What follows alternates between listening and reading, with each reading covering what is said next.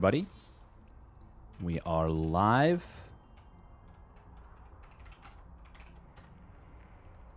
for the Monday Night Weeklies.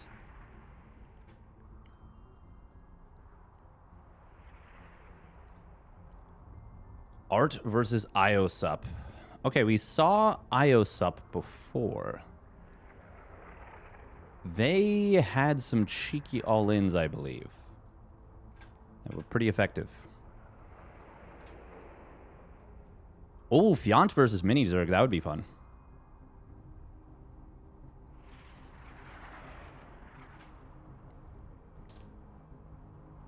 YoungYakov versus Kylos could be all right. Alex versus Hino. Oh.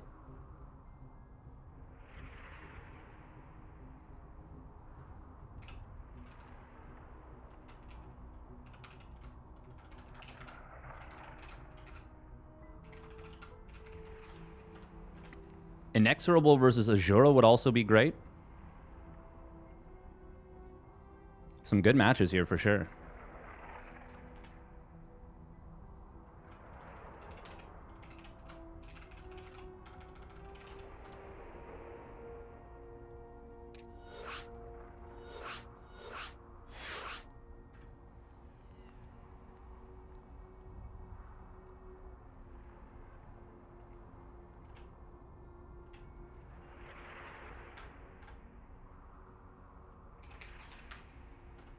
Okay, I think we are gonna go with Fant. Yeah, Fant versus MiniZerg. Let's do it. Let's do it.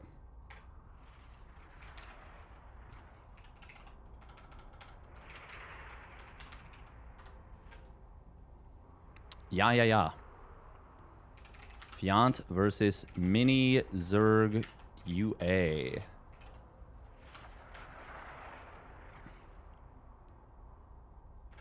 Cool. From Hokago T-Team.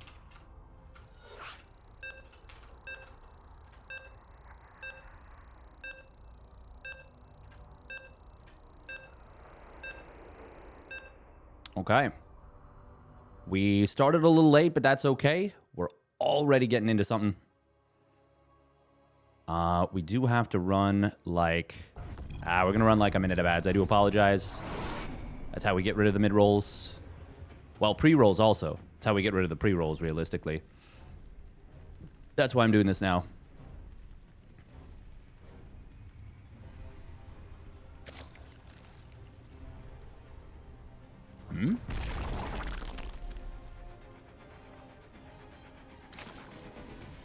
Okay, for a second I thought YouTube did not have my stream.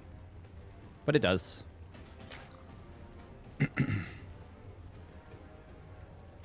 We will get into game in just a moment. RTS tournament.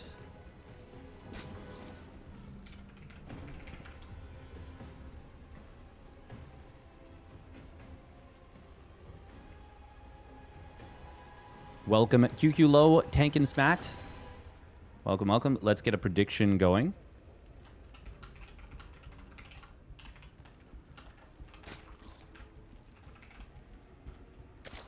Fant or MiniZerg? Wow. Type correctly at all challenge. Impossible. For me.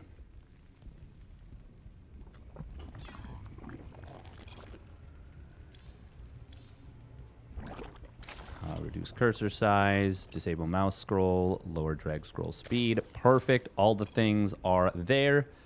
And now we get into the game. Okay, here we go. Spawning down on the bottom right for Team Roddy, it is Fant. In the yellow. And his opponent spawning up the top left for Hokago T-Team, HTT. It is MiniZerg UA. In the blue. This team, they are known for having some very aggressive play. Very aggressive. Most people would say cheesy. And I suppose I did, even though I'm not saying necessarily they are, I'm invoking it, so it's the same thing. That's a sneaky way of getting around it. Even though I don't necessarily think that they all are. And, you know, I think I think aggressive is the better way to put it. Ah, all 3 left on gas. Okay. MiniZerg did have his OSC debut and victory. And who did he beat? I think he beat Geralt.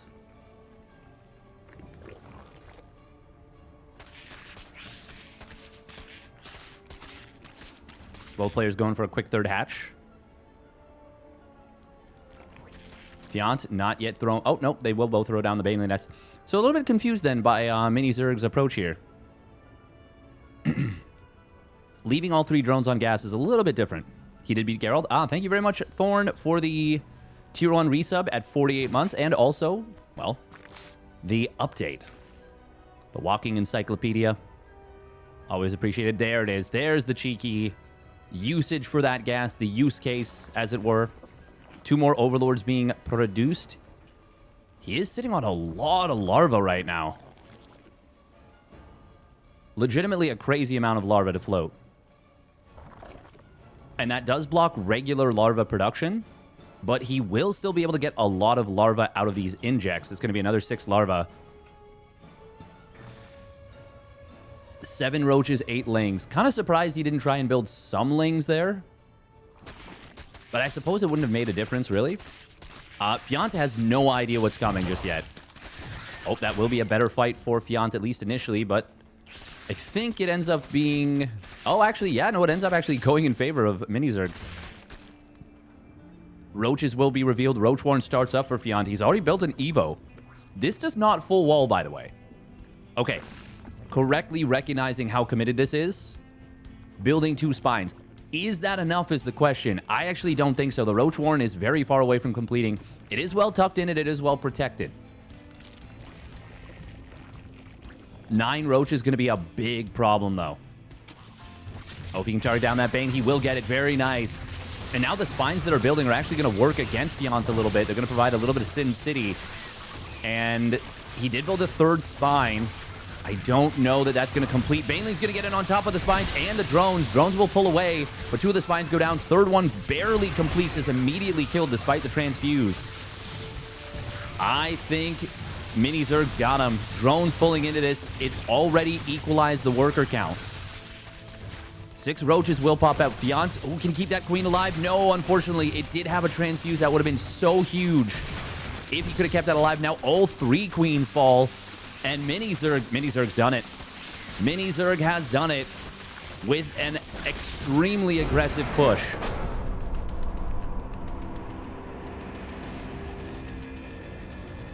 Well done. This week feels like record participation, I wonder. Oh, you wonder if it's record participation. That is a really good question.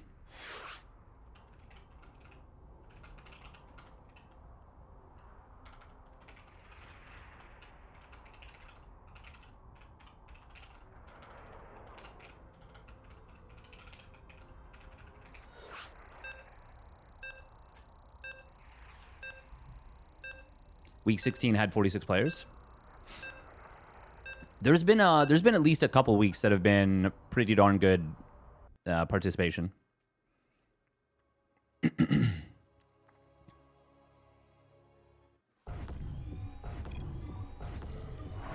Normally, I wouldn't necessarily aim for a mirror match, but this one feels pretty cool. Also, may see if we can get YoungYakov versus Geralt in the next match.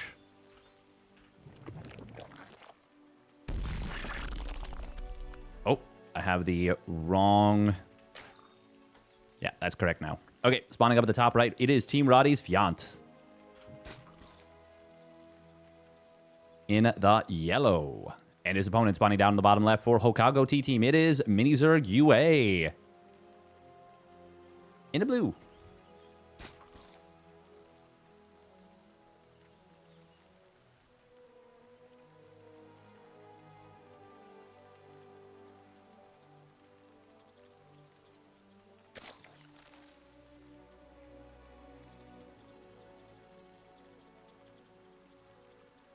It's so funny how many spam emails come through. And they're so obvious, too. Like, they're just like, oh, yeah, you haven't paid this. Herp derp, most obvious thing that tells me that this is a scam.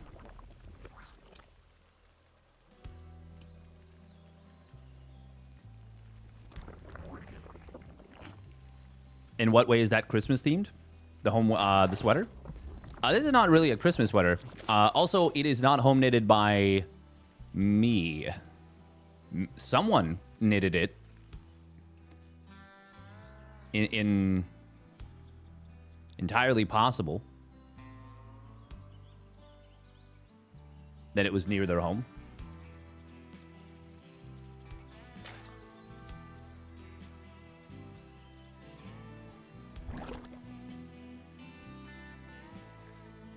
A modesty.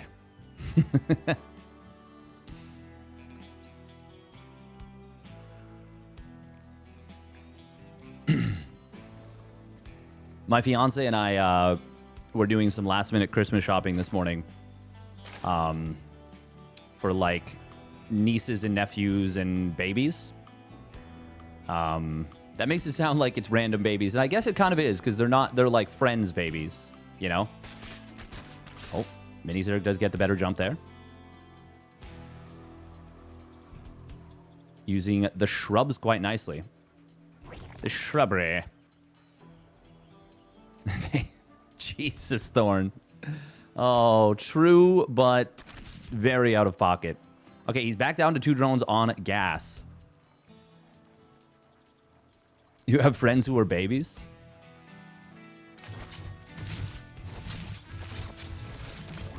You know, yep. Very nice pickoff, by the way, from ByuN. I like that he didn't attack with the queens for a while. And he had this Overlord super cornered. Now, obviously, MiniZerg could have done something, could have pulled this back faster, but that's still a nice little play. Because obviously, the earlier you attack it, it automatically moves away. They get the attack, you were under attack notification, and they pull it back. Now, with this, MiniZerg's got no vision past this Overlord. Fant is going to morph in some Banes. They will get spotted, as will the Lings following through, but not before this completes. Oh, nice pullback there from Fant. That was scary. Oh. Baneling's going to try and run by at the natural. One Bane will get picked off by a queen, but only because extra queens were pulled at the third base. Oh, actually, really well handled so far by MiniZerg.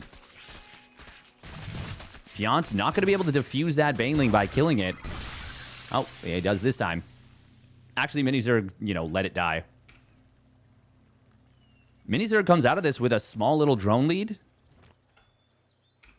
Despite being supply blocked, he is most definitely ahead. It is an Evo to no Evo. Roach Warren start at the same time. This is looking fantastic for the Blue Zoig. Now, Fant.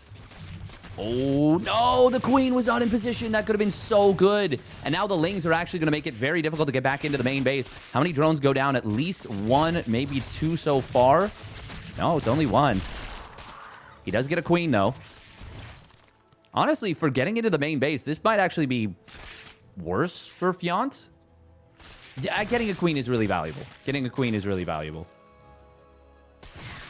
Oh, he tried to bait the Baneling into detonating, I think.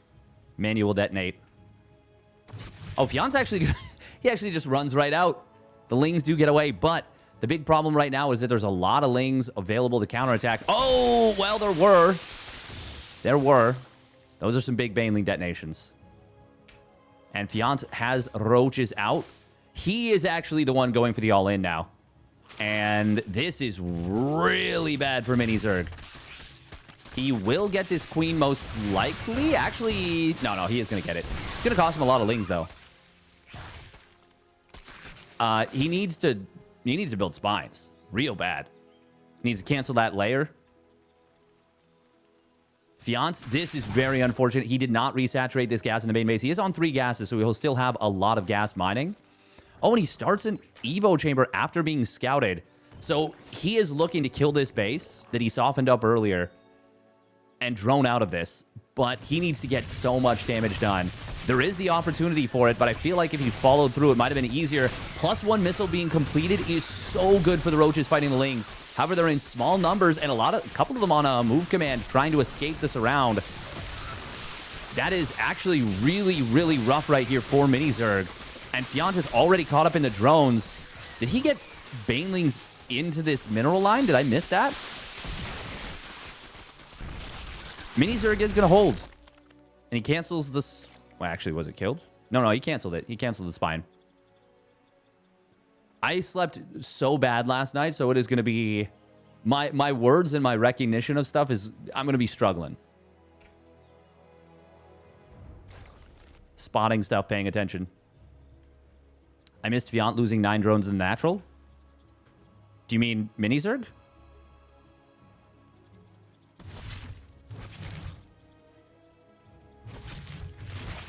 That must have been it. Oh. I definitely missed a couple kills right there. Time to finish the story about the Christmas shopping. I have no idea where it was. Oh, today's going to be a rough day, guys. It's going to be a rough day. I'm so tired.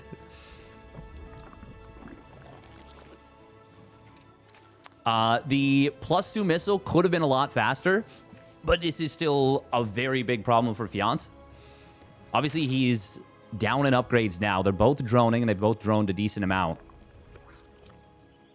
Right. For my friends that are babies. Exactly. Yeah. For my baby friends, not the friends who have babies. But yeah, so we were getting gifts. And... Oh, yes. Fiance was trying to get me to... we were, like, driving back. We were talking about Donald Duck. Somehow that came up. And I was like, I can do a pretty good Donald Duck, or I used to be able to.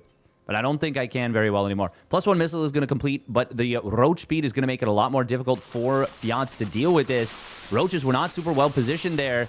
The big jump for MiniZerg is good. Banelings into the mineral line. Wow, that's big. 8 more drones go down. Explosive series. And MiniZerg is really cooking.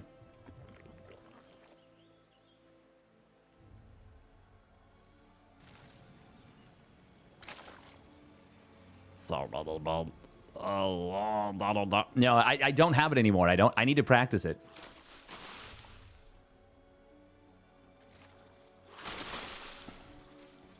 We did see a Hydroden startup. I think MiniZerg is anticipating Mutas.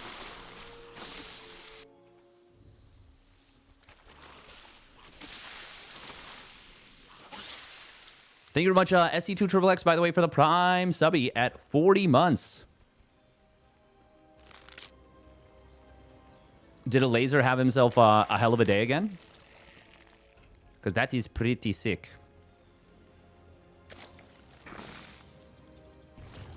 Yeah, 40 is huge. Thank you so much. 2 old MaxPax. Yo, that's sick.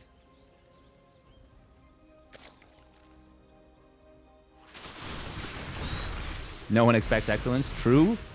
True. All right, Roach Ravager with a good concave, going to try and defend, but he's down an upgrade, and it's a big one. +2 versus +1. That's 2 extra damage per every attack. Good Biles in the middle of the army. Do force a lot of this back. It's a good concave for Fant.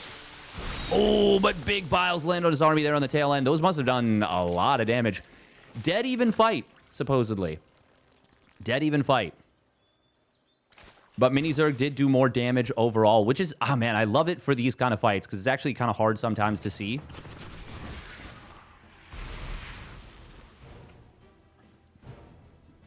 Fant is obviously in huge trouble right now. In a weird way, he's kind of playing with house money a little bit. I wonder if he could have ended the game if he had committed fully to the attack he was going for. With the +1 missile done, I don't think so. I think the droning was the correct call. Nice kill denial on this 4th base.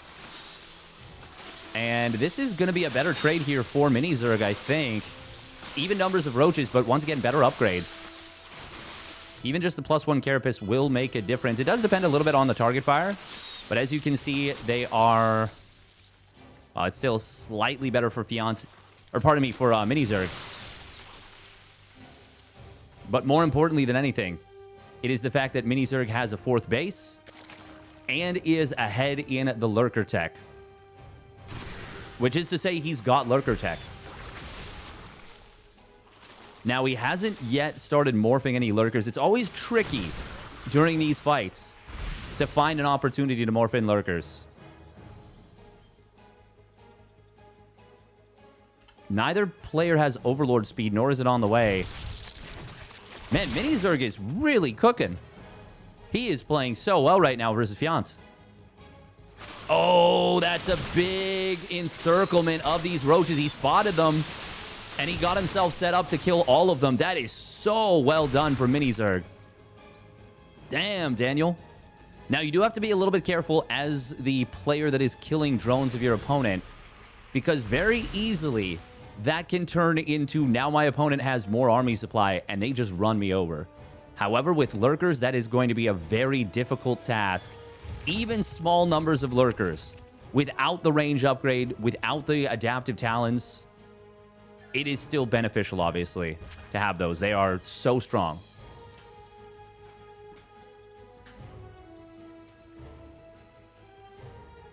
MiniZerg going for another counterattack. This time, Fant actually has enough roaches to overwhelm it, but the positioning, oh my goodness, the main fight, so good for MiniZerg right there. He has the high ground concave, and he's got the roaches in the back. Corrosibiles, or pardon me, Lurkers in the back.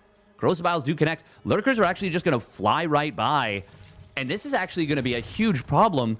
They're going to set up in the main, the natural, the 3rd base mineral lines. Fant is now completely all in. He is going to lose every drone or every bit of mining besides that 4th base. He does have a lot of Hydras, but there's not a lot to tank for them. What a sick display from MiniZerg. Absolutely stunning play.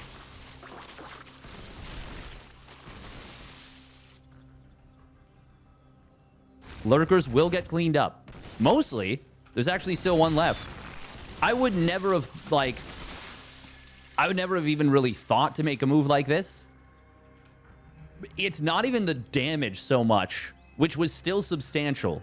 14 drones is a lot in a situation like this. It is the complete shutdown of mining. Complete and total shutdown of mining. Roaches do get dealt with on the side.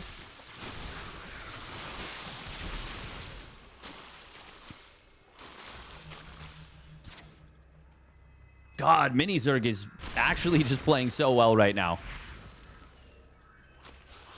I apologize. I was unfamiliar with your game. The youngster. God, it's so fun to watch these youngsters play. They're so fast and frenetic.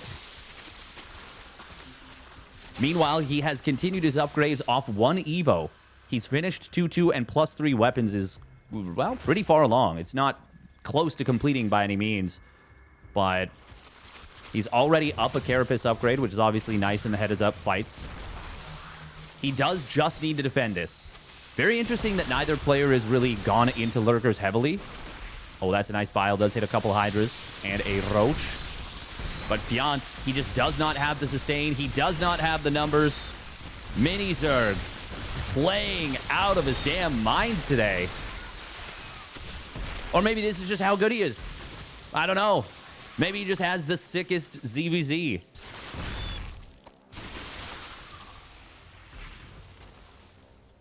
But either way, he will take the game and the series.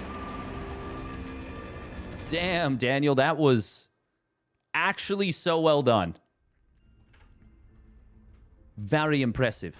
Very impressive. Yeah, that was, that's cool. Oh, man, I love these weeklies so much. These weeklies are such a treat. Actually so well done. Nah, that's enough out of you, Steadfast. Quiet down. Pipe down. He does raise a good point. It was really well done.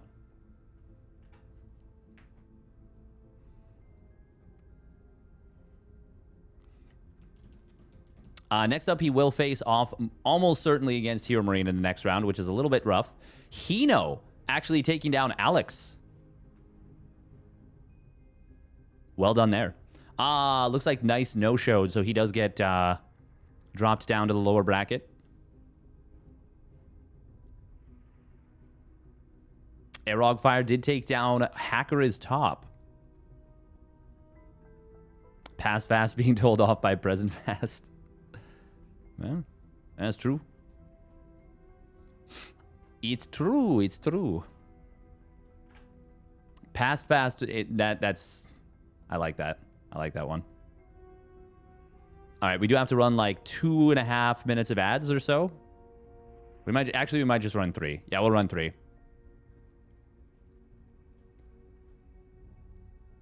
Oh, Nama is playing. Oh, he played in the Finnish tournament, and apparently he wants a little more. Been enjoying it, perhaps. That is quite cool. Also, Divinesia playing. The caster. Very cool.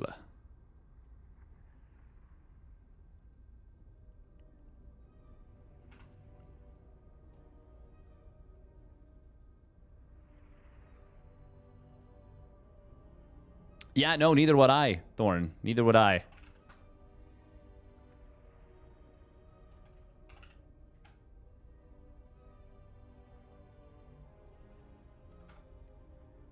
Makes me wonder if maybe he's got like an unseen Smurf. Yeah, exactly. A barcode we don't know about. I mean, it was like a chaotic game. He did get ahead.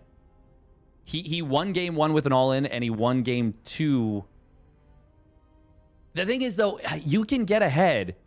The game did not completely even out, but a +1 missile upgrade is not a massive advantage to overwrite like a 500 or 600 MMR difference. Like, you could give me a +1 missile advantage over a 5.6k Zerg, and I'm losing that most of the time.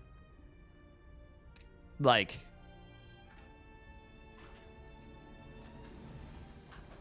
yeah. Now, granted, he did like mine more. He also had the faster tech. But still, like that, you cannot undercut the achievement of how impressive that was. And I feel like Fant is quite good in ZVZ. Even I don't know how he feels about his ZVZ, but even if he doesn't feel necessarily confident, I feel like his speed and style are difficult to play against. Actually, let's see if we can look at Fant's. Oh, wow. He's almost back up to 6K. That is really nice.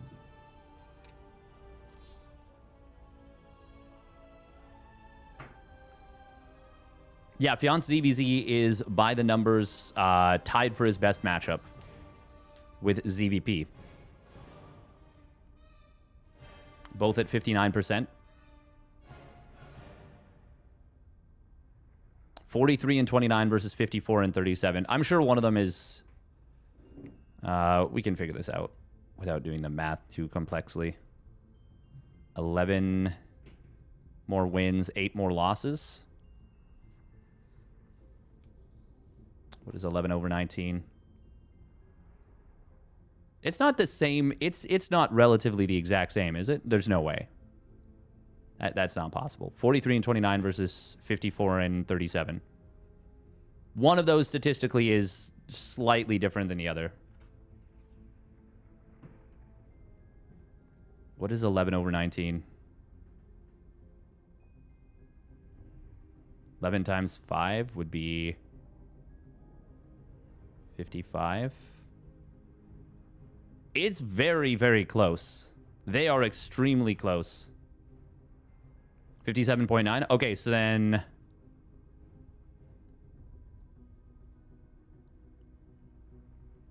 I think that means that his ZVZ is technically just a shit, like a fraction of a percent higher. But that's ladder, and you know, yeah, very different beast. Still, all that is to say, Fant is quite good at ZVZ. It also is so dependent on the opponents you play, and yeah, all that jazz.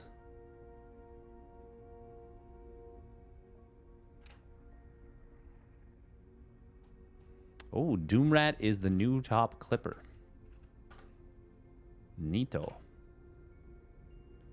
Neato, neato.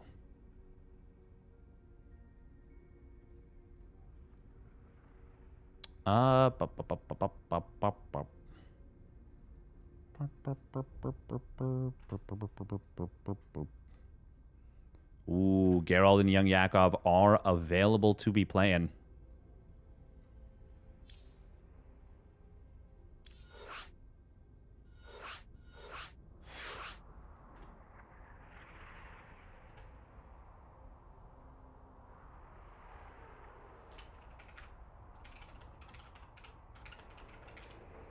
I feel like this is a very good match now. Before, I would say Geralt would probably be the heavy favorite.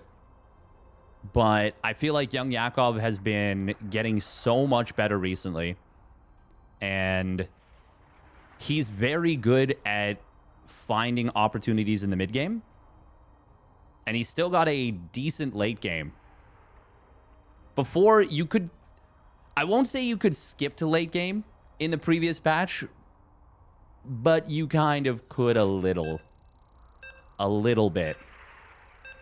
Now, it's a lot more difficult for Protoss to just get straight to late game, which is obviously Geralt's greatest strength. Both as a player and specifically in PvZ as well.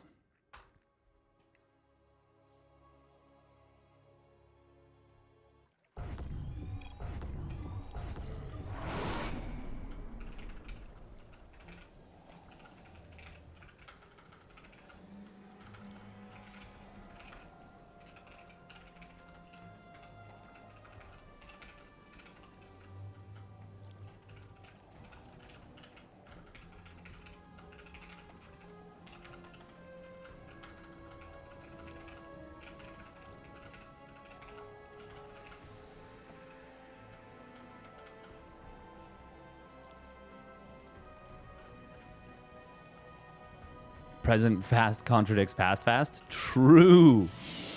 True. Back at it again with the proper wordplay. Spawning down on the bottom right, it is Streamer Zone's Geralt. And his opponent spawning up the top left for YoungYakov. It is YoungYakov. I do this all the time. I see the Yakov prefix, and I'm like, that's his team. No. No. That's his name that he's putting at the front. 43 and 29 is 59.7, while 54 and 37 is 59.3. Thank you. Yes, okay. So that sounds right. I'm kind of surprised that it doesn't, 43 and 29 doesn't round to 60% then. That's super weird. But yeah, MiniZerg. MiniZerg absolutely playing out of his mind.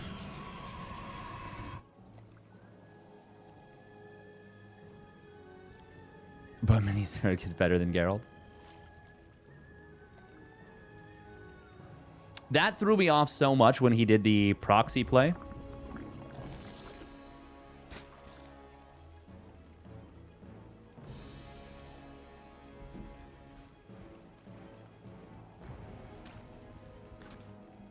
He proxied the hatch, which was so weird. I feel like a lot of Protoss players are struggling in this matchup now. It has undoubtedly become a lot more difficult.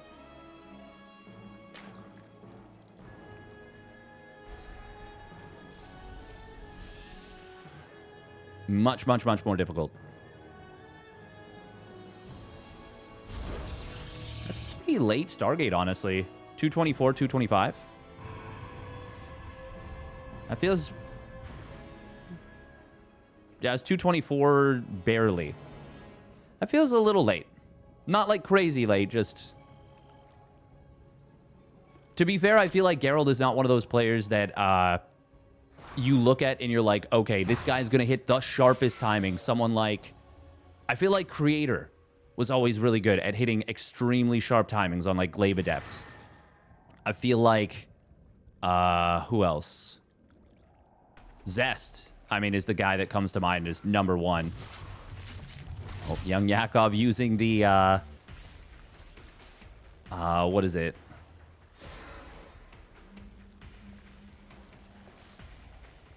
the README file that lets you change up your secondary hotkey for certain things. Adepts are going to just walk into the natural. They are a little bit uncontested, but there we go. Second queen does show up and will allow for a bit of a contest. Yeah, I think he... Okay, nope. Choose not to. Geralt is a player that tends to not shade forward with his adepts. YoungYakov did delay his spores a decent amount, which is a little bit dangerous here. Oh, Geralt was not expecting the Lings to show up here. They're going to wrap around on these adepts, and they're going to take them down. It's a very good trade. That was like 5 Lings, 4 or 5.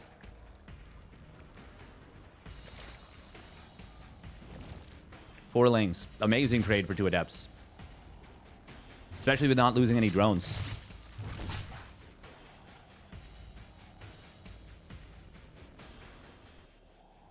Geralt going to take the forward Nexus here.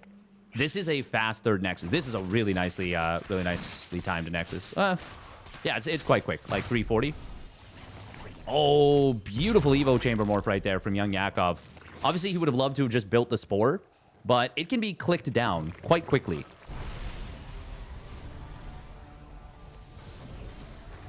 I feel like that is a good show of, is a Protoss player playing particularly sharp that day? If they see an Evo, a Spore Crawler morph, do they immediately target it down? I do think it's on Zerg players to not morph it into the Spore Crawler when it's in jeopardy of actually just being outright killed. But I also feel like Protoss players have not been as sharp at punishing it as they should be. Look at that. Look at those Evo Chamber morphs. Okay, very nice. Yeah, YoungYakov understands the assignment. He has been punished enough. He has been booped on the snoot enough. Oh, Stasis Trap going to get set up here. There's, funnily enough, no high ground vision, so he doesn't see it. The one in the main base, of course, he will pull away from. He does see that, no problem. Oh, there's a chance for a kill, and he gets it. I was thinking it was going to get potentially cut off here. No, he got killed taking a bit of an awkward angle through this position. Geralt. Oh, if YoungYakov had responded right away, he maybe could have killed this, but instead it's going to be a huge Stasis Trap. Oh, what did Geralt just lose? Another... Well, the Oracle, I guess. But he already lost the Adept. It is going to be double attack. Great. Oh, my God. Oh, my God. He didn't cancel the Evos. So he's now gotten triple Evo. Oops. Well, that was obviously not in the game plan. But YoungYakov, I like to imagine he's got a bit of a cheeky grin on his face right now. Oh, that is obviously not what he intended to do from the beginning. I remember once upon a time, Stefano was streaming way back in the day. Oh, hold that thought. Blink is not yet done. Oracle was a little bit out of position. Stalkers are kind of out in the open. This might be all 5 Stalkers going down. They do tuck themselves into about the best position they could get. I like going after the 4th base after killing the initial Stalkers. I mean, he's not going to be able to get all the surface area anyway, so he may as well. That was a lot of Lings for that, but that was absolutely worth it. Absolutely worth it. Oh, but double Adept on the other side of the map is going to be a nuisance.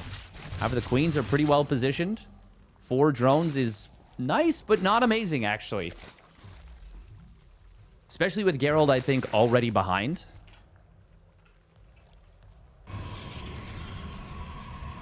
Oh, looks like he is worried about Muta. He just built a Phoenix. Oh, and then he canceled it. Okay. Interesting. He hasn't seen Hydras yet. Is he going to go for 2-2-2? Is my question. Right now, honestly, this is a little bit like Triple Forge or Double Forge Protoss in this matchup. If you can find a way to somehow get away with it, it is actually going to make your units so beefy and powerful, you are going to wish you could do it every game. And he is going for the 2-2-2. And you know what? Against Geralt, a player that is traditionally quite defensively oriented, late game oriented, this is going to be quite strong too. This will still be Obviously not fully committed attack. And he does get a little bit supply blocked at 144. Oh, Banelings. Nope, not going to be able to connect on these High Templar. Storms are okay. Nice blink right there. Going to protect the probes. High Templar do get a little bit exposed. Banelings getting protected. Oh, no. Oh, my God. One Baneling just killed 2 High Templar that were high on energy. Another High Templar barely getting saved by the blink block. Really good fight from Geralt, but YoungYakov hitting this like a truck. 16 probes ultimately go down. Banelings. Oh, they get all the warping in High Templar. And they found a few more probes. Oh my god. Banelings just found like 4 Templar on the warp in. This one was just shy of storm energy. Ay, ay, ay. Oh, that was so unfortunate, warping in High Templar there. A Stalker would have been so good in this position,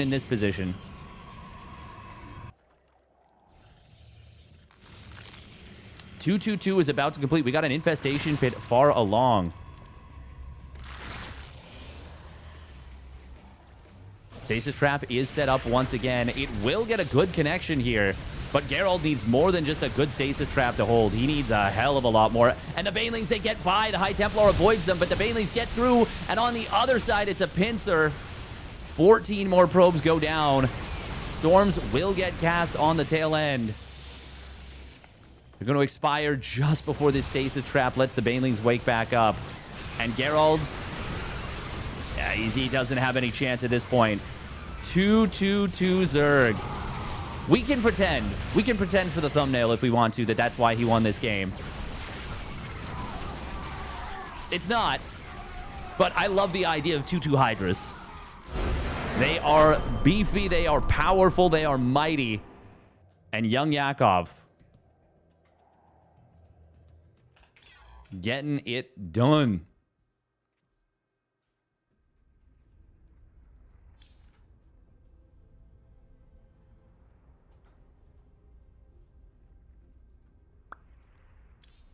Biddly biddly bow wep.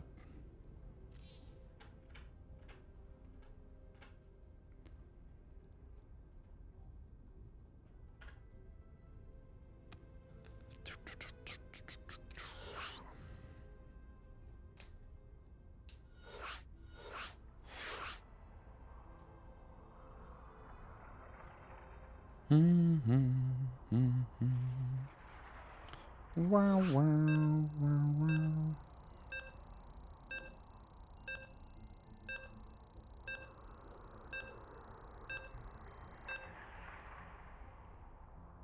That's not really true at all, DSG Hayden.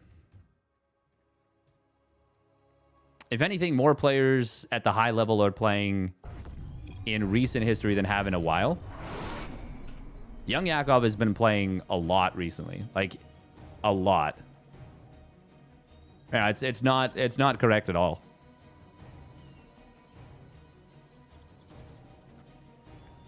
All right, here we go. Spawning up at the top left, it is Streamer Zone's Geralt. In the blue. And his opponent spawning down on the bottom right, it is YoungYakov. In the red. Doing very well in that game. Very, very well.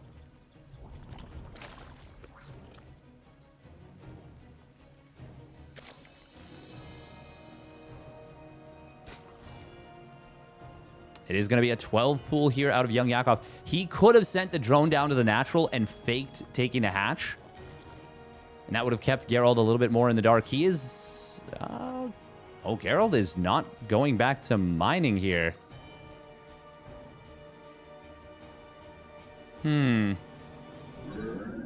Or sorry, not going back to the front to build a gateway.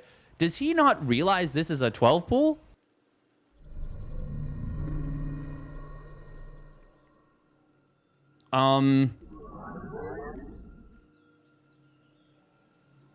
Please don't just build the Nexus.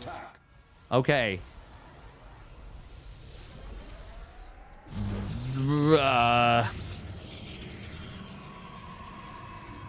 I do not like this for Geralt one bit. He does not have another pylon on the way. He is not building another gateway yet. I am very confused as to what is happening right here. Finally throws down the second gateway. The pylon is going to be just in time to start building another zealot. If he doesn't chrono this, though, I don't know. And yeah, how many lings did YoungYakov? Okay, only 8. Only 8 lings. So, honestly, Geralt's going to get away with this. I don't know if he thought it was like a gold base. No, he doesn't get away with it. He cancels the gateway early. Nice micro on the lings, by the way, from YoungYakov. Keeping those alive very effectively. Second, okay, Adept does pop out. He canceled the Zealot to build an Adept. Obviously, the Scouting Probe went down. Pylon went down. That supply blocks Geralt. He was building probes very quickly out of this. And because he canceled the Gateway, he actually takes the Nexus quicker. But because he... Okay, this is like the weirdest 12 pull. This never turns out this way. One, it was a very light commitment, relatively speaking, from YoungYakov. Two, Geralt responded in a way that was like very strange. So he doesn't have a lot of counterattack potential, but he's going to try anyways. I think YoungYakov comes out of this very far ahead, unless I'm missing something. Or unless Geralt can find a way to deny the third hatchery for a really long time. Like, legitimately a very long time. Okay, there is a second Adept. Nah, no, that's still counterattack potential, and that's big counterattack potential. Second Queen in the main, not prepared for this. Okay, he does cancel the Shades. Zealot will occupy this Queen's attention. This is going to be some big counterattack damage. Because the Queens weren't fighting both of them right away, this actually ends up being very good for Geralt. Way better than I think it had any business being. 4 drones going down is really nice. A decent bit of lost mining time. YoungYakov. Oh, good slip away, by the way, from Geralt. Nice Ling Micro on the tail end. Saves 2 of them that were low on HP that could have been targeted down.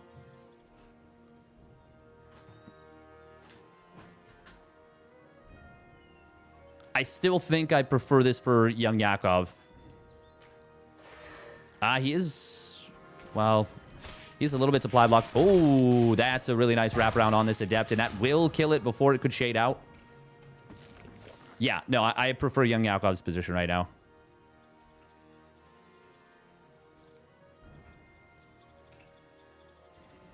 Gonna be Oracle into Void Ray. If the Void Ray can kill off 2 Overlords, I think that's... I think this game becomes okay for Geralt. Oh, this Adept, it looks like it's in a good spot, but the probe actually blocks it from getting into the sweet spot where only 1 Ling or sometimes 2 can hit it. The Lings actually get another good pick off there. 4 Lings for an Adept and a probe, that's fantastic. Yeah, Geralt might have a little bit of a mental block. I know it's early to say that.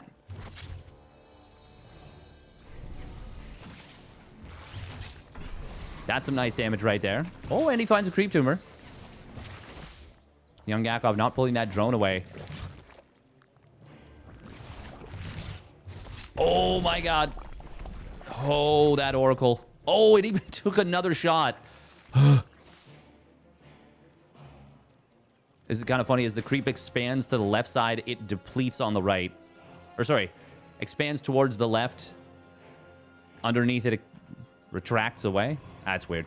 Glaive Adepts. YoungYakov not prepared. Oh, but there's no glaives. There's no glaives yet, and the Adepts get jumped. That's really bad for Geralt.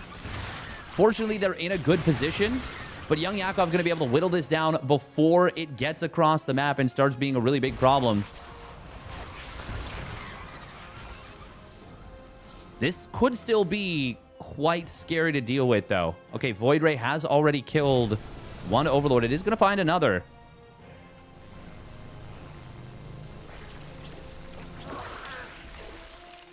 This game has gotten super weird. It's going to be Blink on the follow-up, which is not super crazy. Very bad for YoungYakov. Oh, these Lings taking a bad route. Geralt not attacking, though, so he actually lets like 3 or 4 of them get away. Don't lose the Oracle. Ah, it does go down. Banelings will morph in. It's a makeshift wall. Geralt, I think, had an opportunity to get in here before the Banelings could have completed. Oh, Geralt's got to be so careful. He doesn't know about these Banes. He will try and split. And it's good splits. Really good splits. Now the Adepts are going to shade forward into that base. It's 3 Evos completing again. But unlike the previous game, where it was a really strong start for YoungYakov, a very good early game, he has taken a lot of damage from this position. He's not going to go plus... Oh my god, he's doing it again. He's doing it again. Surely this is not actually his game plan.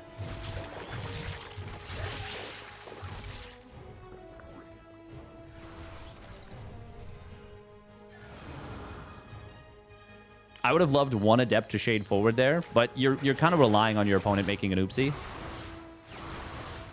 Oh, these Adepts on the left side could get a cancel on this base, which would be quite nice.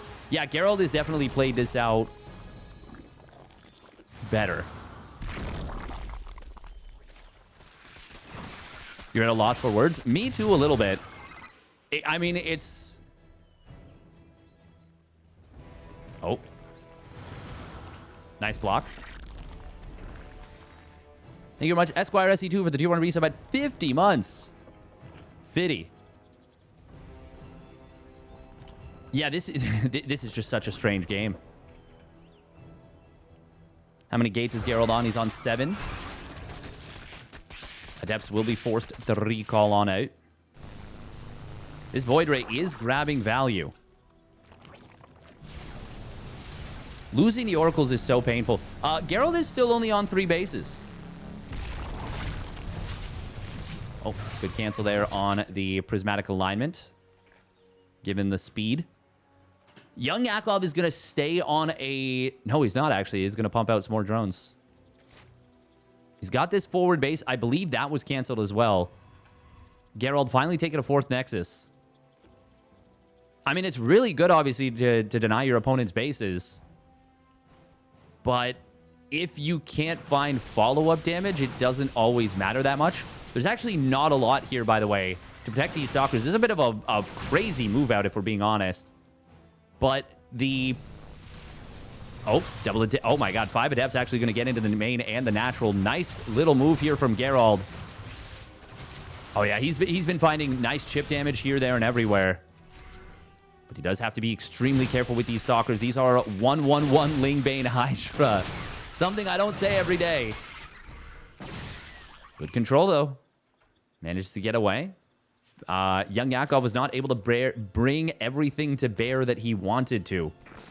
He is going to start the next set of upgrades, though. 222 on the way. This is so expensive.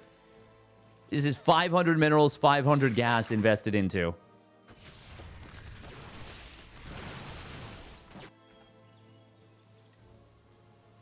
Is this how Zerg was meant to be played? Hell yeah. Storm is on the way. Geralt is once again playing well.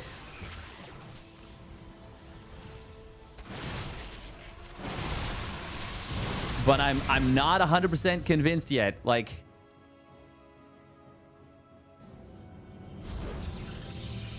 he doesn't have a crazy amount of static defense.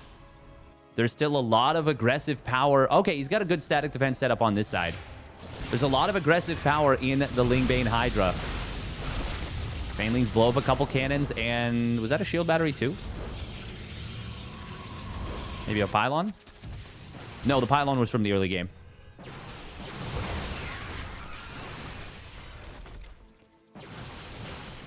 Geralt, I do feel like he would have the opportunity potentially to tech up a little bit. Or maybe just get lots more High Templar. Maybe some Archons. Okay, there we go. There's the Fleet Beacon. 2nd Stargate, some more gates. Okay, that's what we're looking for. YoungYakov, though, is going to continue spreading creep. He's got the Hive on the way. These 222 upgrades, I mean, it's really funny to see this, but it is effective. No Robo does mean no Prism, which means YoungYakov can just focus on the front line, focus on his macro, focus on his creep spread. The 2-2-2, I just can't even... Like, it just makes me... It makes me chuckle. It is so fun.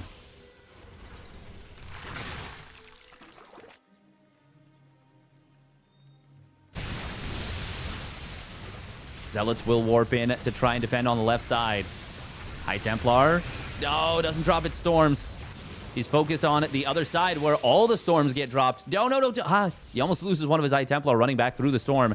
Zealots on the right side. There is a very well-placed spine that is going to draw some aggro. A couple of drones did fall, but it's still going to be a decent defense. Base in the middle will go down. Oh, but Geralt's got to be careful. He does storm the Lings quite nicely. Feedback on the Overseer. I mean, I guess it's something. Yeah, it's some value. He does have to get off creep, though. And despite the fact that Geralt is doing pretty well in the game, he hasn't gotten a blockbuster trade. 2-2-2 Zerg units they slap. They hit hard. They're strong. And Geralt has not blown the game wide open yet. Now, if he can take and secure a 5th base, it is going to be a lot worse. Oh, sacking an Oracle for 3 drones is not it. Oh, Stalkers in the middle once again. I mean, Geralt is so far on the creep this time. This time, I don't know if he gets away. He has been playing with fire for a while with these Blink Stalkers. This is one of the many reasons why you do need to keep your Oracles alive. You need to be able to revelate and reveal that creep. And it makes it very difficult. Like, all of the damage it felt like that YoungYakov was getting in game number 1 was... Oh my god, he just kills 2 High Templar on the Warfin. And he gets another 2 with the kill on the Archon. So this feels more impactful than almost everything Geralt did in small amounts except for the base kill.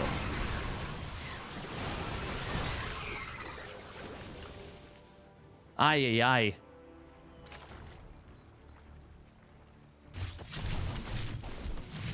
And now Lurkers are out. We've got 3-3-3 on the way. The dream. Adrenal Glands is going to complete. I mean, even just 2-2 Cracklings are going to hit so hard. The thing is, even with Geralt now he's behind in resources lost, squandering a lot of the lead that he got with some, I mean, honestly, wasteful attacks. Specifically, the one attack here on the right side. No Immortals, no Robo still. Very few Archons, generally speaking. And now we are going to see YoungYakov on the top side, able to get on a little bit of the static defense. It will get defended, mostly. Oh, but these are Adaptive Talons Lurkers, and there's not a great answer to them. There's Tempest in production, 4 at a time. Cloaking Field will get activated, but there is an Overseer behind this in its siege mode.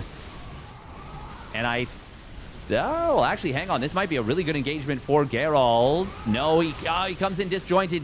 He tries to wrap around from every angle, and the main part of his army actually doesn't fight it. The Blink Stalkers and all the High Templar. There was a lot of Zealots from every angle. Meanwhile, YoungYakov is getting in all over the place. He kills the Nexus. The Lurkers. Oh, the Revelation expires. Oh, man. This game... This is rough for Geralt. You gotta hit this. This feels like a dark game almost, where YoungYakov was on really on the back foot for a very, very, very long time, but he always took good fights. He never let his opponent get good fights against him. It's obviously different, but he's getting every possible upgrade. He is indeed going for the chitinous plating. Recall comes in, will defend this base on the top side, but I mean, multiple bases have fallen at this point. Geralt down to just 3 Nexi. He's got a potent counterattack. But if the Ultras get out, this attack falls apart. Oh, especially if they land some fungals. Hydra Lunge is done as well. He's got the 3-3. Obviously, giving up this base is the correct call. YoungYakov recognized in this, even going for a beautiful little lane counterattack. And with 3-3 cracklings, I mean, he is going to destroy everything in a matter of instants. Radia loves to use the term, this is hell for the Zerg. Well, this is hell for the Protoss right now. Oh, drones on the bottom side. A few of them will go down, but the probes are much more impactful kills.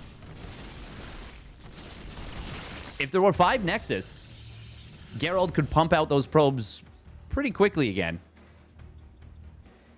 And I mean, he is on 4 bases, but I mean, 2 of them, one of them is completely mined out. Natural getting very low as well, down to just 3 mineral patches, very soon to be 1. And here comes the Ultras. There's really not a great answer. The cloaking field does get activated. Good snipe on the Overseer from Geralt. That will drive YoungYakov back. And finally, there's a couple Archons here to tank, but I mean, I kind of don't believe what I'm seeing. Only 1 Spire? Yes. Single Spire upgrades? Are you okay, YoungYakov? We're going to see a big fungal growth coming in here. Tempests get caught. Mothership gets caught. Everything gets caught. Storms on the ramp are going to be good in theory, but the Ultralisks don't care too much about storms. Corruptors do, but there is plenty of them to go after this Tempest, and Geralt, he's got to be in disbelief. Stalker's Warp in will clear up the rest of these Ultras, but he is unable to deal with that.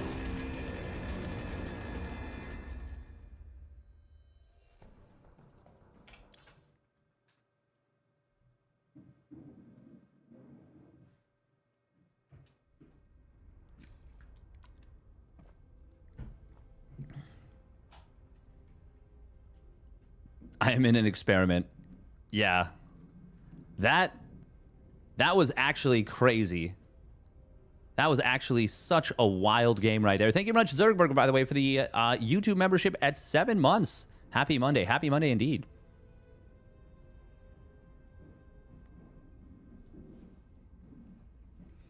That feels like the first game that I've seen where, like, I just feel like the Protoss was probably just in constant pain.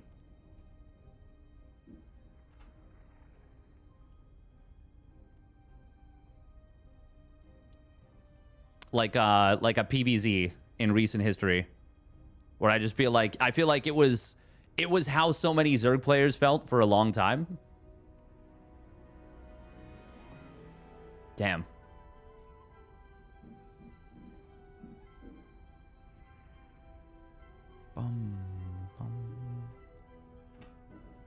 Now, next, so he beats a very good Protoss in Europe. Now he gets to go up against MaxPax in the following round.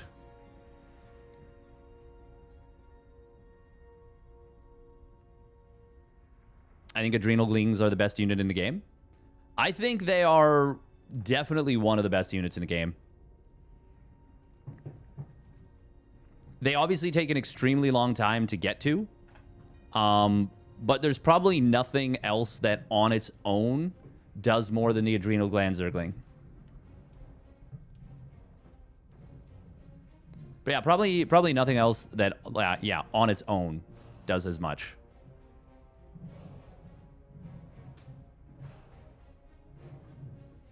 What else would... I mean, like, Zealots are really good for run bias. Should we try to get HeroMarine versus MiniZerg UA? Has that already started? Oh, it hasn't started yet. We could go for that. We could also go for MaxPax YoungYakov.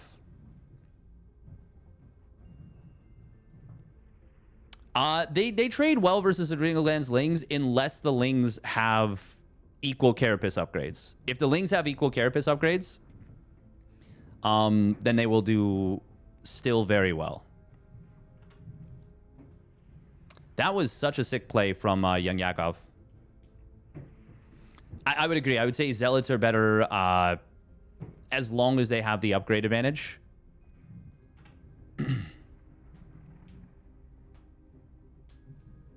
But once the adrenal glands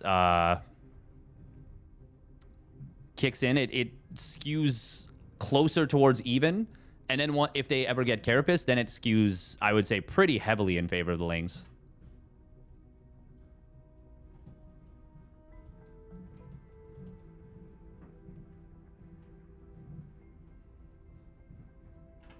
Yeah, what's chat feeling like? Do you want to see a TVZ or a PVZ?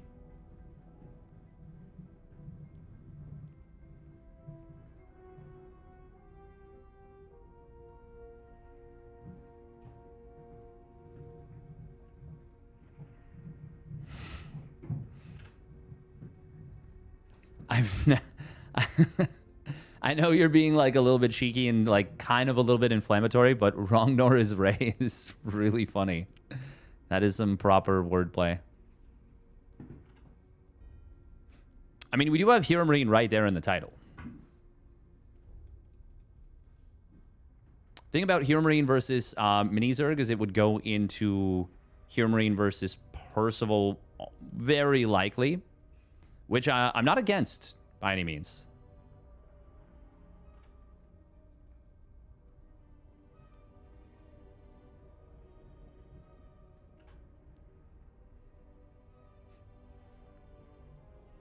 Let's see, Max. I'm kind of interested in seeing how MaxPax does now versus YoungYakov, you know? And I also am really curious to see if we'll see YoungYakov doing the 3-3-3 or the 1-1-1 triple Evo. I was checking MaxPax's account on Pulse, and in 2018, he went from 4.6 to 5.9. Wow. That is pretty bonkers. That is a huge rise. Wow, that is actually so huge.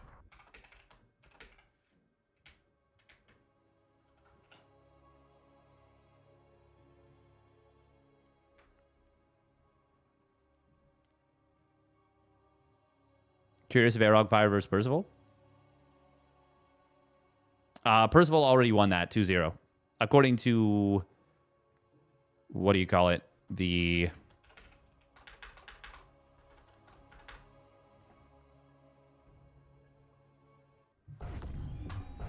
Who's a Maboob?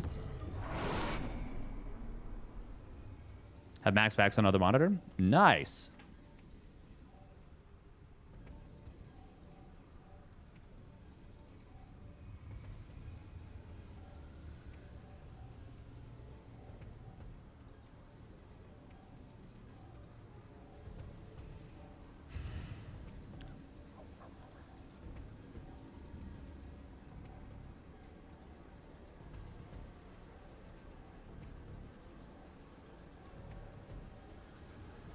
MaxPax just started streaming. Sweet.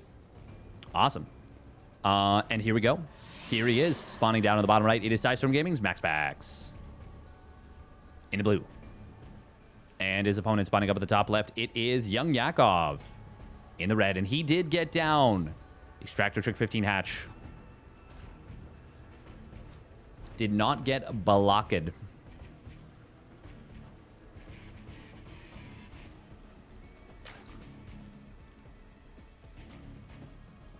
Now, Geralt, I was talking him up, obviously. He's very, very good as a player. But MaxPax is a completely different beast. He is... So what YoungYakov was doing to Geralt is usually what MaxPax does to so many other players, you know? He is the one with Zealots in your third base, a War Prism in your main, Blink Stalkers pushing your front. If you're doing a Ling run by, he's already warping in defensively against it. Like, he is the one that is oftentimes outspeeding his opponent and making them feel pressed. Actually, what YoungYakov did to Geralt is for sure what I've seen MaxPax do to a lot of players on his rise. we may really be seeing the birth of something special here with YoungYakov. I know that he's been, you know, rising for a while, and I'm not going to say that he's necessarily at the level of a MaxPax or someone who can compete yet with the big three in Europe. But it's a little bit familiar to when I was casting some of those MaxPax games way back in the day before he became the menace that he is, before he became the legend.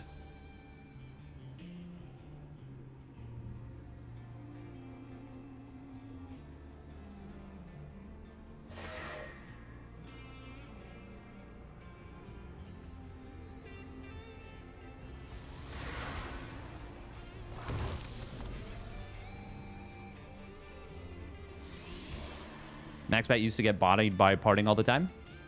I remember they played on the ladder, and MaxPax would GLHF under attack, and parting would just like not respond. And then after a while, MaxPax would like, I don't remember if he kept GLHFing, but like he it ended up being a bit of a battle of wills. Oh, this was not in the correct position. Oh, it doesn't matter because the Oracle arrives and he loses it. But still, it's kind of funny. Complete nothing burger.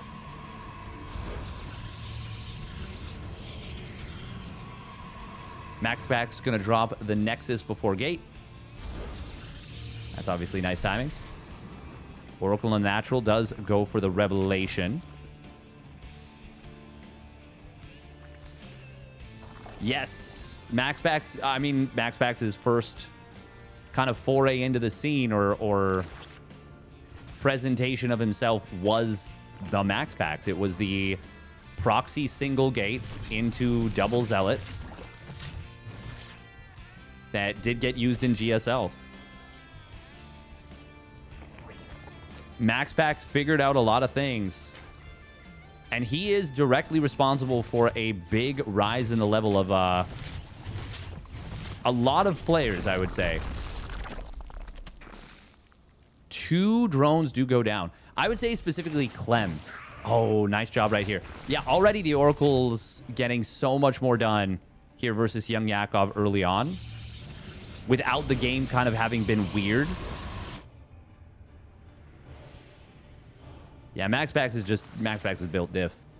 You know what I'm saying? He's built diff.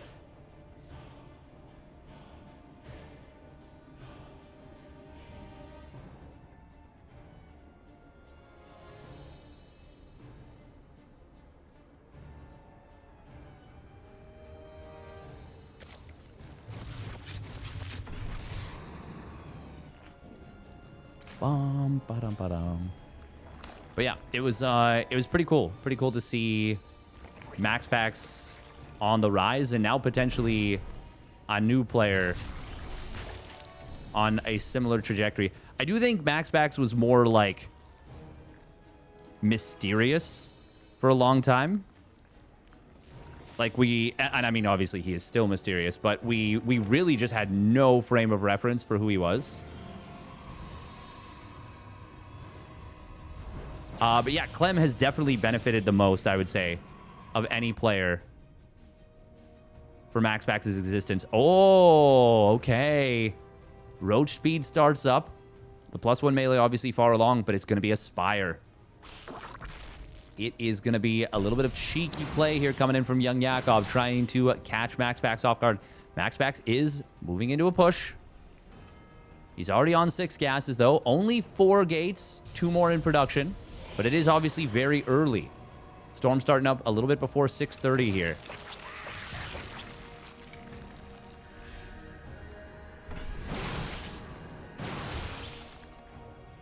Four more gates in production.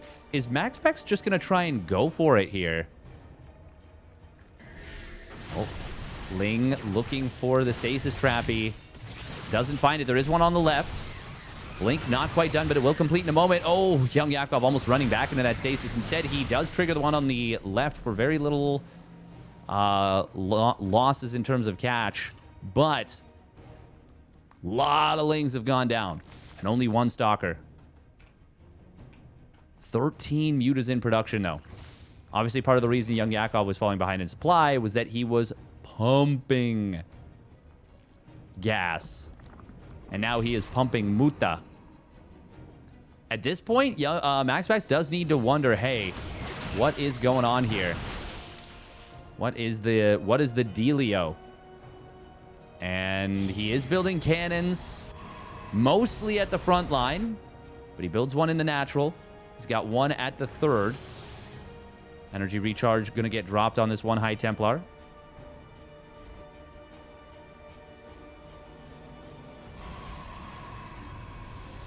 Even one cannon will not protect this mineral line from being ravaged. It is a pretty darn well-timed cannon. Unfortunately, it just buys a moment or two. Oh, and as the Warping of Stalkers comes through, that was 13 Mutas, so he does one shot. Multiple Stalkers. Oh, very awkward blink there. Meanwhile, High Templar, well, they do drop some Storms on the right side. Archon covering them. This is what was missing for Geralt, was the Archon protection unit. YoungYakov does turn around and fights a good number of the Stalkers there. Oh, wow, he's actually killed quite a few. Only losing 2 of the Mutas. And mass Muta is actually really difficult to deal with if it gets any momentum, which it is already starting to. 12 probes have fallen. Stalkers have got to be really, really careful. The numbers are not big enough to jump on these Mutas. In fact, the numbers are big enough for the Mutas to jump on the Stalkers at this point, if they're even a little bit split. YoungYakov, man, what are we watching right now? Well, these High Templar have to be so careful. Dropping Storms on the Mutas is, I mean, it's really just a zoning tool unless you can actually get kills off of it. I think it would have been far more valuable to Revelate the Mutas there than to drop Storms. One zoning Storm to discourage him from committing, I think, is fine. But I think the Archons force him to not commit anyways. Stalkers, they got to be careful about blinking forward. There's so many Mutas at this point, and they have their +1 weapons. Obviously, +2 on the Stalkers is great, but without the armor, it's going to be tricky to keep them alive. Prism on the other side of the map will try and find some damage, buy some time. Mutas are going to hunt it down, though. Queen is going to be saved. And there is the kill. Hive starts up. Second Stargate and a Fleet Beacon. MaxPax just bought himself a lot of space right there. He's looking for the Mutas to Revelate them with the Oracles, but you got to be so careful. The Oracles can get away, but not easily. I love that Spotter Zealot. Right now, this is a really scary game for MaxPax. He's got to defend well for a while. And knowing where the Mutas are coming from is a huge key for that. Huge, huge, huge key.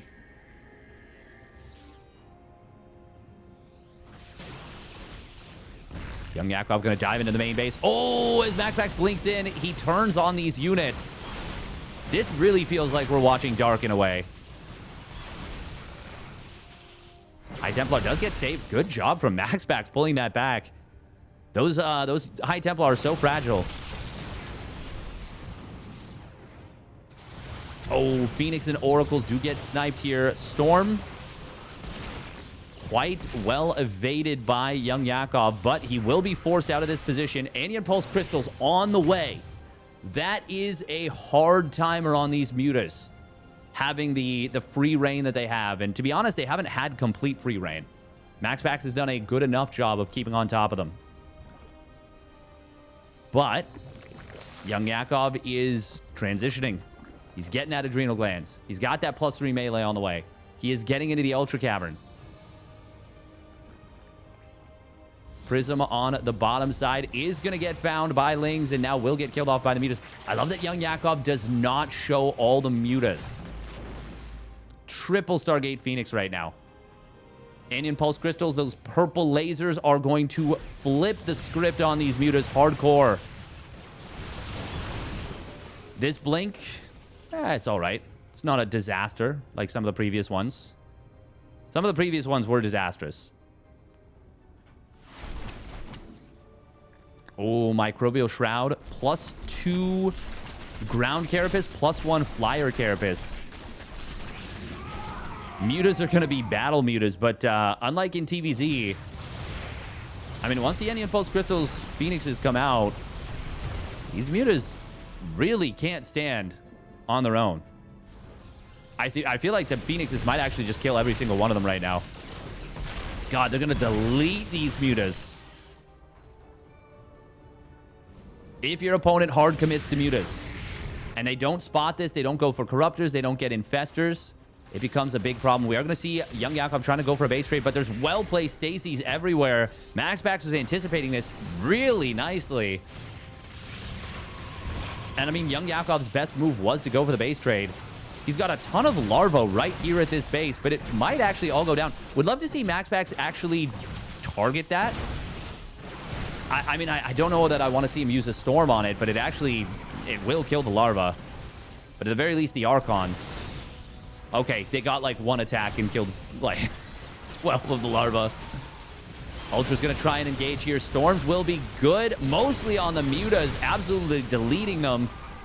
The Ultras will take some damage from those Storms. MaxPax taking a fair bit as he walks into them as well. Transfuse is going to be good, but there's not enough. There is one Immortal here, and that is going to be a lot. 12 Ultras in production, though, on the Remax. +3 melee will complete. +2 Carapace is going to get denied. Oh, actually, hang on. YoungYakov save it. A couple Ultras did just pop out, as well as a lot of lanes. Where are the Storms? I think he might be out of energy. I think that was the last Storm. The Immortal gets abandoned. Carrier's going to come through. That actually won't be great in this scenario because the upgrades for the Zerg Air are so good. 2-1 versus 1-0. Carriers really benefit when they have the upgrade. Archon does go down, but the Ultras will get kind of kited down there. Lings on the bottom side are going to deny this 5th base.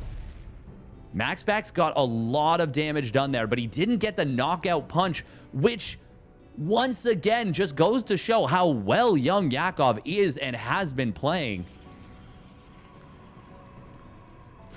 I'm like looking for adequate comparisons of who I can compare this to. Phoenixes are going to be able to get a lot of damage done. How many Immortals do we have? Only 1. And these are Chitinous Plating Ultras. The +2 Carapace did complete, which means these have 4 +4 armor. And there's only 1 Immortal. Stalkers do blink back into a very precarious position. They will need to blink back up to the high ground. Carriers are going to do absolute jack shit against these Ultras. They will just be completely useless. Can YoungYakov do this with the Space Cows? Oh, Stalkers do warp in on this position. If MaxPax had, or pardon me, if YoungYakov had immediately attacked them, never mind, the Stalkers don't get microed out, so they will all go down. Once again, Carriers are going to be totally useless here. They just will do so little damage.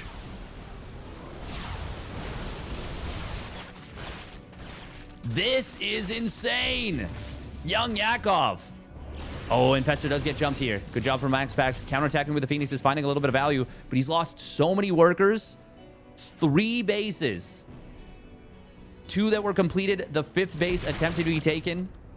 And now the only thing that's really scary are the Carriers and Phoenixes. Carriers will have +2 weapons pretty soon.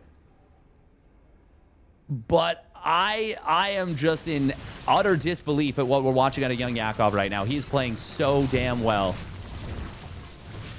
He's doing so many things so impressively.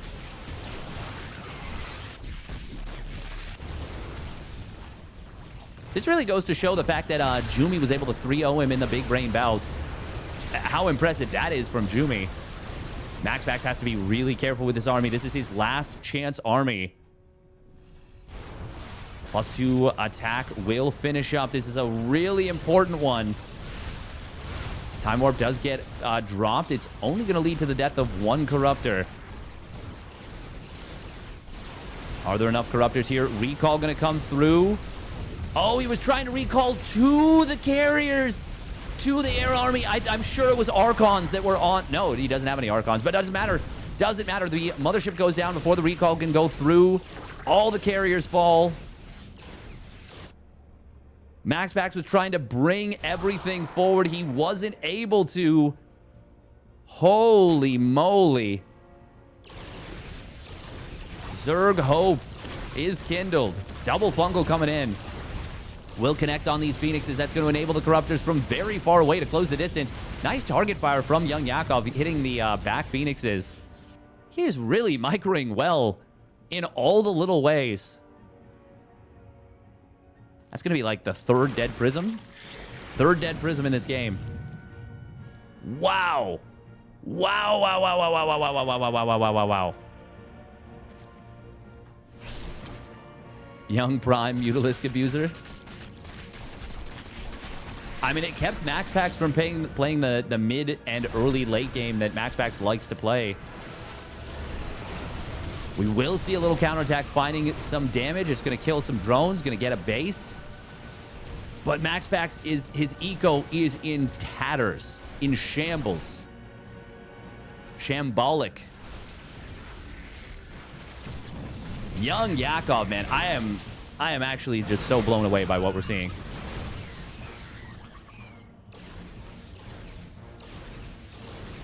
Infestors coming in. Will land a big fungal right there.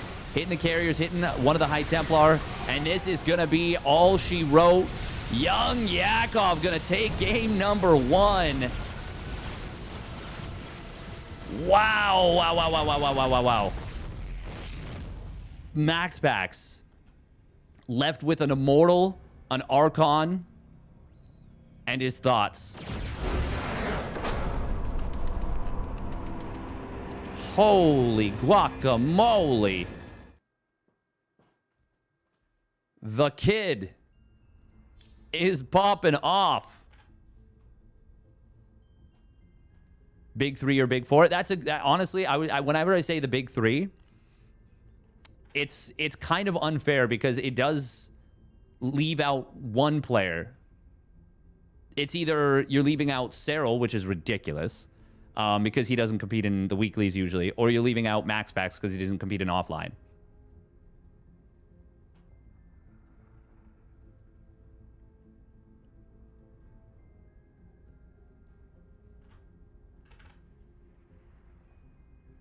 Damn. YoungYakov is actually playing so damn well.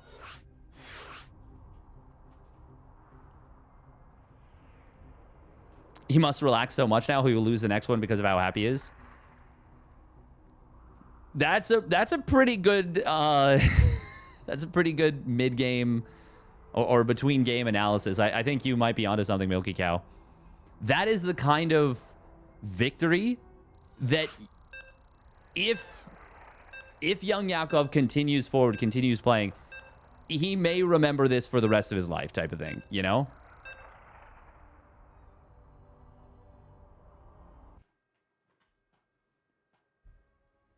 All right, Celestial Enclave. Damn, I'm actually so impressed. Like that was so well done. All right, quick 1 minute of ads, and we get into the game. Older than his years, Yakov. Is this the first competitive game YoungYakov has taken off of MaxPax? I don't know, but it kind of feels like it might have been. He's won some maps before? Okay. 3 or 4 maps. Oh, that's actually very good. All right, here we go. Spawning up at the top right. It is Sidestorm Gaming's MaxPax. In the blue. And on the other side of the map, we have spawning down in the bottom left. Give it up for YoungYakov. Wowee zowie. Okay, he's going gas pool. He is going gas pool.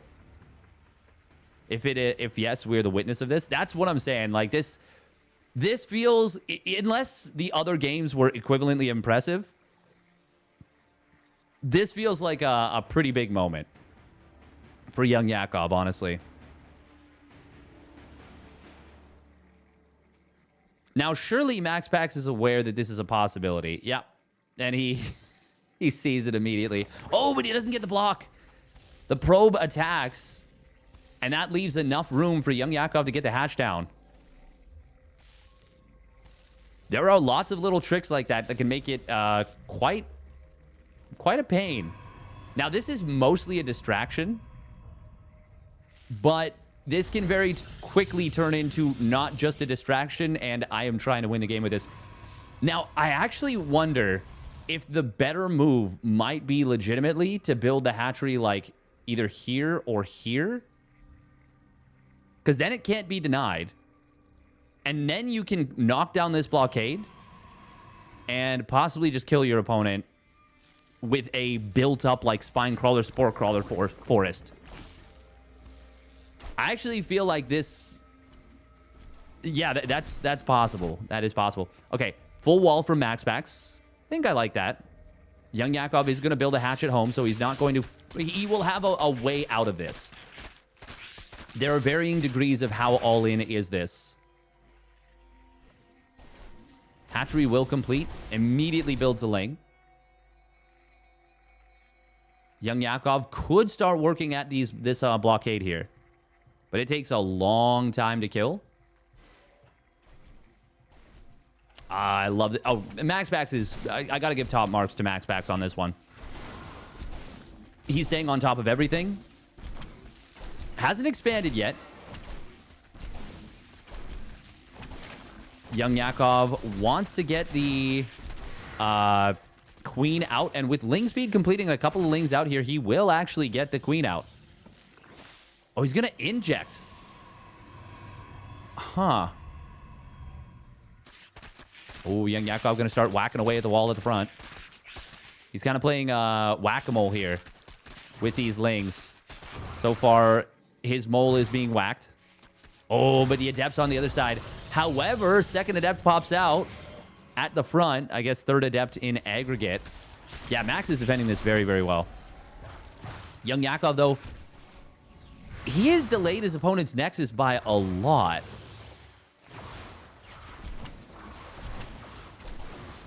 Creep Tumor will drop down. Oracle is going to cross the map. There's a lot of larvae here. Okay, he cancels the eggs. I actually think that's a very smart decision.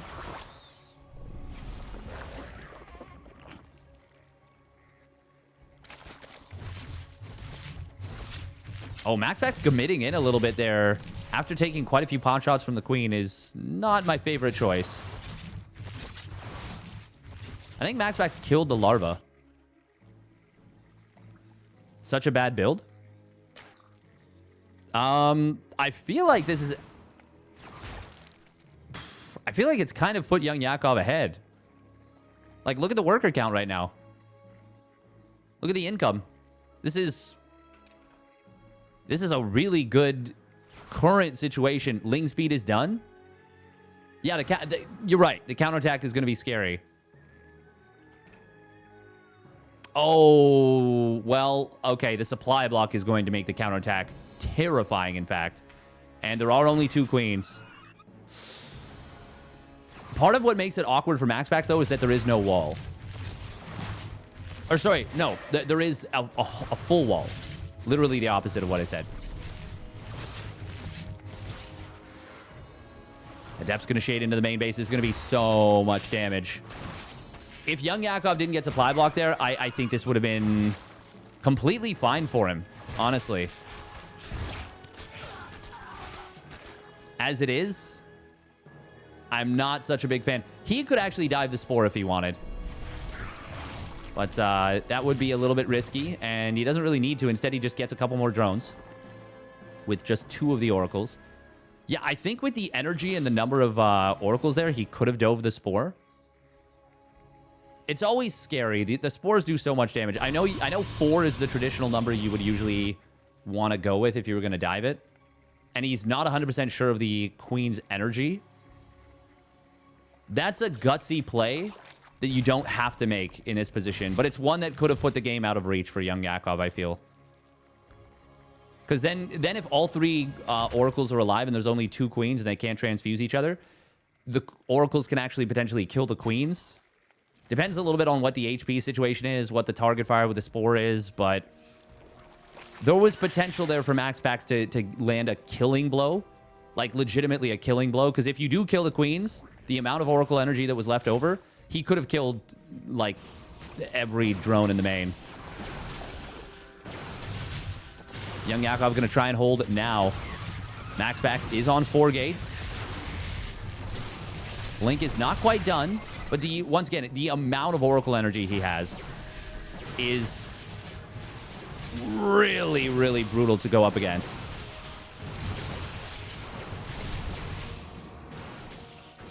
Revelation on the high ground just to maintain this vision.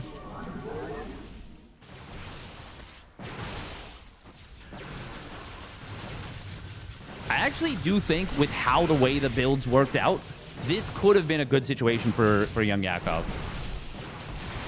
Lings will try and get on top of this, but Blink is done. Doesn't do the individual Blink micro. Oh, but that's a big stasis trappy.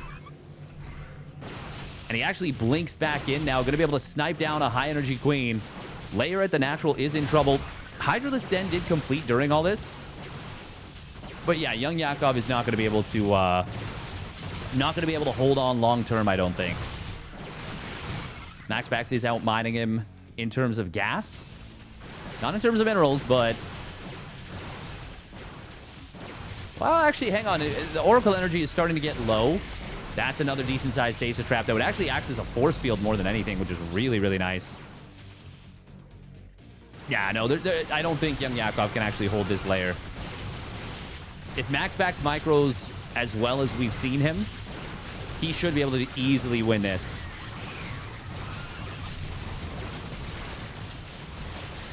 Well done by MaxPax. YoungYakov presented a lot of problems to him, and he didn't panic. He stayed focused, managed things well. Even though the builds did look kind of lackluster, I could see that working against almost anyone not named MaxPax, you know, or against anyone that isn't at MaxPax's level. Just because you have to keep track of the front, you have to keep track of the rocks, and you have to keep track of the hatchery itself.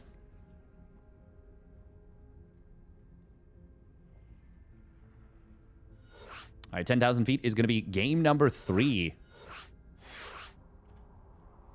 I wonder if, I know it's weird to say this now, but I do wonder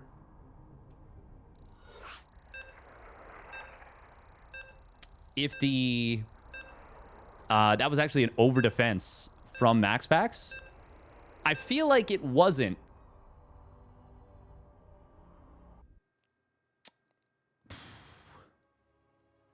But, like, it is really awkward when your opponent takes the hatchery behind it and has Ling speed. Because I really do feel like if the supply block that hit YoungYakov at 44 of 44 isn't there, I don't know that MaxPax can get anywhere near the kind of damage that he got. And then I feel like YoungYakov... I would really like to see that played out in a way where MaxPax gets, like, a median amount of damage instead of the significant, like, almost game-winning damage that he got. All right, here we go. Spawning down to the bottom right. It is Sidestorm Gaming's MaxPax. In the blue. And his opponent spawning up the top left. It is YoungYakov.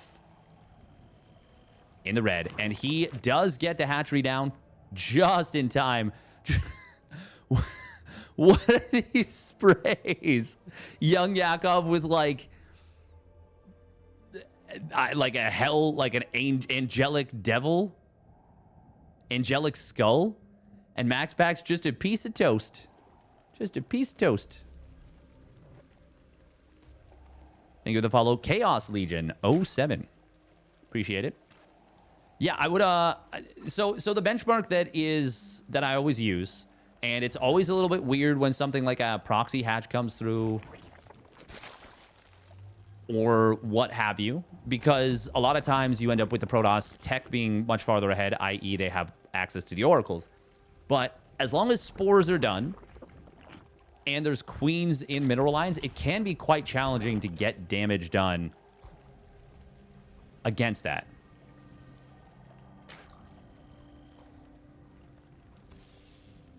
Now, with all that being said, I do feel like... Yeah, I just would have really liked to have seen YoungYakov defend as best as he could have there. Not necessarily defend the counterattack, but I really would like to see how that works, because it is entirely possible that because of the setup on Celestial Enclave and what that forces out of the Protoss, that the map is actually just... Like, you just shouldn't play it as Protoss. Like, it is entirely possible that we're in a very early stage of... If the Zerg does everything right, the Protoss does everything right, the Zerg still comes out significantly ahead with a play like that. That's more so kind of the mental math that I'm wrestling with.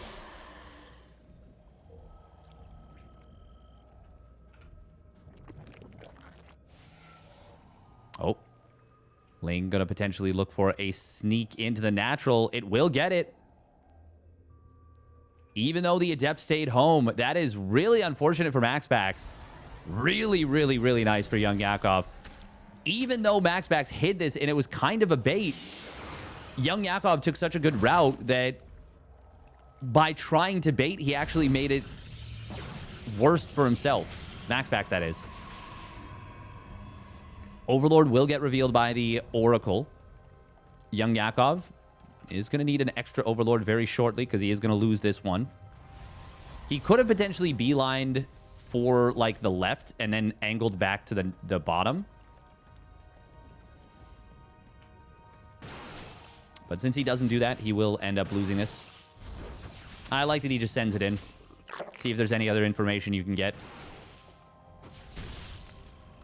There is a valid argument to be made, run it the other direction in order to keep it alive for as long as possible so that you have the free supply for as long as possible so you can, you know, spend your larva. But obviously that doesn't end up happening.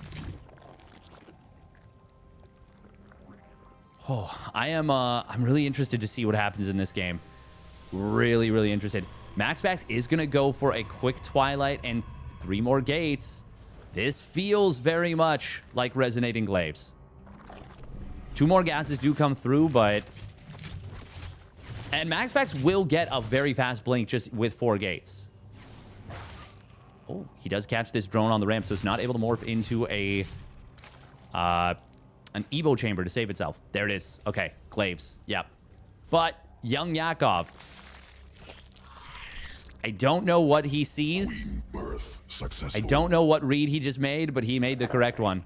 Maybe it is literally the fact that he doesn't see the second Oracle right away.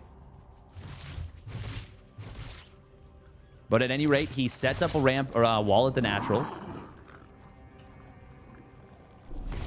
Oracles do find 2 more drones. Good movement here from MaxPax.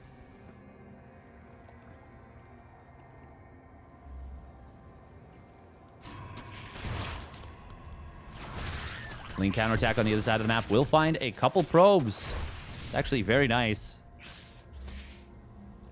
How many Adepts are there? 8 Adepts. They are hiding in the natural expansion. Probes are transferring. A lot of Lings being produced. More drones. YoungYakov, I don't actually know if I don't think a single building full walls this. I could absolutely be wrong about that. But I'm not 100%. Here come the Adepts. They have been screened extremely well. Perfect timing on the Glaives. YoungYakov. Okay, he does find the full wall. Oh, wow, that's like not even close. It's easily a full wall.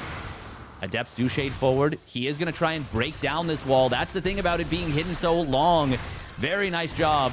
YoungYakov. Oh, he gets his queens caught. That is very painful. Oracle will fall to a spore. Really awkward for MaxPax there. And roaches are starting to pop out. YoungYakov saw this late, but he did see it. Queen still trying to hunt that Oracle. Not able to find it. Injects hard to do during this. Oh, he actually double injects there.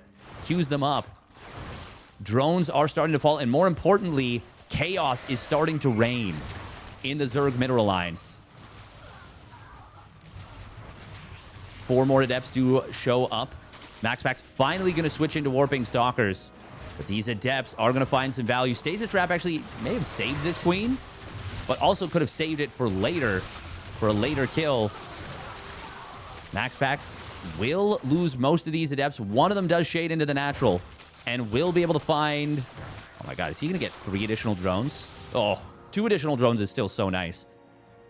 That is a lot of damage. But YoungYakov is now very far ahead in supply in terms of army supply. He's getting +1 missile. He's got queens.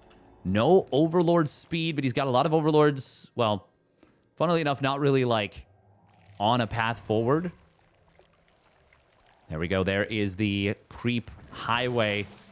It's more of a creep gravel road at this stage. Oh, that's a big stasis trappy. There's only 1 Oracle for defense. MaxPax has a lot of money in the bank. He's building a 4th Nexus. He does not realize how committed YoungYakov was initially. Roach Speed has completed. Corrosive Biles. Oh, kill a couple of Lings and some probes. Good warp in position. That is going to allow these Stalkers to really utilize the SimCity nicely. And this has been very well defended for MaxPax. Despite the fact... Oh, no, he actually canceled the 4th Nexus. Well, despite the fact that at the time he was going for a 4th Nexus here. Corrosive Bile does kill a Stalker, but all the Ravagers are gone. Roaches are taken care of, and YoungYakov will get defended against. MaxPax takes the game and the series. But for me, the star of this one was 100% YoungYakov. MaxPax obviously doing extremely well. But YoungYakov really... I mean, I'm a little speechless, honestly, at what we just watched from YoungYakov. That was genuinely impressive and incredible. No healing in this game? Do you mean as in no transfuses? Transfuse can no longer be used off creep. I do think if YoungYakov adds on the Overlord speed... I mean, I think he was only on 3 queens anyways, but it would have given that attack more oomph, more punch. Regardless, MaxPax had what he needed to defend. Positioned very nicely. Didn't panic, and yeah, managed to defend very, very cleanly. Very well done for MaxPax. But once more, like, I'm just thoroughly impressed by what we saw out of YoungYakov there.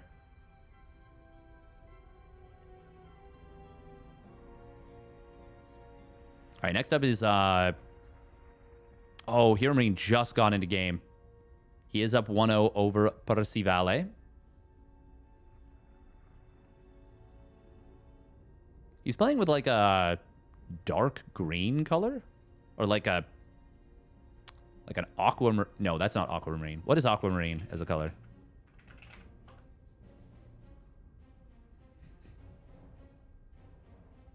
That might be the closest. No, it's like darker than that. It's kind of close.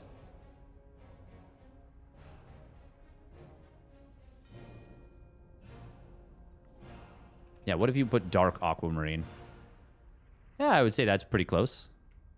The color of his units. I did not even know. What does that classify as?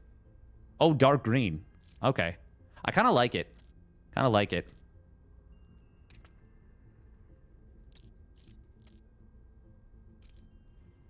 Dark green. What is a good enemy color? Is it... Oh, the default red is so much brighter. Whoa.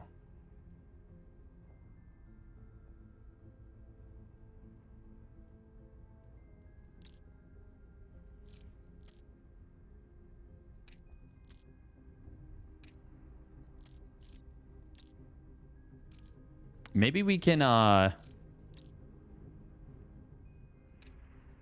maybe we can mess around and use colorblind mode.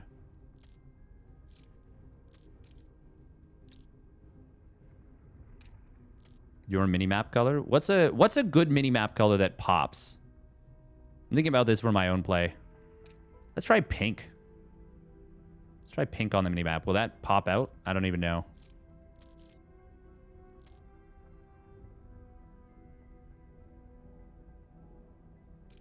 Let's try orange, actually. Sure.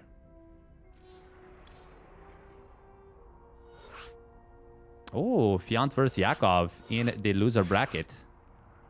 That's perfect. That's perfect.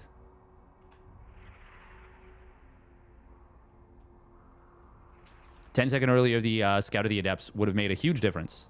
Depends on the color of the main map, no? Contrast is key. That is a really good point, yes. Yes, I would say that it does.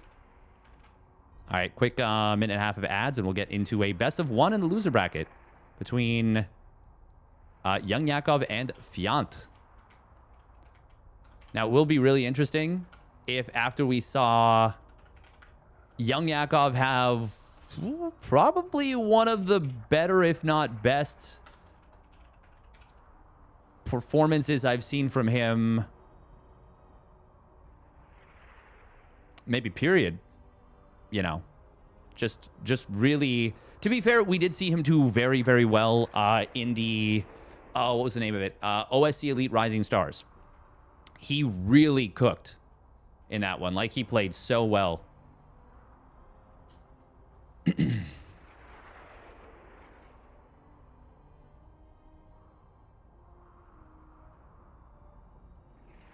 But yeah, it's kind of would be a little bit funny to see Fant just come out and, you know, smack him down a little bit.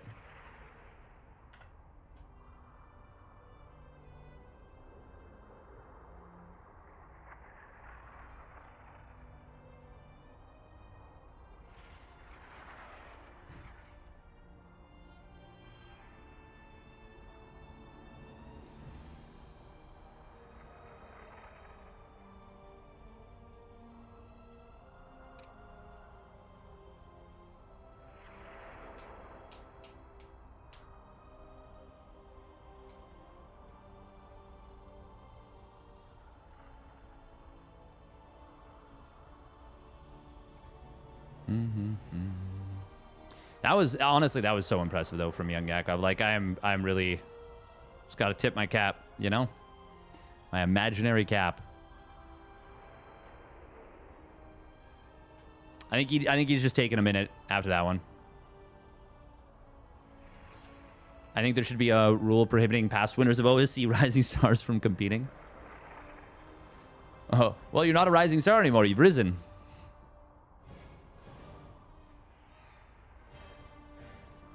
There's a logic there. There's a logic there. I think a lot of people would be like, oh.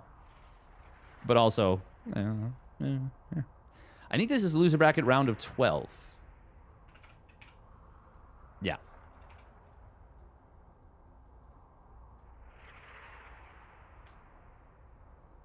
By the way, if you guys are enjoying on YouTube, well, welcome. Welcome, welcome. Hope you're having a good one.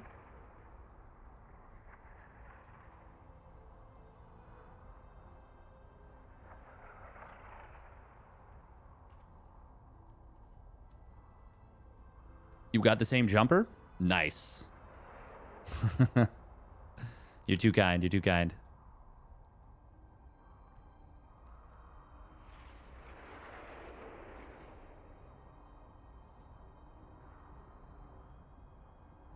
Looks like Percival, yeah, is going to even the series between him and HeroMarine at 1 apiece. At 1 apiece. Should watch on YouTube instead. Got premium there. That one's pretty nice because YouTube Premium, both YouTube Premium and oh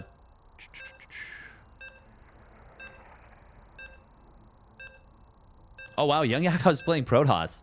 Damn. Okay, I wasn't expecting that. Okay, well, wow.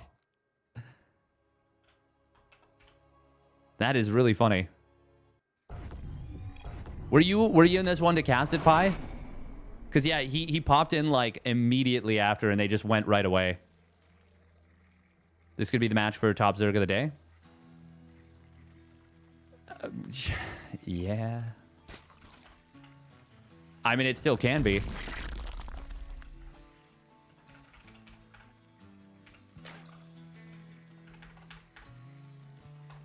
But,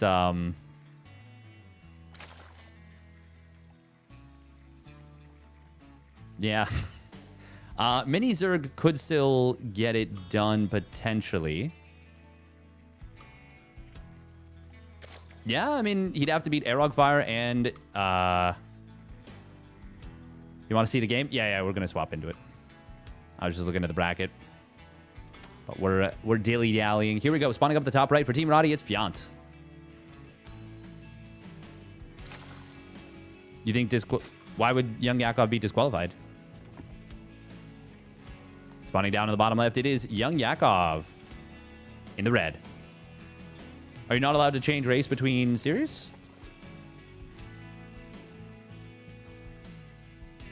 Because he isn't playing Zerg? Oh, from the top Zerg bonus. Yes. That is a good point. That is a good point. Yeah. No, I was thinking... I thought you meant literally the tournament. That's just a... Yeah.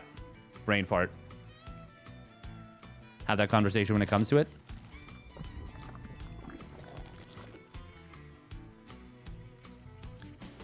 That would be a shame if that was how he... Especially if he somehow wins this one against Fant. If he managed to win this one against Fant and then... Oh, Fant actually extractor tricking here. Oh, that's cute. That is cute because his hatchery was late. He still wanted to go for the later Overlord. Ah, okay. Oh, that's very cute. Oh, we've got the... spray.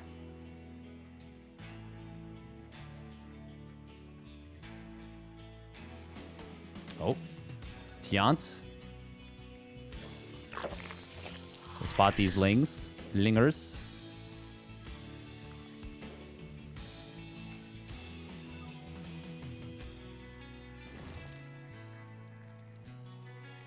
Boom, boom.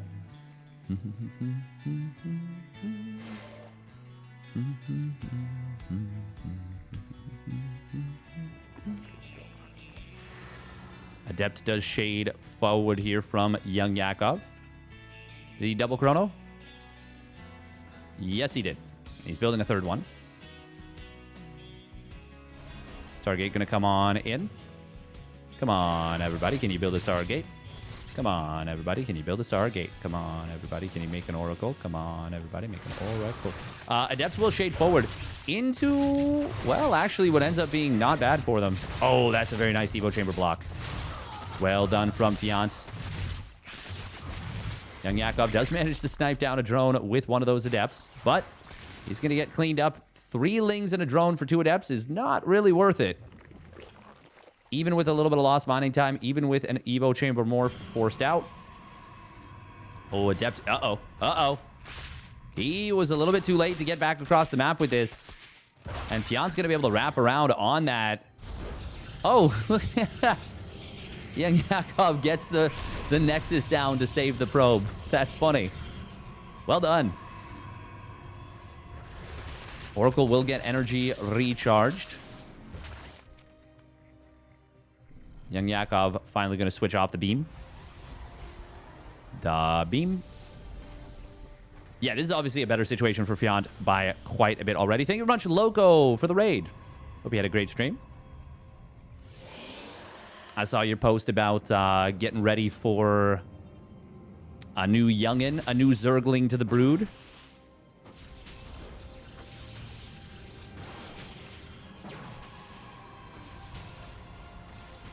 Hope it hope everything goes well. It is a busy time of year, obviously, with the holidays, and then to have Babby on the way.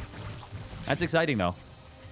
Oh, Oracle does go down. You missed a banger, by the way, between MaxPax and YoungYakov. YoungYakov really showed signs of stepping up. It was a very, very impressive showing. Also, congratulations on your big brain bounce win. Some people might say that's even bigger than having a child. I mean, it's, you know, it's a big deal. It's a big deal, especially on the now newly revived big brain bouts.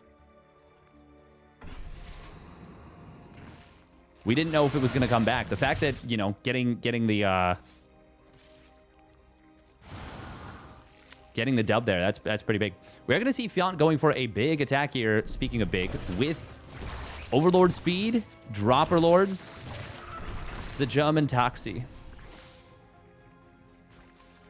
It's a Deutsche Bahn. It's very late, so we get our own taxi. It is 3 minutes late. This is unacceptable. I would not allow this. So we get inside of this very disgusting creature.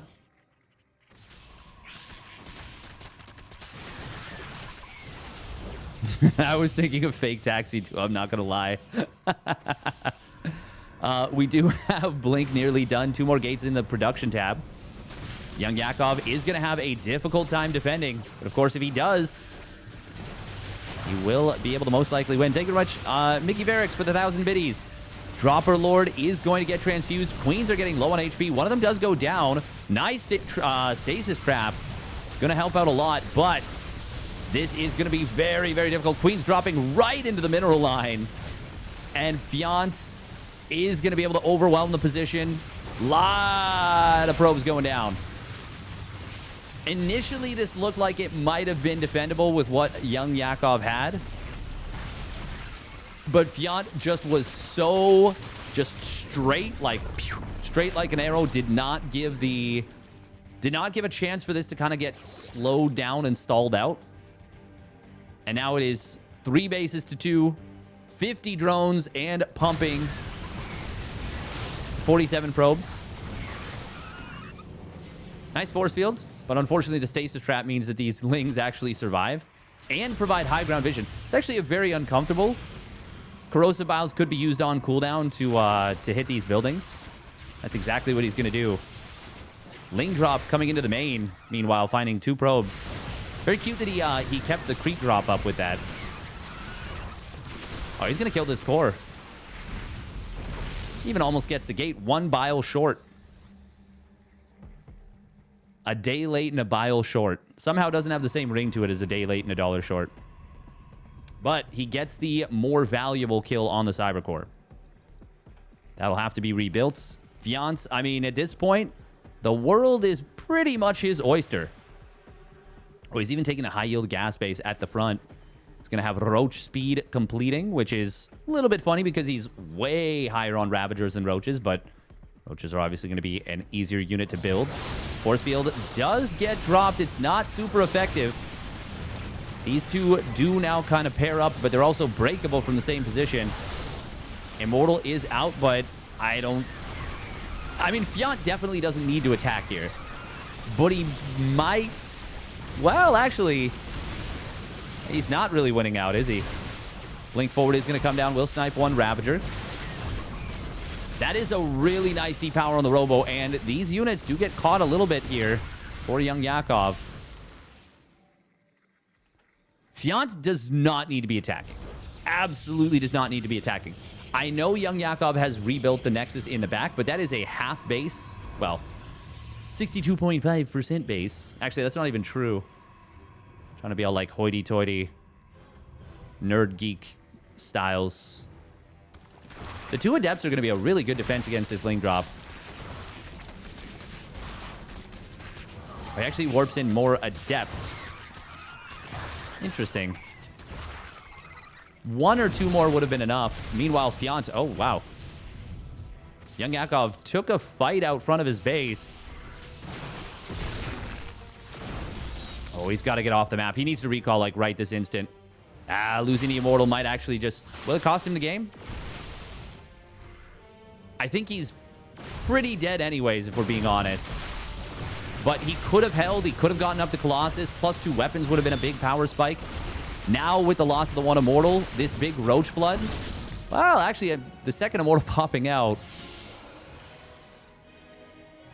It would have been a lot easier with one additional immortal. Oh my god, YoungYakov, you cannot be moving forward. You got to know that. He's got to know that he can't be doing this. Well, okay, he's going to learn the hard way. Stalkers kind of blink and abandon these Adepts. Because the Ravagers weren't finished morphing, it ends up looking like a closer fight than it should have for the first few moments. Oh, that Robo getting depowered again. This time it will block the Colossi. And this time it will be the killing blow. Meanwhile, Ling drop in the main base does find 12 pros. Very nice little coordinated attack by Fant. And he will almost certainly at this point claim the highest finishing Zerg spot. Well done. Well done indeed. Well done indeed. He kept dropping despite being deflected. You got to learn that. It's really valuable, for sure. Super, super valuable.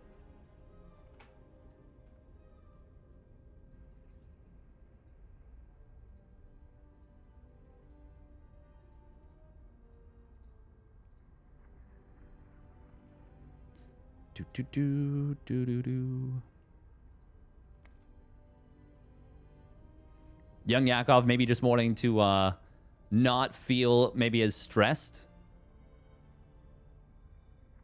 MiniZerg did take down Fire, and if he can beat Nikorak in a best of one, I mean, there's still a chance. There's still a chance he could challenge for the top finishing Zerg. Fant will have a tough time getting past the winner of Percival and Shameless. Not impossible by any means, but it's going to be pretty tough. Obviously, we saw how robust Percival's TVZ is in recent days. And Shameless does have some incredibly strong PVZ as well. PedVZ.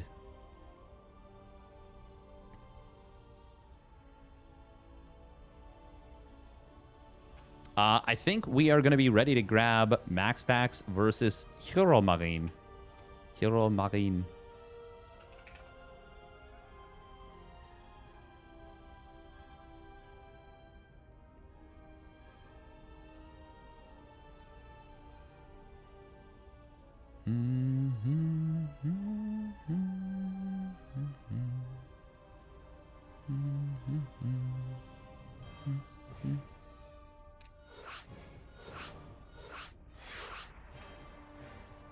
I wonder what Ronnie is covering next then.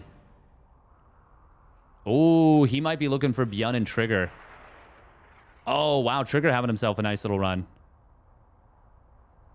Although Mana did take a game off of Trigger, which is pretty nice.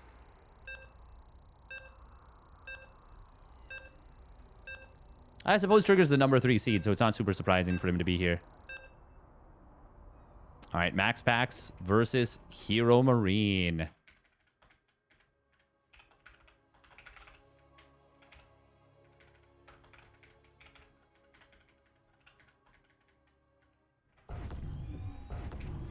Winners, brackets. I will just put best of 3, round of 4.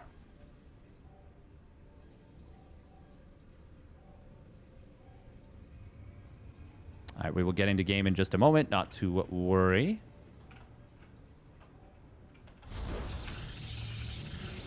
MaxPax has not had the easiest day today. Seems like he got knocked out by a laser in the Wardy TV Mondays. Dropped a game to YoungYakov, even though it was YoungYakov playing incredibly well.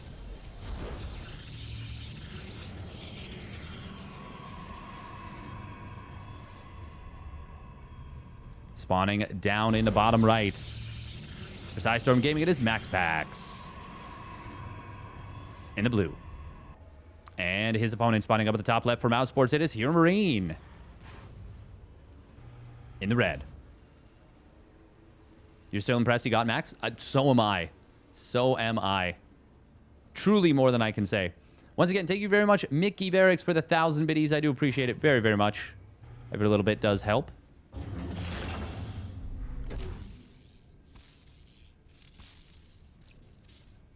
Allows the stream to continue doing its thing.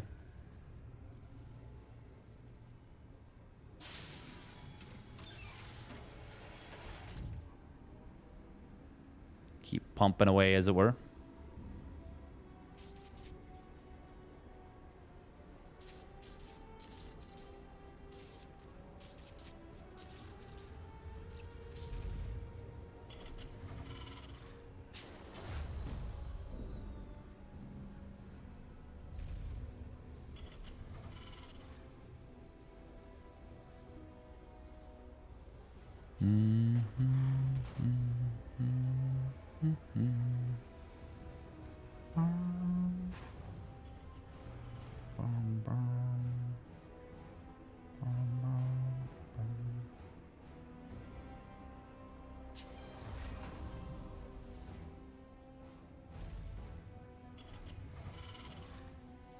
HeroMarine, of course. The legendary Big Gabe. See what he can do.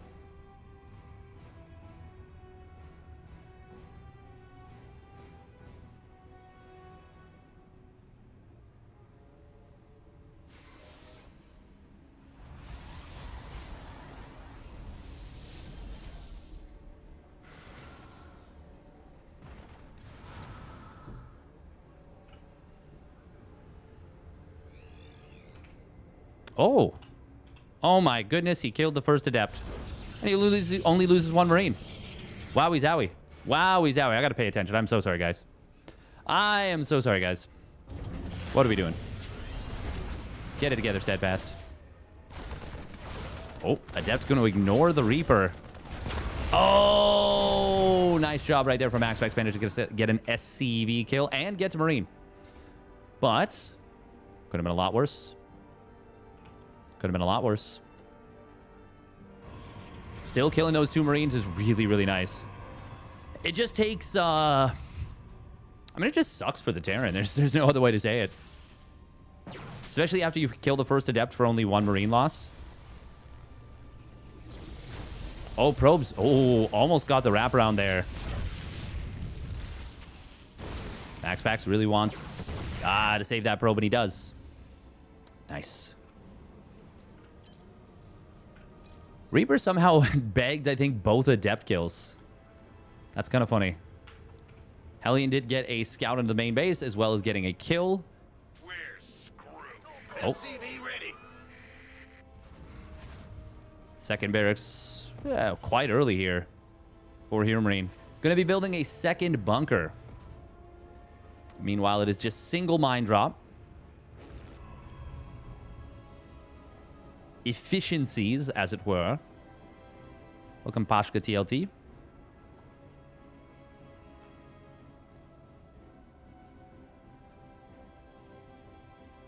Which presents did I get for the baby friends?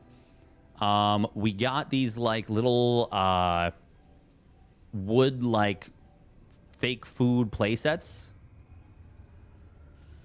Very sturdy, very like nice. All little rounded edges.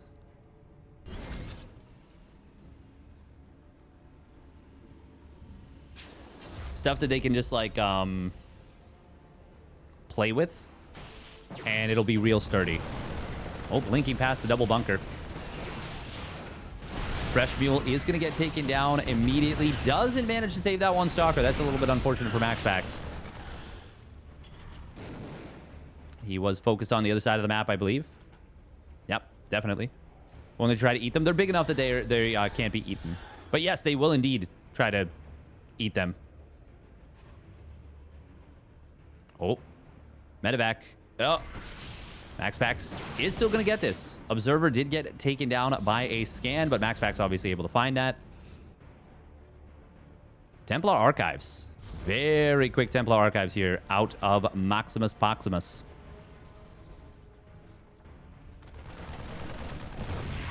He blinks past into the natural again. This time he does save the Stalkers. Prism was able to get there in time.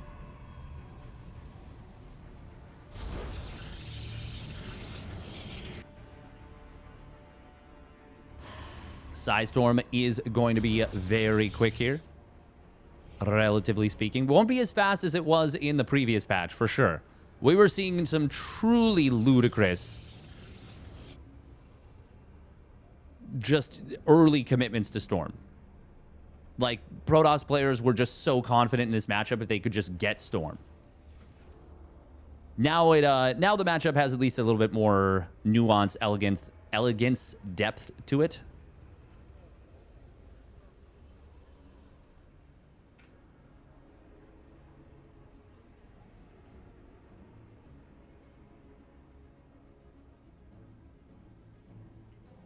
Oh. Big Gabe very good at spotting these observers, but oh, he just now is about to have scan energy. See if he drops the scan. Bunker gonna get salvaged. Will be a little stim forward, but obviously MaxPax sees this coming. Snipes down a Marine and quickly blinks on out. There is a lot of Storm energy available. Energy recharge was used.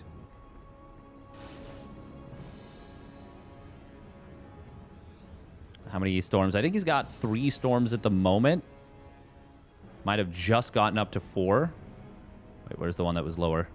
Right here? God, steadfast, click literally anything challenge. Yeah, 4. And very shortly going to be on 5.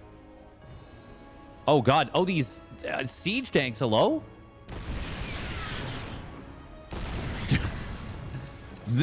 That was a bold move, leaving them that far back. Initially, I think that was a bait, and then I think he maybe was like, he just kind of left them exposed. Fortunately, though, no punish was forthcoming for MaxPax. That could that have lost him the game? He is really relying on these siege tanks. It could have lost him the game. I think that's true. Little Zealot run by to distract. Oh, Storm drop in the natural. I guess 1 SCV, but it's a very quick pull from Big Gabe.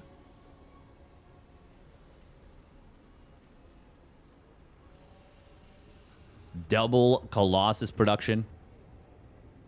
Well underway. 85 probes, by the way, already up here for MaxPax. I was saying I feel like he needs to go higher in tech, generally speaking, to kind of crack open some of these Terran plays.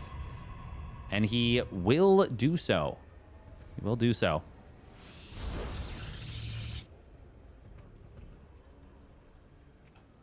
This is how Classic was playing earlier. I think Protoss players, if the game goes late, you just have to go into higher tech. Like, gone are the days, and they should be, of winning with mass Zealot warp-ins on a... I'm not even saying you shouldn't be able to win consistently with it, but you shouldn't be able to win all the time when your opponent defends very, very well. And Clem has gotten very good at defending. Put a mine. Oh, we'll get a big hit here, but these tanks are exposed on the left side. Oh, God, but the High Templar are getting blasted there by the siege tanks. They were right underneath the Colossi. That was a very expensive attack for MaxPax. Did he lose the Prism as well? I think he... No, but he lost 4 High Templar. Oh, my God. Ugh. That is so expensive. It's going to be a gas... Oh. Well, it's also going to be a trapped probe. That's just between me and you, Smashed Hat. I will say 2-1 upgrades for MaxPax are super fast here. Very, very fast. Yeah, this probe is just trapped. I wouldn't mind him killing it with a cannon just to free up the supply. Could recall, but that's a huge waste of a recall. I would absolutely spend 50 minerals to have recall available.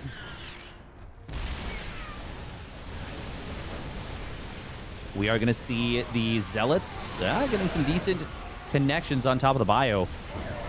This army of Big Gabe was a little bit out of position, and MaxPax punishing it pretty hard here. Zealot warp in will come through. HeroMarine is down in upgrades. He's going to try and take this fight. Storm numbers. There's a lot of Storm. There's a lot of Storm here. EMP's unable to land. And MaxPax getting some very good value and keeping HeroMarine from finding the fight he needed to. HeroMarine does have a 4th base up and running. Oh, storm on the SCVs could be big here. He's going to storm some of the Vikings, though. Doesn't even need to storm the SCVs. He just blasts them with the Colossi. Really good shuffling of the High Templar here from MaxPax.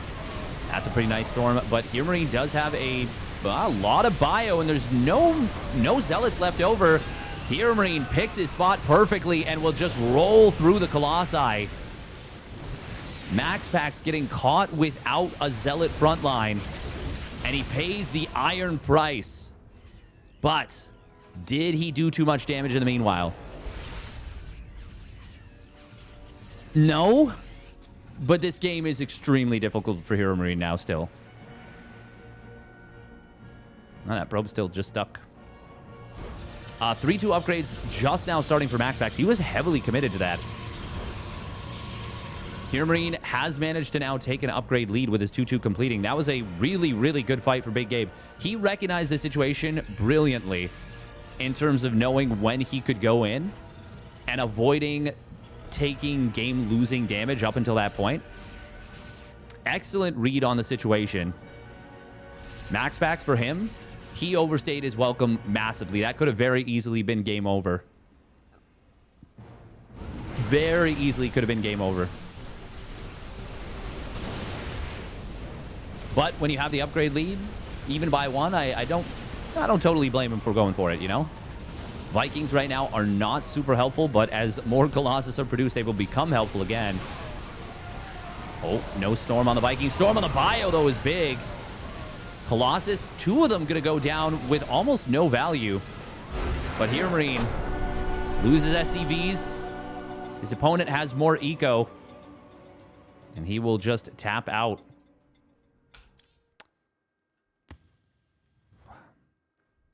Feel like it's one of those situations where HeroMarine just doesn't feel like he can really hold on long term more than anything.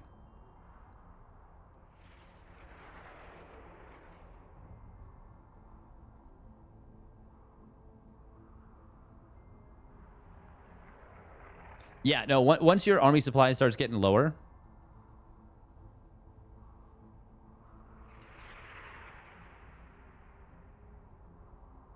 it's going to be tough.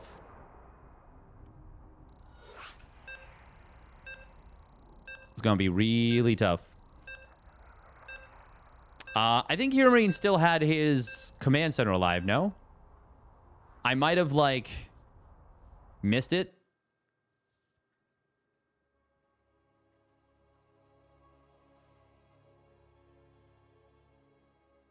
Hey, welcome King Kai and Black Bear on YouTube. Yeah, I was lifted. I don't know if he realized how committed MaxPax was with the first attack. The thing is, even with that being the case, like, there was more eco for MaxPax. There was more opportunity to rebuild. Yeah. Thank you. Welcome, Shu. Good evening to you as well. Think he lost it before tapping out? I think he would say he probably lost it before the really good fight that he took, where he took down, I think, all 4 Colossi. Spawning down to the bottom left for Sidestorm Gaming. It is MaxPax. Into the blue. And his opponent spawning up the top right. It is Mousesports HeroMarine. In the red. The other thing to consider, yeah, is that the medevacs were all out of juice at that point after the big cleanup from HeroMarine. It's not like he had a 5th command center ready to land. It's not like he had 2-2 finishing just after. You asked MaxPax about Speed Prism. He said he might try it. I mean, Speed Prism is always going to be good when your opponent is relying on static defense to defend against a Morphin. He was on 2-2 already. He was on 2-2 well after the fight, though. What I mean is, like, if he finishes 2-2 and then can immediately go into 3-3. Hey, welcome, MiniZerg. Welcome, welcome. See, you've been playing very well recently. Cool to see, cool to see.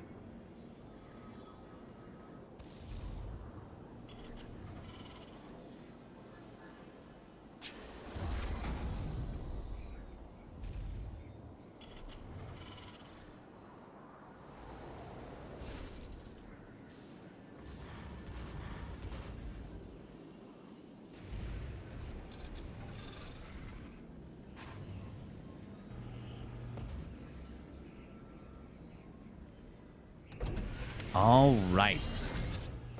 Reaper Reactor out of HeroMarine. It is going to be a double gas opener, and this does could go into 3 Reaper, 2 Hellion. We'll see. We'll see.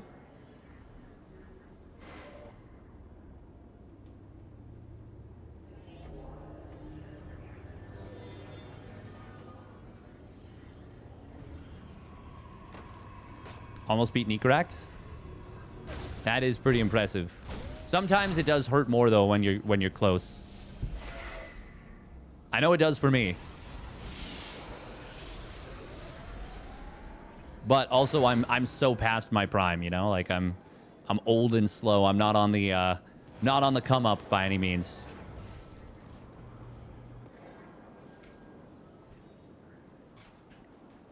Slowly getting older and slower. Huh?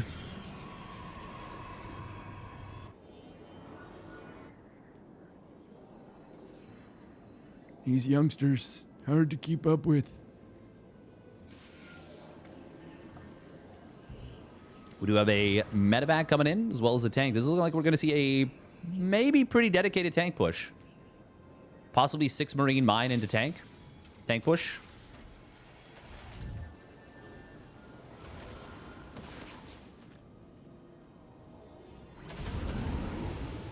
I've had that thought before, Largo Crescendo.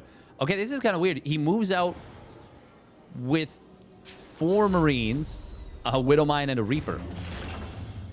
It is going to be the Viking. MaxPax is keeping tabs on this very nicely. Stalkers will move down into the main. 2 gates now online. 3rd Stalker warping into the natural. I don't think there's additional warp-ins available until very soon. Oh, that's a big mine shot right there. It does kill a Stalker. Wounds up the 2nd one, and he almost gets the kill. With all 6 Marines here, he would have gotten that kill for sure. Before it got to the shield battery.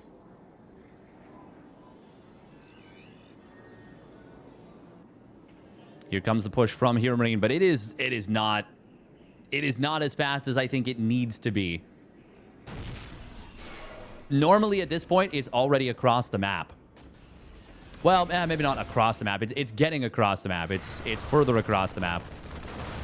To be fair, comparing, you know, Clem sets a high bar. I'll say that. HeroMarine is just going to go back home. Does lose 2 SCVs.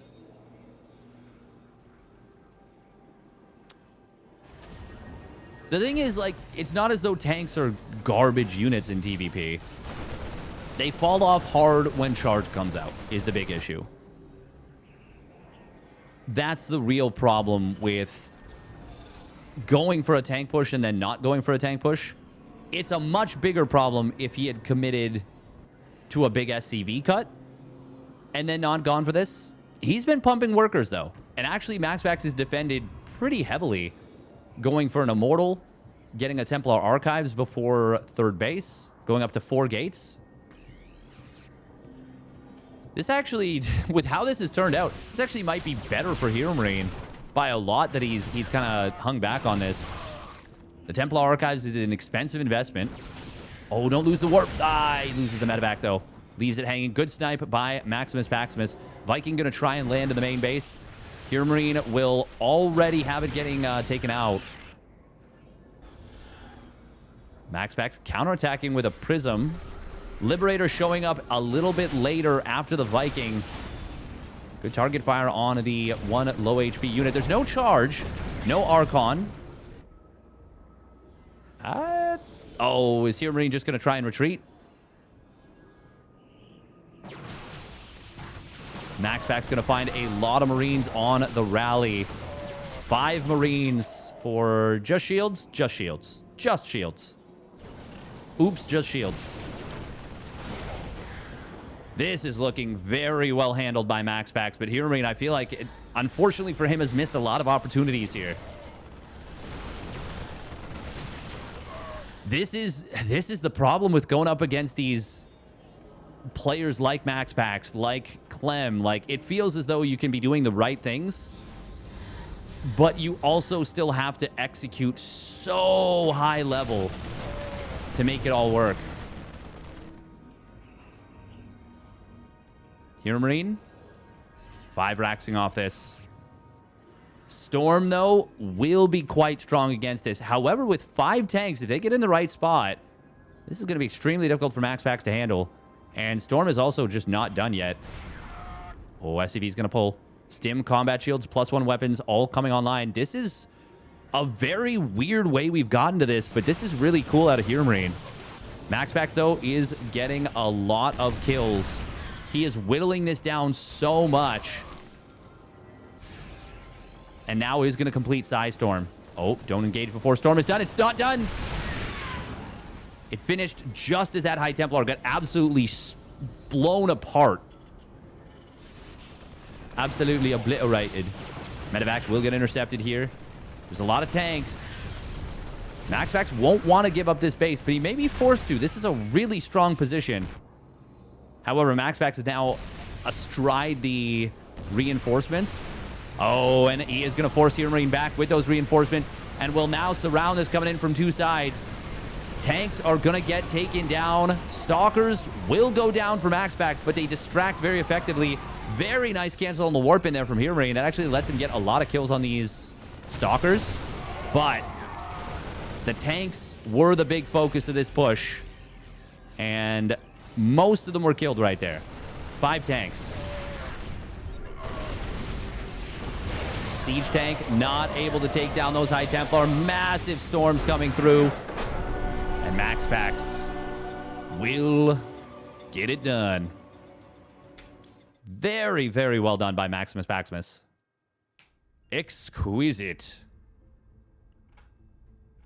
Outstanding.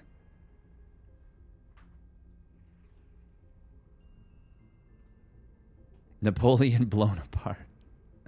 That High Templar was Napoleon blown apart for sure. That's a funny one.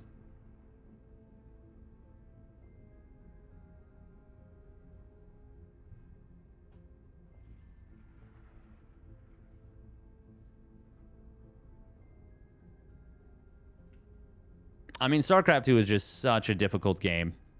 It is hard, even if you are one of the best players in the entire world.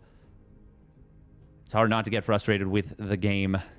I know that I get very frustrated with game. Very, very frustrated. ByuN and Trigger are battling it out. I'm assuming Roddy's covering that one.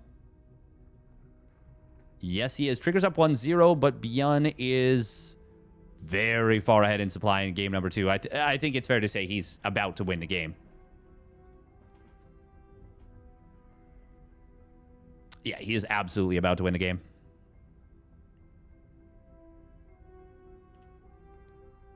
Which beer wins MaxPax's heart? A coffee stout from the Netherlands or mustard beer from Texas?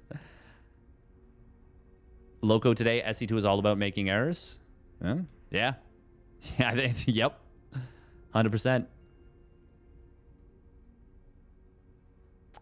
That is a great question, City, but I'm pretty sure I could never say mustard beer because that just sounds... That sounds just awful. Oh, that sounds like not my cup of tea. Google it. Is it like really popular? I believe that it exists. I just don't want anything to do with it, you know?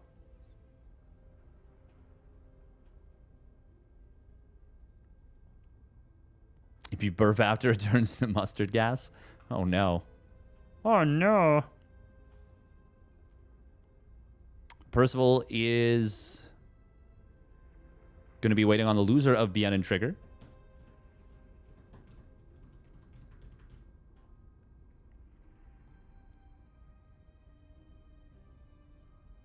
Fuck ups per minute. I love that. Franches. Mustard.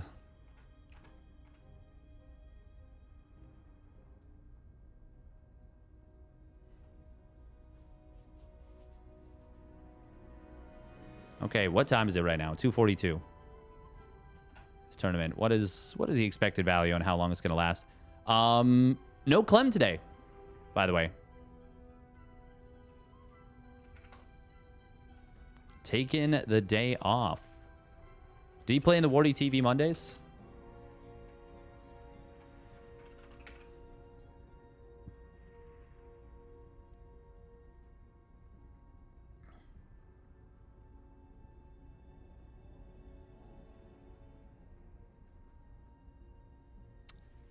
No, he didn't.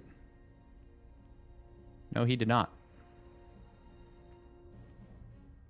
Oh, wow. A laser had a sick day. 2-1 trigger, 2-0 shin, 2-0 MaxPax, and then 2-3 versus classic. Damn. That is actually insane.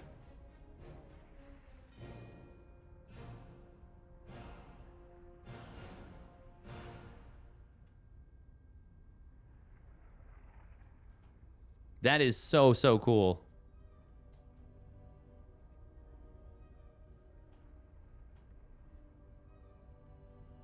All right, quick minute and a half of ads, and we will get into something. It's a little bit unfortunate because Nicorakt and Mana are already in a match. They're 19 minutes in. Oh, actually, Hatsu is covering that. We can poke in, peek in. Looks like Mana is maxed out with a bank, but Nicorakt is on 4 bases, taking a 5th. Does have excellent tech. Oh.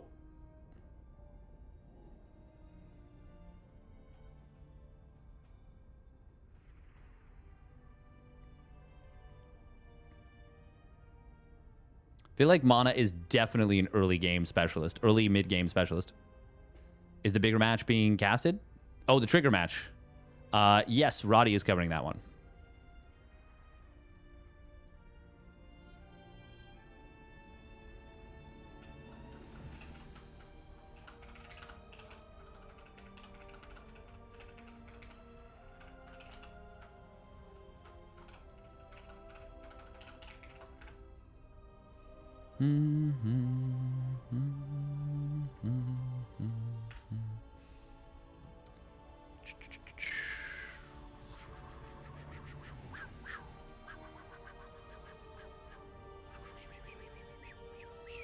Yeah, we probably should have just gotten into Trigger ByuN. I was thinking I could get into another game. By the way, do make sure to check out !MNW if you want to support and make sure that these Monday Night Weeklies continue. It's a group initiative. A lot of people pulling together.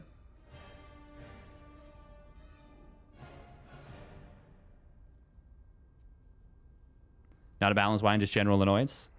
That is totally understandable, Black Bear. I have many general annoyances that I know get misconstrued as balanced wine. I also do balanced wine. I'm not gonna lie. There's for sure. That's yeah.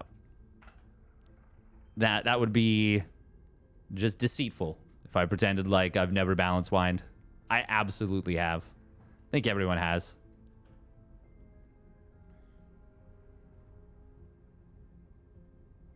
But I think that there's some people that balance wine and then they like it's in the heat of the moment and it's like they just suffered a frustrating loss and they balance wine. But then there's people that are like they balance wine and they're like, oh, you know, everyone who plays this race is XYZ. And it's like, oh, well, that's not great for anybody. Don't do that.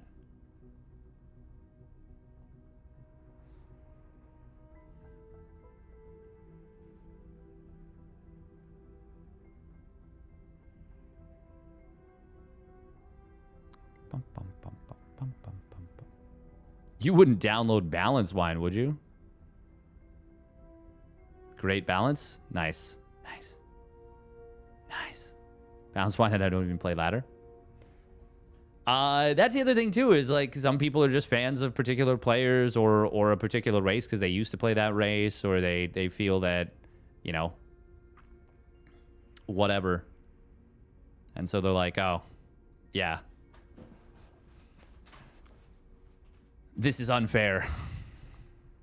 And I've been there before. I've felt that before.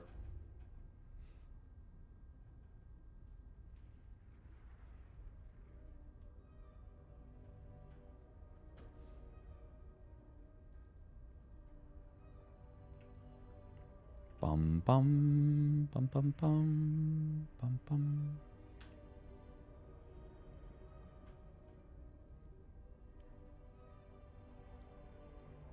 Ah, French cheese goes better with wine. Nice. Nice.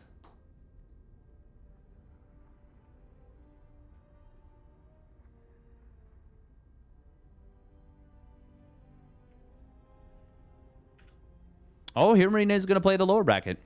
Nice. That's good. That's good. I was a little bit worried that he wasn't gonna.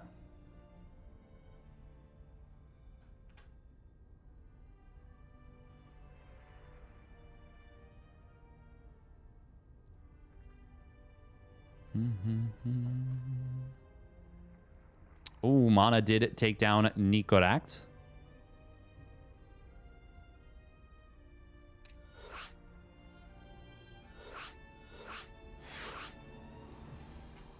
All right, so we will get into HeroMarine versus Mana.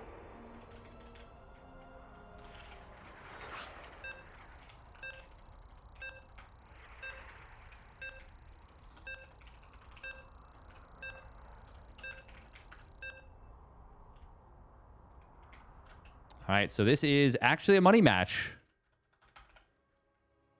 Since this is round of 6, winner makes it into top 4. So this is kind of nice. Kind of nice, kind of nice. Who win this best of 1 TVP? Yeah, we'll say money match. Money match. HeroMarine or Mana? Oh, money for the Cabal. Nice. The Cabal is always running short on funds, so that is beneficial for everyone. We got to keep the Cabal running. The cable. I'm really surprised that Zombie Grub has stopped covering these. She's still streaming Mondays, but she hasn't been covering these in a few weeks now. Maybe like over a month, actually. All right, here we go. Spawning up at the top right for Mouse Sports. It is HeroMarine in the red. And his opponent spawning down on the bottom left. Now by the numbers, potentially the most successful cannon rusher by MMR of all time. It is Team Liquid's Mana. In the blue. Thank you very much, Fran, for the Prime resub at 29 months. Thank you, thank you.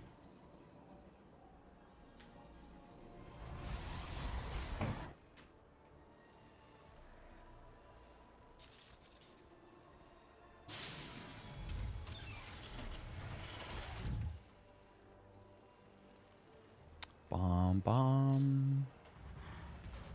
Mana not caring about this one. Not caring about getting trapped in the main base. This is something that Protoss players have, for the most part, been trying to avoid, seemingly, in recent history. He's not going to go for a recall, is he? He could. Does go for a couple zaps on a couple SCVs, which that is something that I am the biggest fan of. I am such a massive fan of that. You just create opportunities for you to come in later and get something done. Yeah, no recall. He just elects to let the probe go down.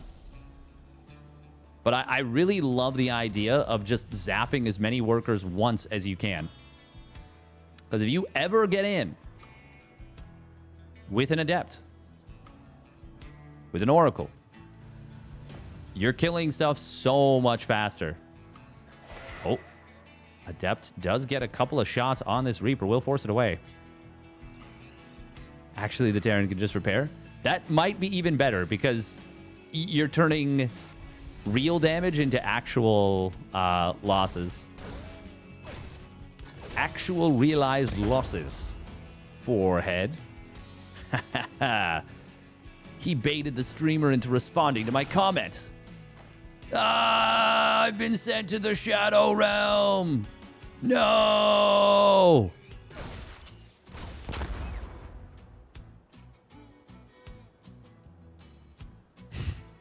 My commentary has no pathetic cars, Kaiba.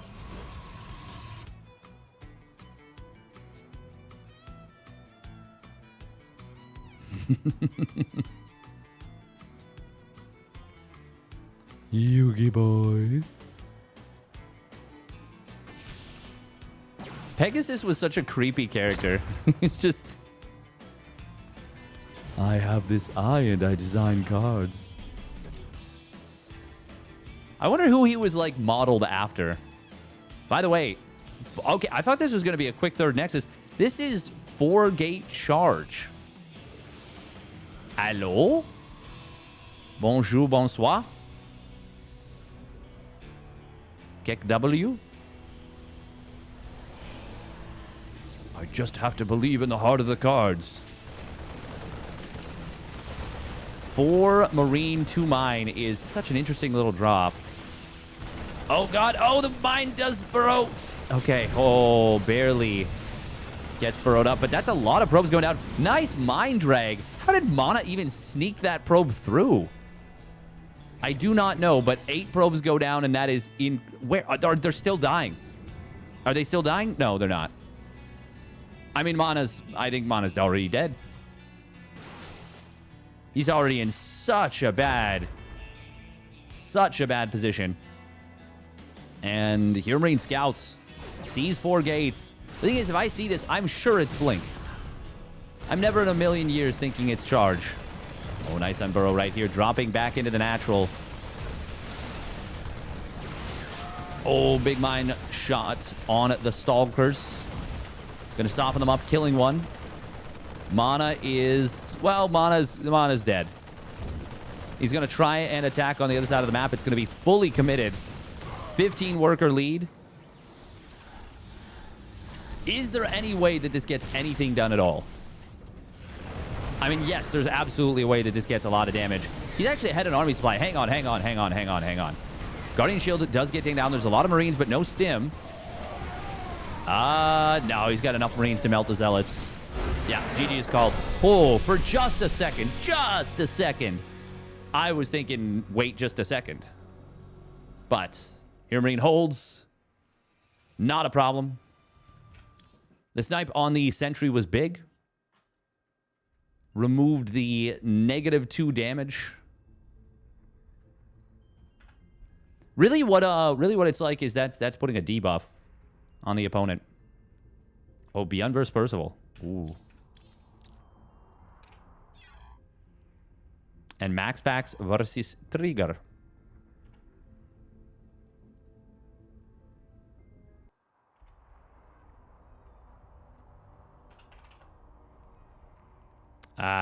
They...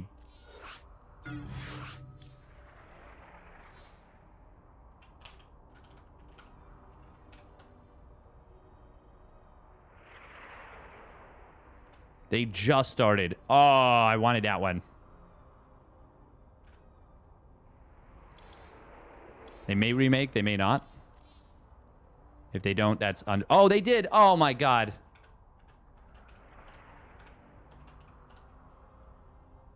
They did. Absolutely unreal.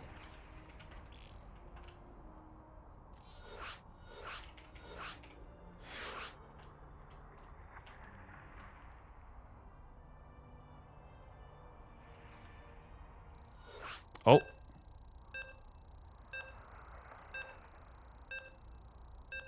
I think...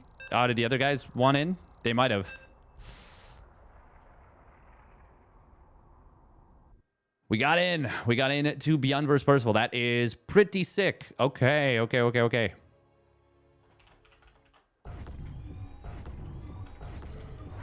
So, HeroMarine does step into the top 4.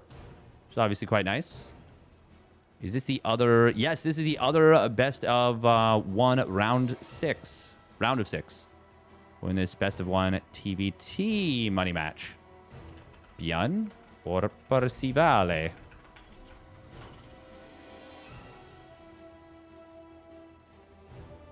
Oh, damn. That sounds so stressful. Yeah, I mean, HeroMarine is extremely good. He's extremely good. It's just MaxPax is, like, on such an insanely high level.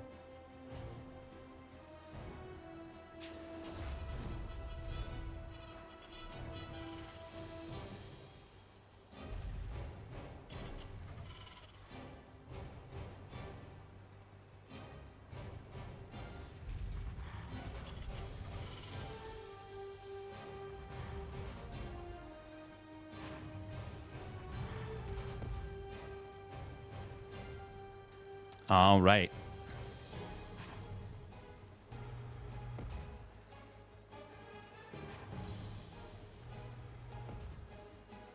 Here we go. Spawning down to the bottom left, it is Percival. He's been on the grind, and he's been improving a lot. And his opponent spawning up the top right, it is the Shopify Rebellion's ByuN. 1 Rax expand in TBT in a best of 1 versus a reactor first. They both play extremely greedy here, but cool part of this is that they're both scouting. Percival gets baited. ByuN says, I'll take my command center a little late. Percival's like, crap. I got bamboozled. I got scamboozled. Both dead to Proxy Reaper. If they don't scout, yes. Now, I will say Reactor First is probably actually more dead to Proxy Reaper, because with the scout timing, you cannot build the command center. Bunker here, and you can actually just live. Not easy, not comfy. Actually, I would say the defense is relatively comfy. I would say it's pretty fine.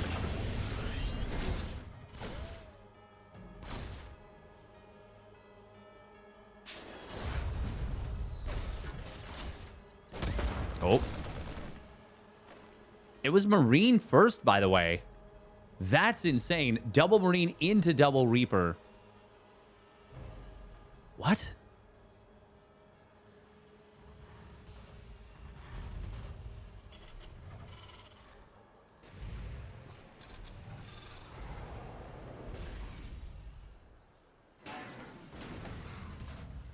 This is weird. Tech Lab Starport. Meanwhile, no Tech Lab yet for ByuN. They both opened up in a strange way.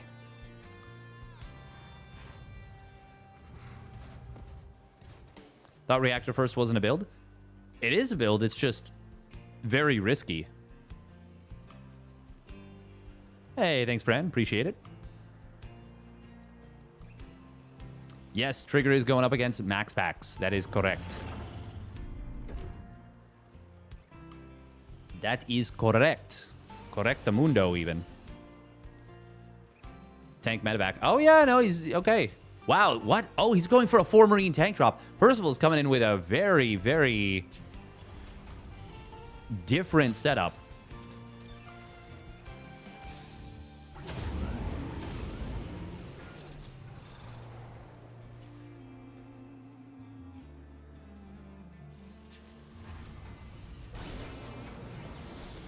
Now, if this can get set up, it is extremely strong, but that is a big if. We got a Viking first from ByuN.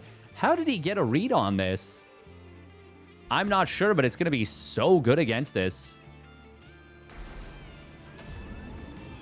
Percival is just going to siege from the low ground.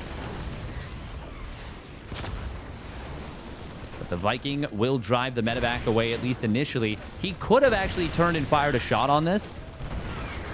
But now Percival manages to set up in a really good position. Just gets a depot kill and will back away.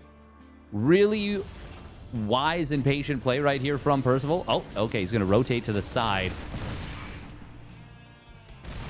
For me, the main problem or like fear is overcommittal. You don't want to overcommit because the Viking will eventually kill that medevac, and it's actually one shot away from getting it. It is going to be an engagement coming in. Viking will get taken out without being able to kill the medevac. Percival tries to target Marines. ByuN split them very nicely.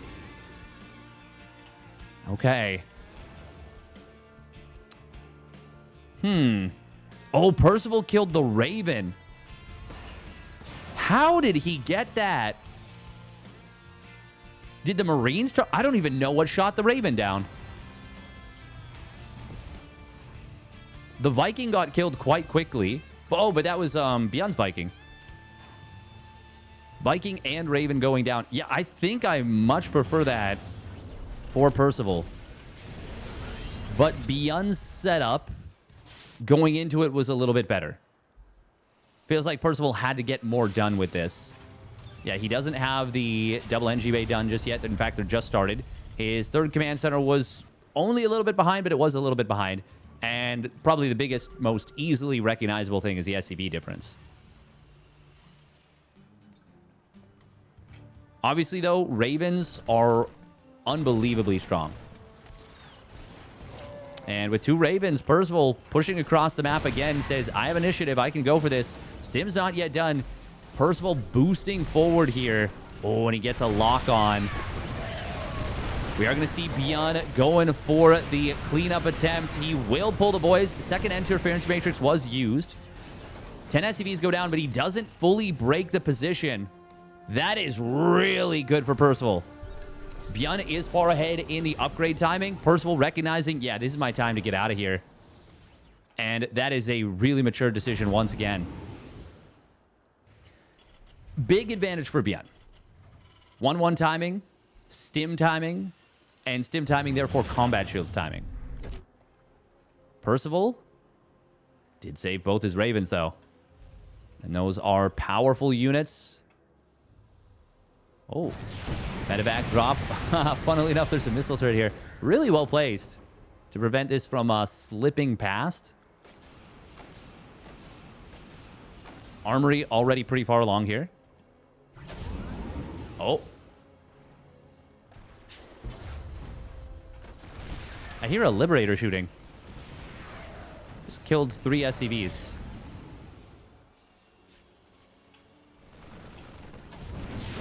Oh, that's dead. Well, it's okay. Not great, but not the worst thing in the world. He was a little bit disruptive. ByuN friendly fired an SCV accidentally with one of his tanks.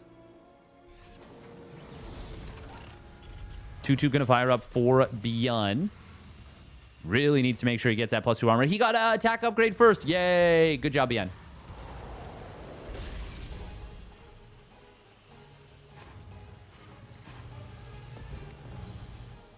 Oh. SCV. Wow. The foresight. The foresight. The 5 sight. Oh, how is 5 sight not a meme?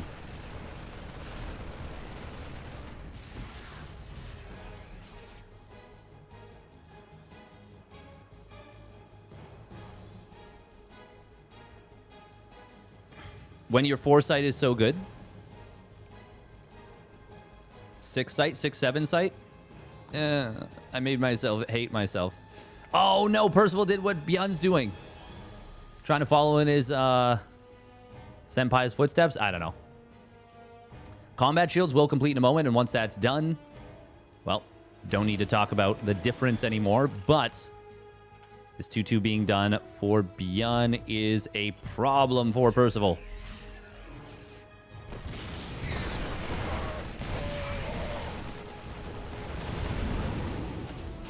Drop coming into the main base. This missile turret once again getting value. Oh, Percival trying to set up and prevent the counter drop. But ByuN with a quick reaction time. Woods' medevac getting shot down.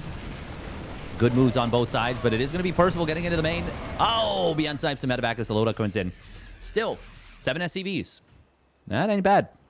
That ain't bad. ByuN, though? I mean, this is a scary timing. This is a really scary timing as this 2-2 is completing. He is going for the additional barracks. The additional factory. ByuN is a hardcore lover of the 8 racks, 8 reactor, double starport, or double factory, double tech lab play. Oh, they both noticed it almost the exact same moment, but it is going to be ByuN escaping out of here. Percival says, nuh-uh. Not yet, you haven't. Not yet, you haven't. Yeah, varmint. And that is going to be a snipe down on everything. One solitary Marine escapes out. That's a really good find for Percival. I can't believe that Viking got the final shot. That was very close. There are those 3 additional reactors.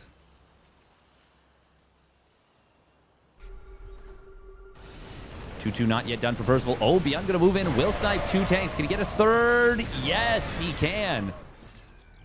It's a lot of dead Marines, but that's pretty darn good to knock out 3 tanks like this when you are playing the Marine tank style. However, with Percival already in complete control of the skies and still retaining those Ravens from the early game, it's going to be hard for ByuN to break through. Percival has now completed his 2-2. See how long it takes him to start up his 3-3. ByuN did not start up his +2 vehicle weapons, which is a huge, huge upgrade in this matchup, especially if you are playing heavy Marine tank, because you need those to be able to get your tanks really charged up. Oh, Percival is going to go for the fight here. ByuN had a lot of Marines out of position. Percival sees an opportunity. Interference matrices, multiple tanks. Vikings will not be able to prevent the full unload, and that is going to mean that Percival gets completely flanked and enveloped. Very nice maneuver from ByuN. Well done. Exquisite. And now we see a marvelous little play. Well done indeed. Percival scans, sees an army that looks fearsome. This is a lot of tanks moved in here from ByuN. He doesn't have his 3-3 yet. Percival is adding on Liberators. He's going to interference matrix a couple tanks. And with the Planetary, with his own defensive tanks, he will get a really good defensive engagement. This looked like a big opportunity for ByuN, and then very suddenly looked like one of the worst fights he could have gotten.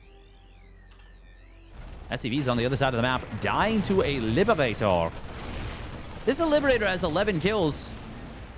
12 kills by the end of it. Damn. 4 Marines, 8 SCVs.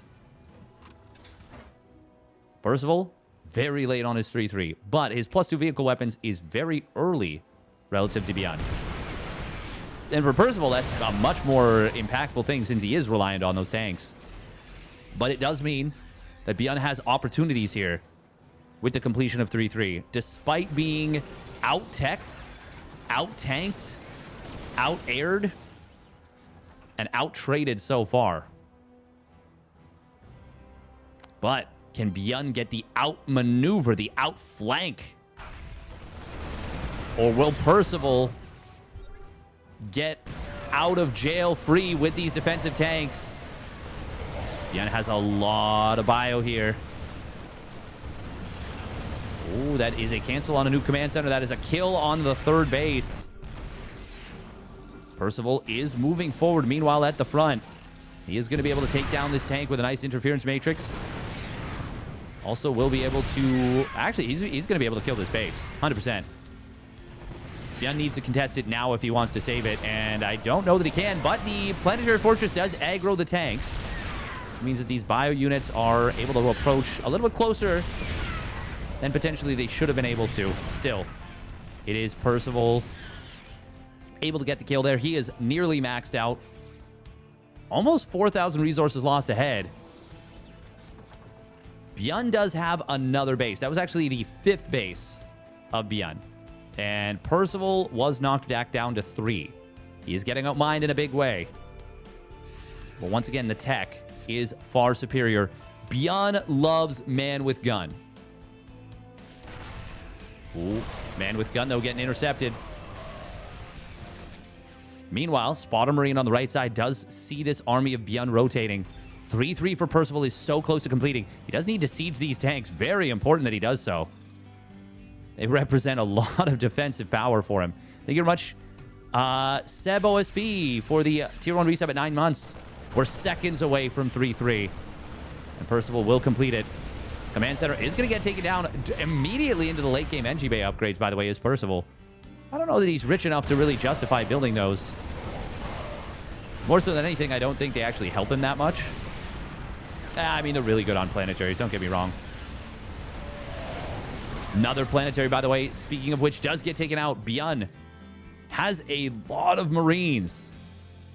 But Percival has so much more army power Oh, nice scan does spot these tanks. ByuN really cannot let this army get away.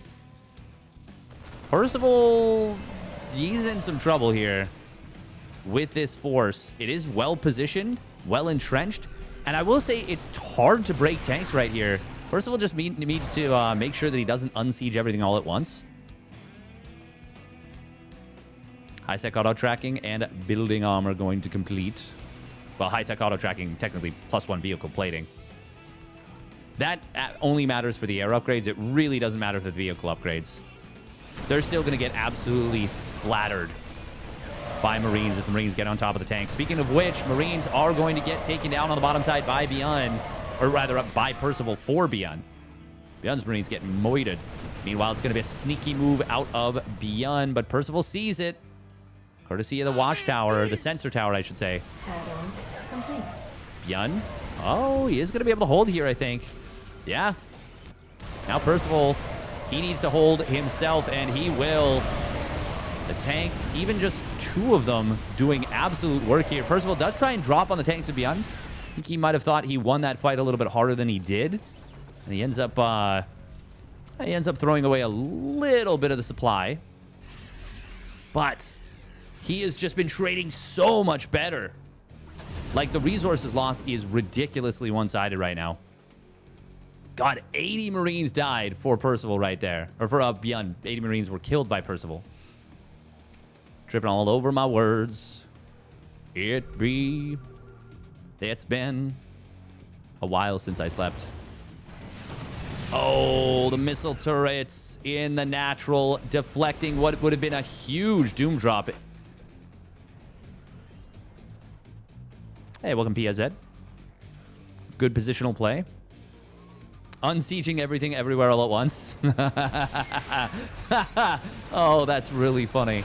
Oh my god, that's good. That is me.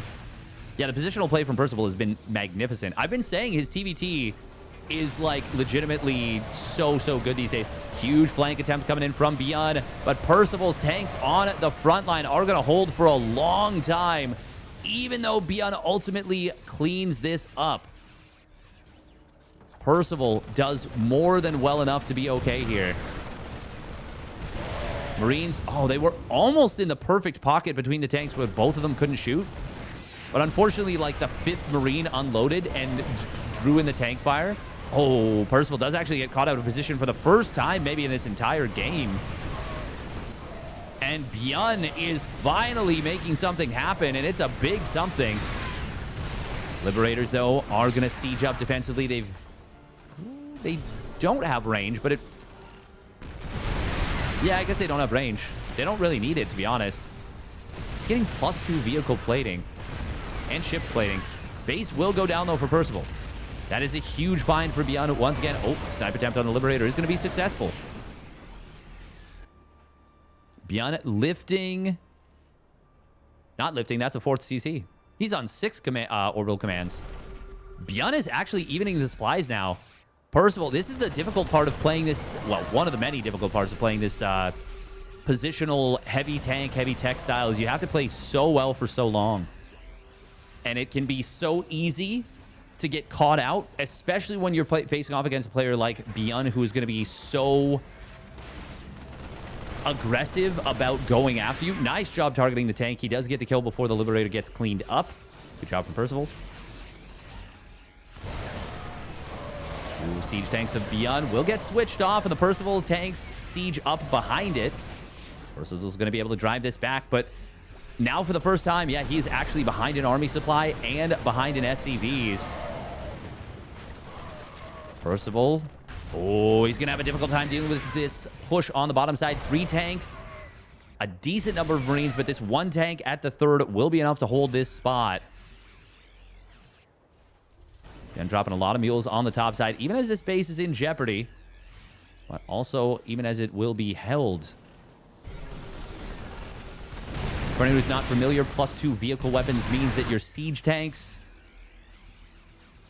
well, they one-shot stimmed Marines. That is why we're not seeing +3 vehicle weapons.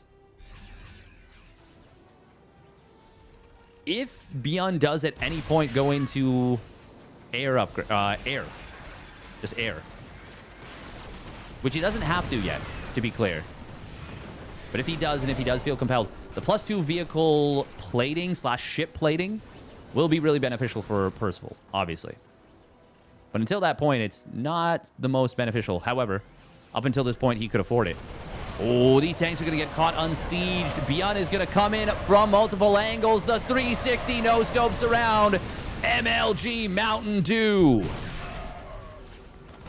Dorito dust was not present on anywhere but ByuN's fingies. As he YOLO swags his way to a magnificent engagement. Liberators will be able to get a little bit of kills on the return. Once again, the tech of Percival is so strong. His army is so good.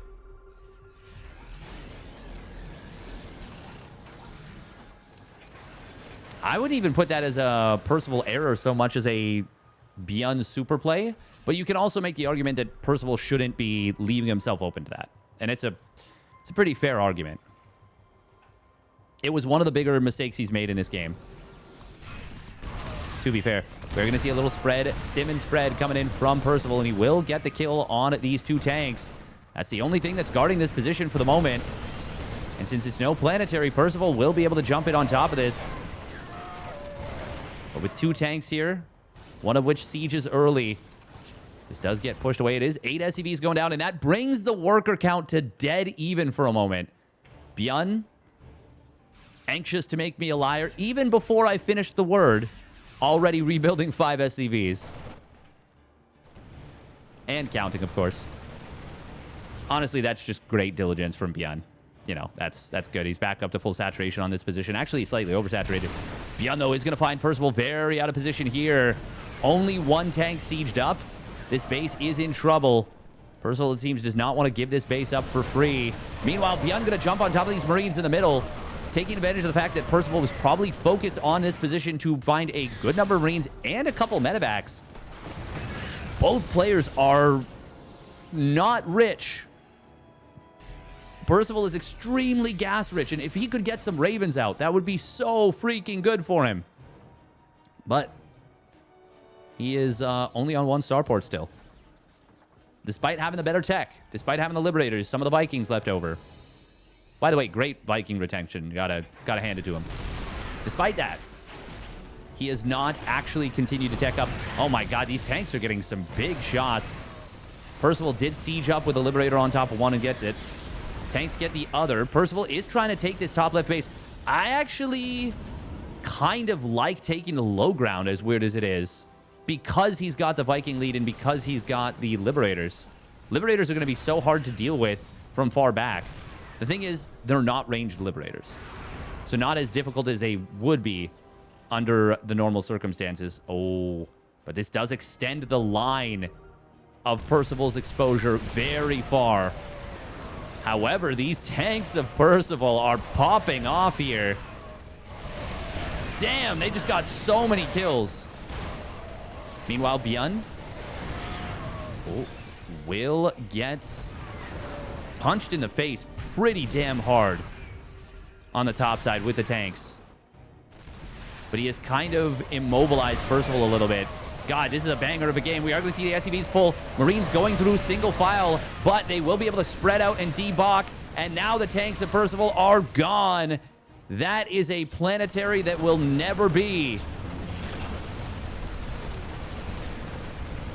And ByuN does lose a lot, does fall down in supply, but will clean up the freshest base before it can truly get situated.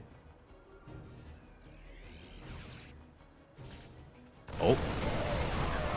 One tank will get taken down by these Marines. Very nice little move in on top of this.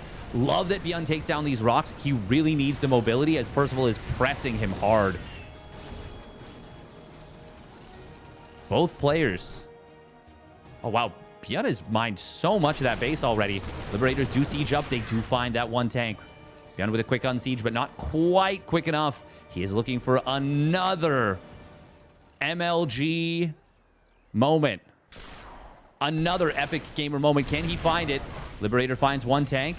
ByuN is going to pull the trigger. I can't zoom out far enough. The tanks on the top side are not able to assist. They will keep the Vikings, Liberators, and a handful of Medevacs and Marines from getting completely wiped out. But that was a very good kill from ByuN. Very good find. Oh, tanks on the high ground. Tanks on the low ground. Now who's surrounding who? Liberators are going to be able to find the tanks of ByuN and force them to unsiege. Even getting a kill right there. Could not even see the Liberation Zone circle. It is 13 tanks to 7, but it's 59 Marines to, well, now 17. I was about to say 20. But as a round of production finishes up for Percival, and a big one at that, he's able to get back to a higher Marine count. Oh, lovely single Marine in the front. Percival, though, worried about getting taken down here. There's tanks spread out everywhere from both players. Tank here. Kind of forced Percival back a little bit. God, this is such an interesting place on this map for TVT to happen. Oh, tanks get caught on siege. 5 tanks go down. ByuN with some huge picks. And meanwhile, now finding the base on the top left again before it can complete into a planetary. Percival needed to hire some better contractors, get that job done. Unfortunately, went with the same contractors that my parents used. Delayed the build that they were going for by 4 months. That's just a little personal me reference. That's for me and me alone, pretty much. We do see this high-yield gas base getting set up here. Does get a couple of SVs sniped, but Percival is now bleeding. He's going to try and find more and more SCVs. Will find quite a few, actually. But ByuN at this point is mining, well, was mining quite a bit more. ByuN is the Marine Tankman. It's me, Jesse Pinkman, Marine Tankman. Siege tanks, are they enough? There's a lot of firepower here for Percival. ByuN runs out of steam, runs out of man with gun. And just like that, it's only a 27 Marine difference. Oh my God, this game is insane.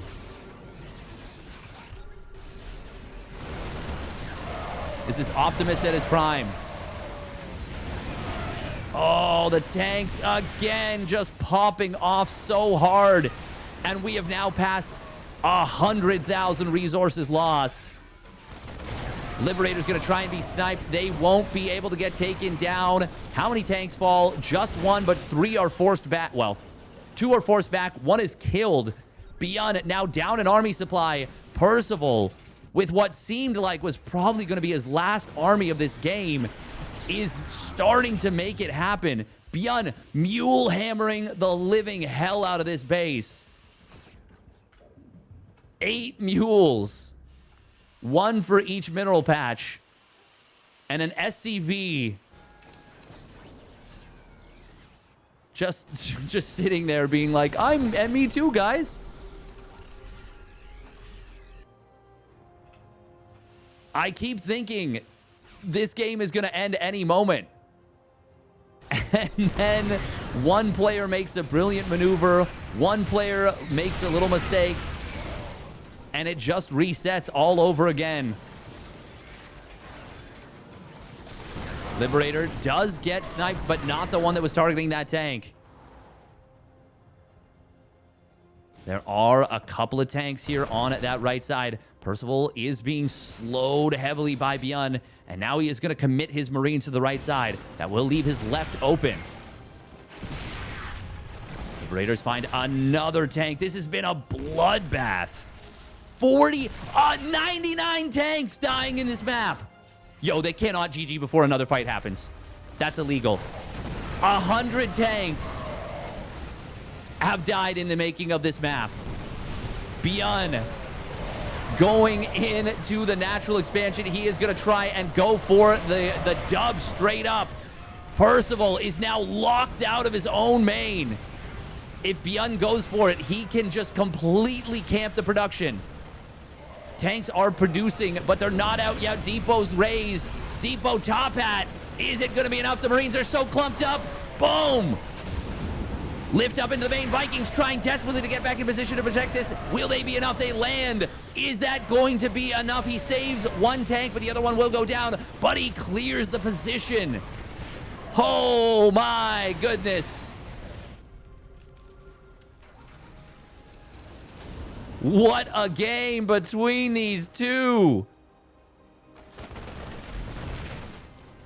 The depot top hat, the walls raised. If that might have been Showtime himself. That might have been the wall, D Mauer, making a guest appearance in a TBT. But is it going to be enough? Percival still getting hammered. He is currently out-mining ByuN. The mighty mule hammer shattering. I mean, he's got eight orders. He can mule at his leisure. Even with mass scans coming through. One more tank does get taken down. It gets some good shots. Percival sieging up, but he doesn't have a lot of tanks here. ByuN respecting the position. He apparently doesn't have a scan. Although he does find another tank on the right side. He is ahead quite significantly in supply. Most of it is SCVs. Actually, where are the SCVs for ByuN? Where are the SCVs for ByuN? He's got like 54, 57 SCVs. Oh, tanks are going to siege up late. How many go down? 1, 2 go down. Every tank at this point going down for Percival is painful. ByuN actually is ahead in the siege tank count now. Oh, Liberators, are there enough of them? The Planetary Fortress going to keep them alive. The Roasty Toasty shots, 25 kills on this Planetary. Are you fucking kidding me?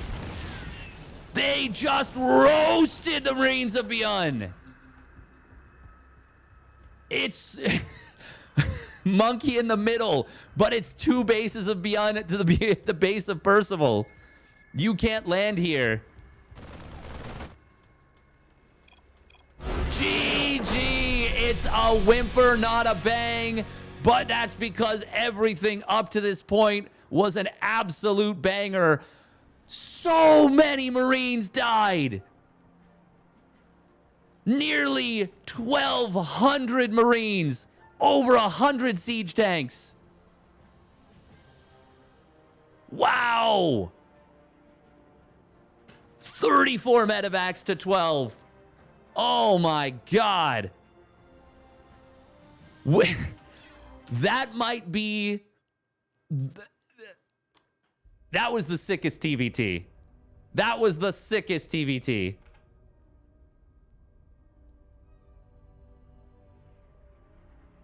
Oh my God.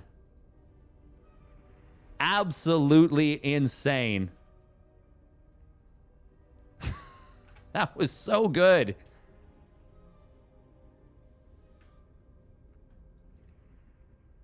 Damn. What a game from both players. I know that they're not all like that, but that is why I'm like, I like TVT, guys. It's pretty cool. I know those don't come around all the time, but that's why I'm like, man, I miss some TVT sometimes. Is it the best mirror? Not necessarily, but it certainly can be.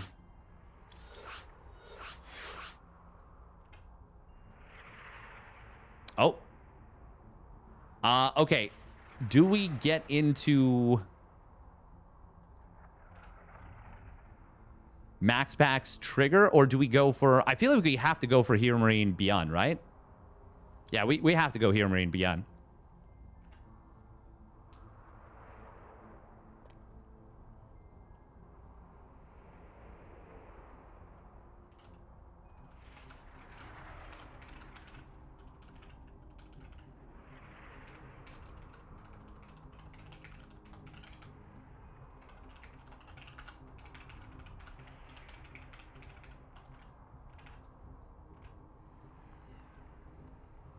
I thought that game was very scripted. Oh, yep.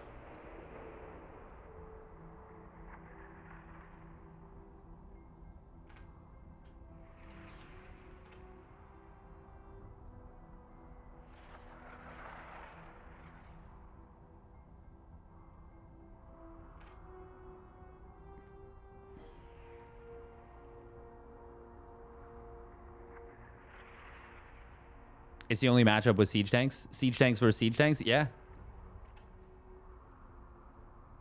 They trained for weeks just to get the choreography right. And they freaking nailed it, didn't they? God, that was such a sick game. I just have the biggest smile on my face right now. Like, that was so cool.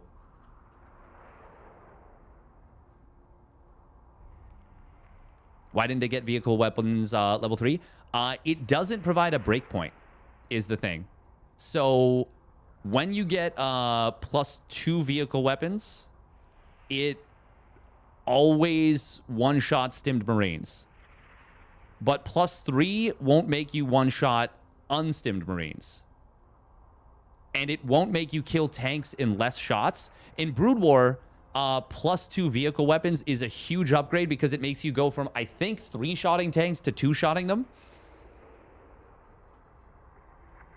Smile was hearable. That's good. That's good. I mean, you need a game like that every once in a while to get the blood pumping, to get you back into the game, you know? Like sometimes it can be not boring by any means, but you can get a little bit into the monotony of it, if that makes sense. But that was far from monotony. It would be... Yeah, I actually don't know that there's any real use case for getting +3 vehicle weapons in TVT besides mech versus bio. Or potentially mech versus late game air transition.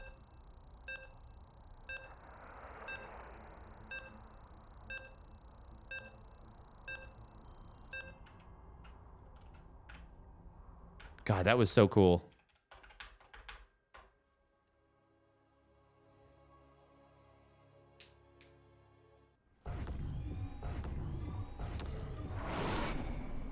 I'm pretty sure it's 40 +5 +5, no? Is it only +4 on the... Oh, you might be right about that, actually.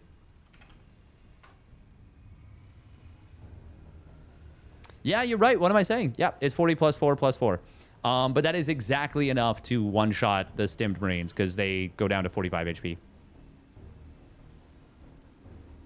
So it's 40 +4 +4 -3.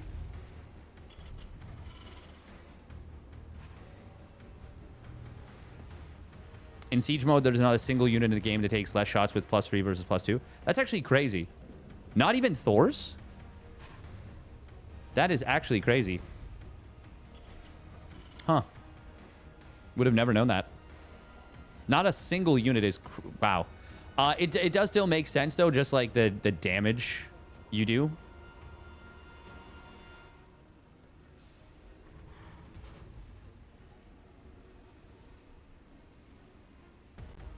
Like, just doing more damage is generally always a good thing. But it's an expensive upgrade. It takes a long time. And Percival, it made sense. Tanks only get +1 versus... No, it's +1 extra versus armored. So they get +5 versus +4. So you're probably looking at Liquipedia. All right, here we go. Spawning up at the top left, it is the Shopify Rebellion's ByuN. In the teal. And, oh, he places it out of position, but he does get the command center down. And he actually gets the first attack on the ASCV of HeroMarine. And spawning down on the bottom right with a 1-Rax expand of his own. But SCV scouting is HeroMarine for Mouseports. Oh, man, that one, that'll get the blood pumping.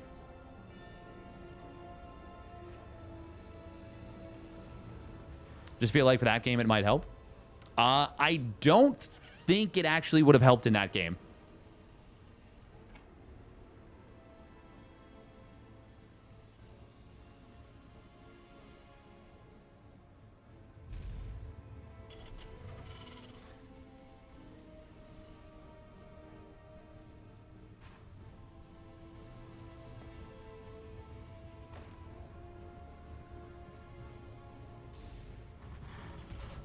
Damn, that was actually so sick. What the game. What the game. Oh, wow. Third CC. HeroMarine with a little bit of eco cheese. Cheddar cheese.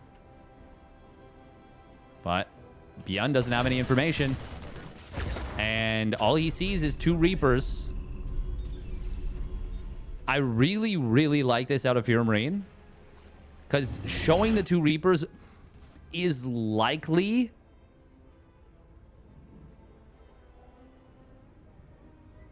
It is likely to make ByuN feel not the most confident about being on the map. Unfortunately, HeroMarine does let himself get shot from the bushes.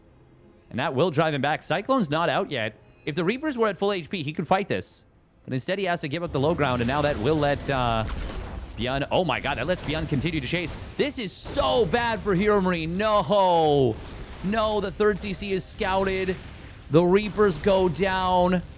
And everything falls apart for HeroMarine so quickly right there.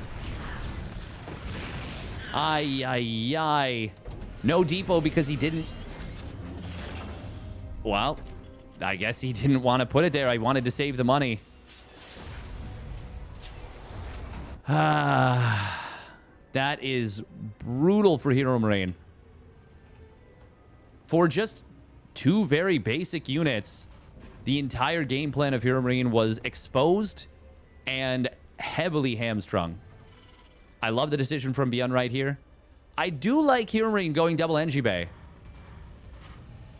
He's behind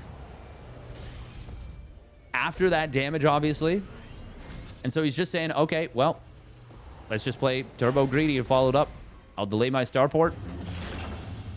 If you attack, I'm probably in big trouble. If it's a double starport push, I'm dead.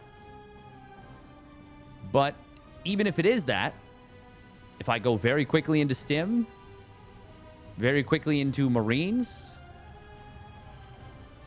I can catch back up.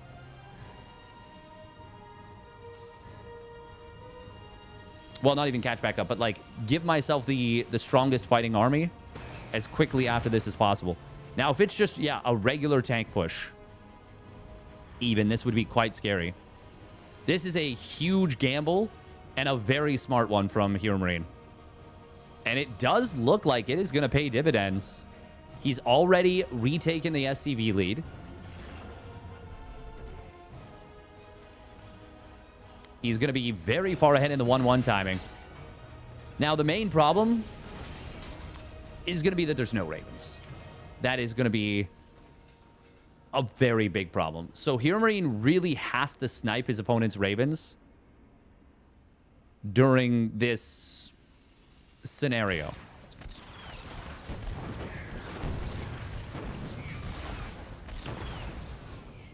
Oh. Cyclones. Get a lot of SCVs, but they will get chased down. I don't know that ByuN was necessarily expecting Stim to be done that quickly. Killing 4 SCVs is obviously nice. And even kills a couple Marines there.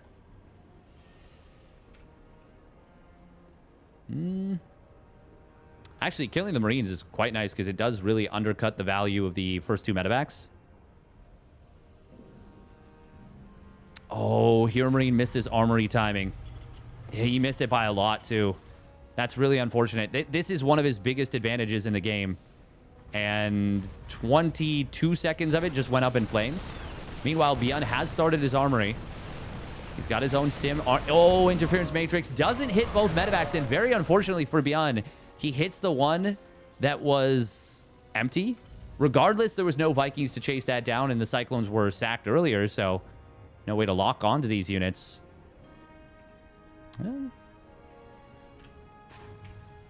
HeroMarine just now starting the +2 weapons. ByuN almost perfect with his armory timing, actually. Yeah, it's within like 3 seconds of perfect. Sorry, I am incorrect about that. It was within 1.5 seconds of perfect.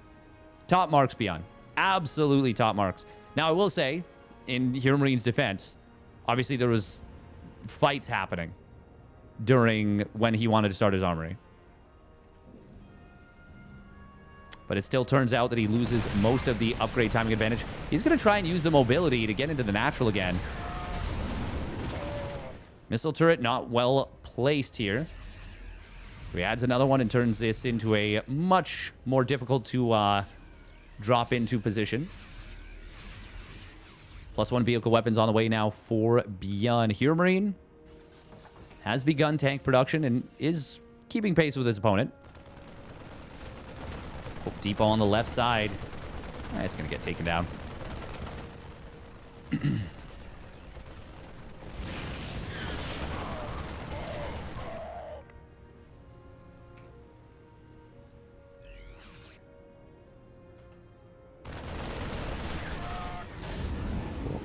little boost away.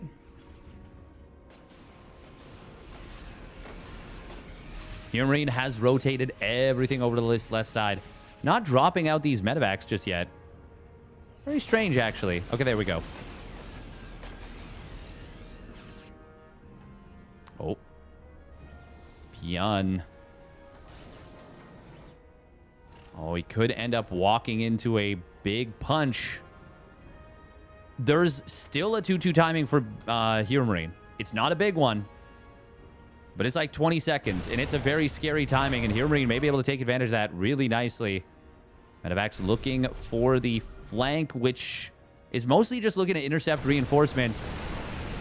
Anti-armor missile will come in, but it will not be able to save that fourth base.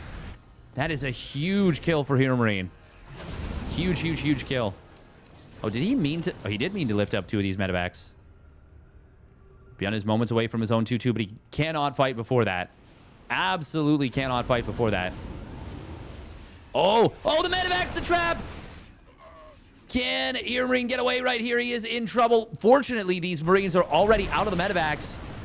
And the 2 medevacs that go down, I think, were empty. Oh, or if there might have been 1 tank inside. Anti-armor missile, where is it? Or interference matrix, he doesn't need it. There is a push through the middle with the rest of HeroMarine's army, and that prevents ByuN from being able to chase this down. Missile turret is going to be well placed at the natural now, but even then won't be able to get the kill on this medevac. Oh, but they fight into the middle of each other. It is going to be ByuN landing some big interference matrices on the tanks of HeroMarine. That will allow him to clean this up. But ByuN losing a lot right there, and HeroMarine dares the rest of his army unloading on the left side. Cancel on the 4th base again. 21 SCVs going down during all of this chaos. This reign of chaos. ByuN does drop Marines back into his own main base to try and defend against a quadra drop. The Dragon drop trying to come in on top of the tanks here. HeroMarine has a lot of momentum. He's got a supply lead. He's got a big opportunity. He's trying to get in on top of these tanks. He's got the concave. Can he make this happen? The tanks of ByuN are going to work. Interference matrix of ByuN was good, but it wasn't quite good enough. HeroMarine, I think, is doing it. After ByuN plays an exhausting 33-minute game with Percival, which he edges out by the skin of his teeth, it is HeroMarine looking for the dub in this best of 1. ByuN going to pull the SCVs, but there's tanks, there's Marines, there's too much Big Gabe. And he towers over ByuN to take top 3, secure a top 3 and above finish. Well done. Well done, well done.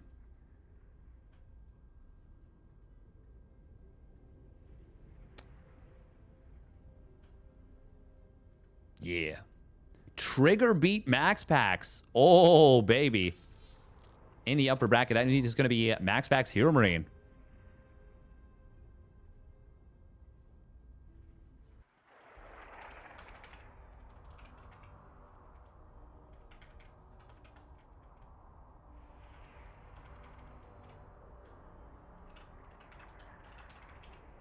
What is this? This is loser bracket finals. Yeah.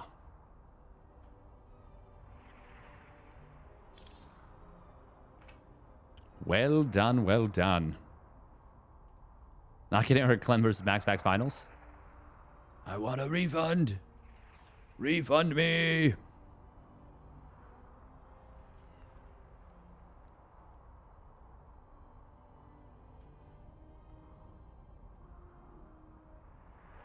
All right, we're going to run 3 minutes of ads real quick. And we'll get into the next match. Also, if you are watching on YouTube for the first time, make sure to subscribe if you like what we're doing. Like the video. Subscribe to the channel. Check out my other content if you're so inclined. In addition, if you want to support, there are plenty of ways to do it. Also, MNW is a good one to support the Monday Night Weeklies tournaments.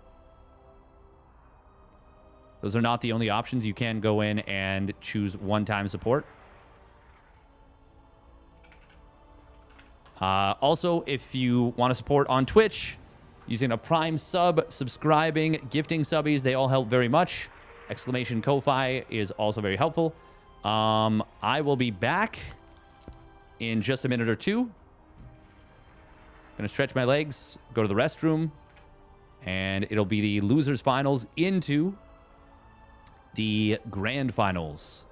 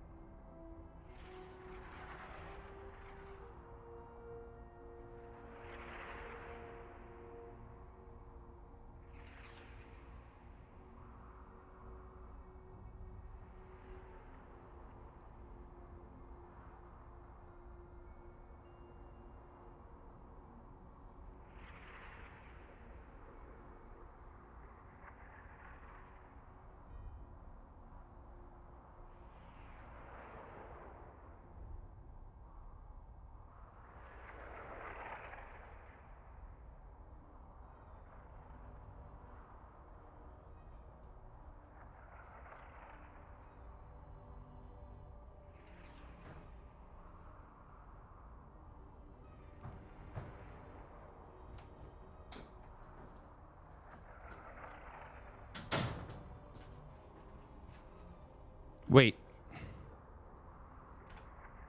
The hell?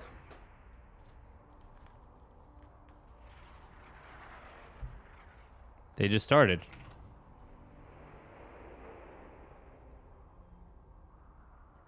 Oh, blah, blah. Well, that's fine. We'll use TKL's stream. Oh no, yeah, we'll use Indie stream. We'll use Indie stream. That's quite annoying. You're surprised? No, just disappointed.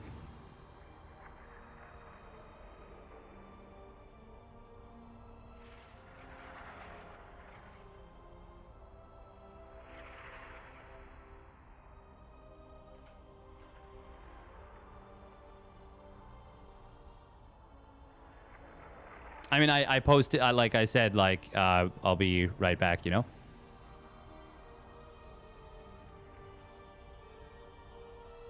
It is what it is. But obviously frustrating.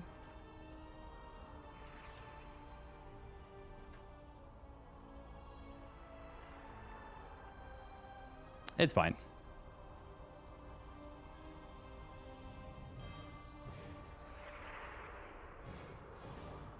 Okay.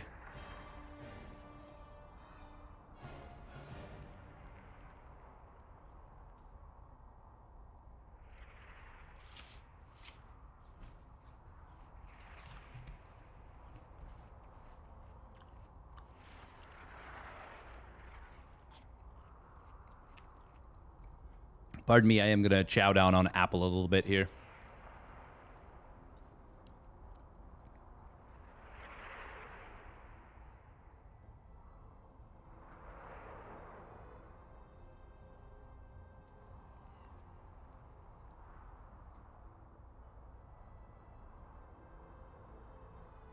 Interesting.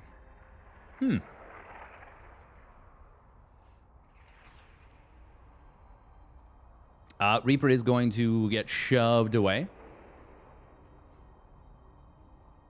Not 100% sure what he saw exactly.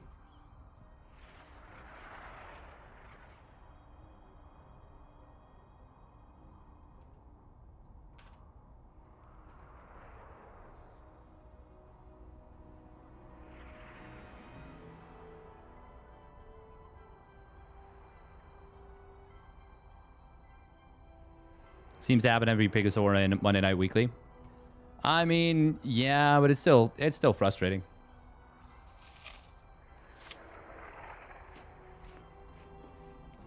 I mean, I needed to pee. There's no way around it.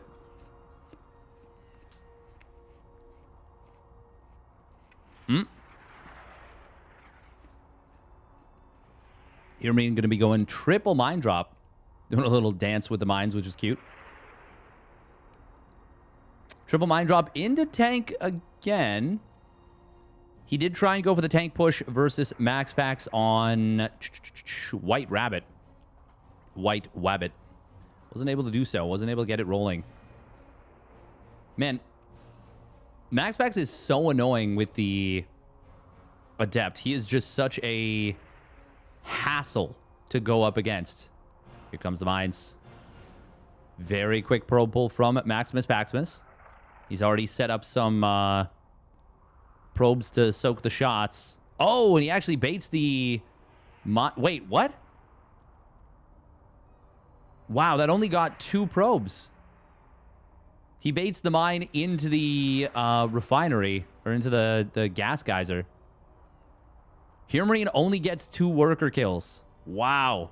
Very well done for MaxPax. He will shade forward into the main base with this Adept this time. Unfortunately, he doesn't get any value for it, really. HeroMarine, though, already building a 2nd and 3rd barracks, is not going to be going for a huge commitment into tanks. Well, into Marine tank push. Push. Push, push.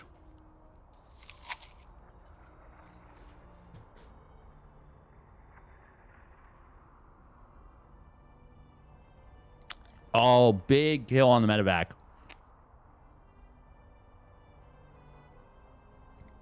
Really well done right there.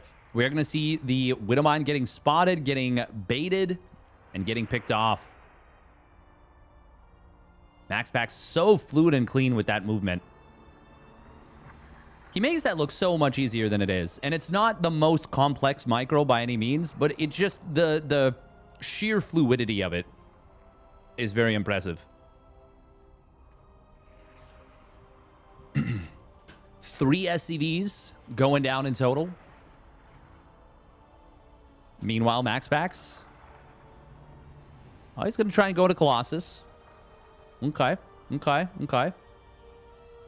3rd CC was created, but I don't believe it was spotted. Indy's going to show us in a second. Nice. God, Indy's such a good observer. He is so good at his duties.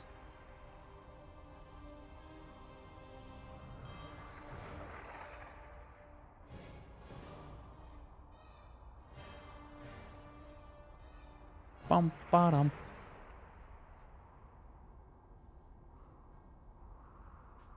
Yeah, for me during Picosaur, it's a lot more my fault. It's a lot more my fault. Plan, by the way, is to do a stream tomorrow. There won't be a Picosaur tomorrow in the evening, but I am probably going to see if I can rally up some replays and do some of those. Same start time as today, like noon. We'll see, we'll see. I've got a few ready to go.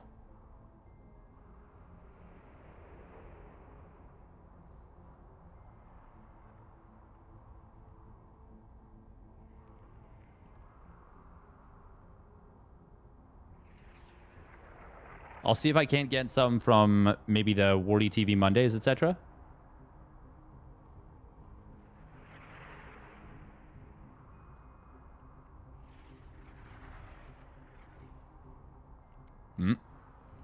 Zealot's going to drop into the main. Oh, wow. He's actually just targeting down SCVs. He gets a good number, 5 SCVs, and he gets out of there. MaxPax is really good with the Prism. One of my favorite MaxPax things of all time is when somebody asked him in an interview, how do you always get so much damage with your DTs? And he said, well, you have to micro them. And that was like the funniest thing. Or it was even like worse than that. It was like, well, the trick is you have to micro them. Like, it was like, oh my God, he actually just boom roasted you so hard. Also, I'm realizing my two monitors look different despite being the same monitor. Oh, right. One of them is using an HDMI cable. One of them is using a display port. Yeah. That makes a lot more sense. The one that's using DisplayPort looks so much better and less like over contrasted, less washed out.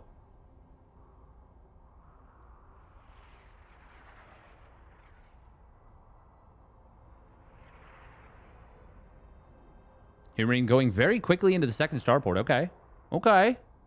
MaxPax once again going for a high gas, high probe count. He did this in the first game or the first series that they played when they got up to a macro game on Winter Madness. Winter Madness. Also adding on a ton of additional gateways. It is going to be Storm. I was watching because I couldn't sleep, last night. Part of that was I ended up watching a little bit of Rank Roulette, and they had MaxPax on. And it's very funny to hear him just talk about that stuff. It was extremely entertaining.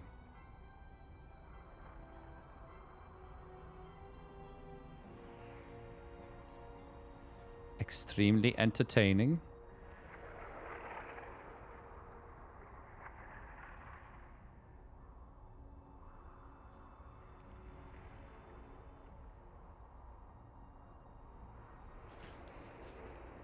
By the way, what do we think about doing more 2v2 streams?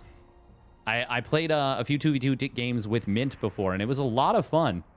And I do feel like 2v2 is a really It's an underutilized Twitch stream method in team games in general.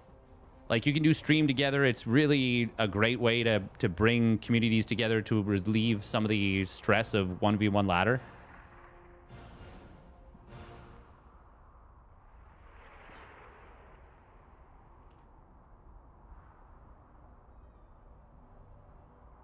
Do it. We want Loco too. Those are fun. Yeah, they are fun. It's really fun. Like, to me, the investment is so, or not even investment. The yeah, I guess emotional investment is so much lower, and like just having someone that can potentially bail you out if you make a misstep, or cover some of your mistakes, or cover some of your plays, it's just really, really nice. And you can just chat too. Very interesting little upgrade setup. We do have the upgrades. The +3 weapons, the +2 weapons are almost identically timed, and the +2 armor and the +2 armor are identically timed.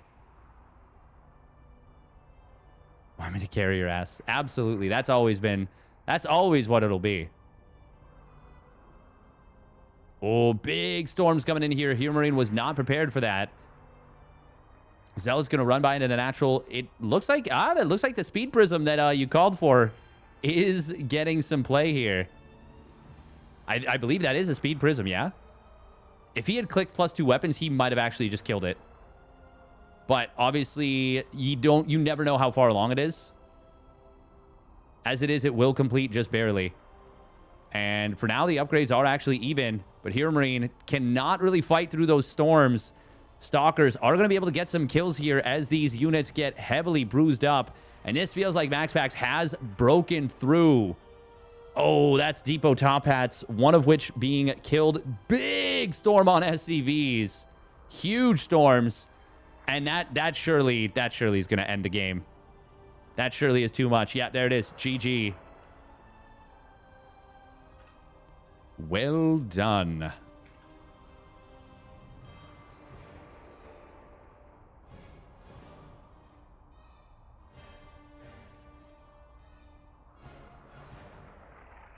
Bum, ba-dum.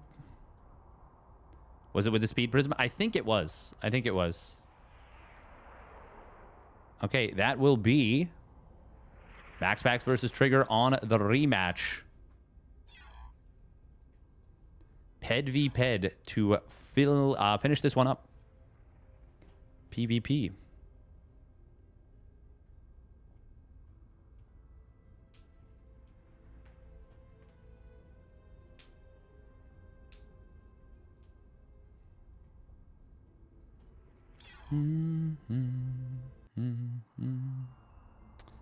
Wow, wow, wow, wow. Tell those silly Protoss on Twitch Gabe coming for them today. Heh. Yeah. Did Harstam say anything about MaxPax? He met him in real life? No, and he definitely won't. He's going to respect MaxPax's privacy for sure. I think if there was any doubt in MaxPax's mind at all about that, yeah, I don't think MaxPax would be comfortable meeting him, and that's completely reasonable. Honestly, if someone just asked for anonymity in that position, I would be like, yeah, absolutely.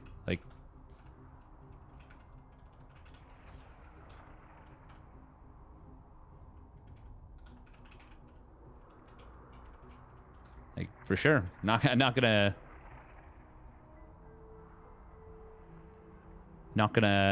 refuse to what's the word? Honor that, I guess. Who will win this best of 5 pre-reset finals? Yes, that's the one. Trigger with the series in hand.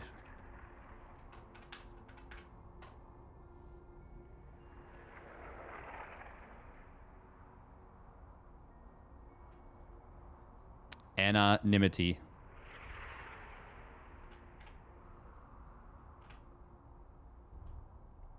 All right, quick minute and a half of ads.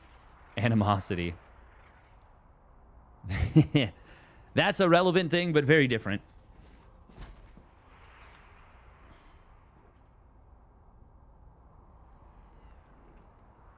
Oh, I will link the brackets in the YouTube channel.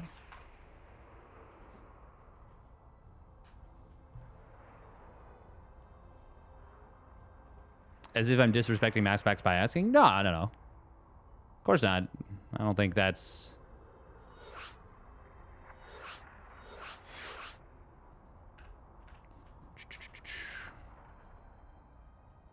I don't think that's was implied.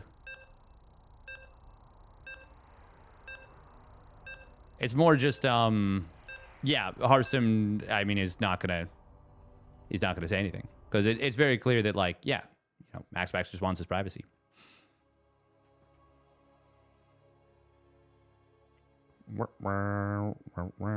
Yeah, I think they met in person. Honestly, I'm surprised Harsum even said anything about that, just because I feel like it would get a lot of people asking questions like, oh, you know, blah, blah, blah. But, yeah, that's fine. All right, here we go. Spawning up at the top right, it is Sizestorm Gaming's MaxPax. In the red. And his opponent spawning up down in the bottom left. It is Basilisk Trigger, who won their first meeting.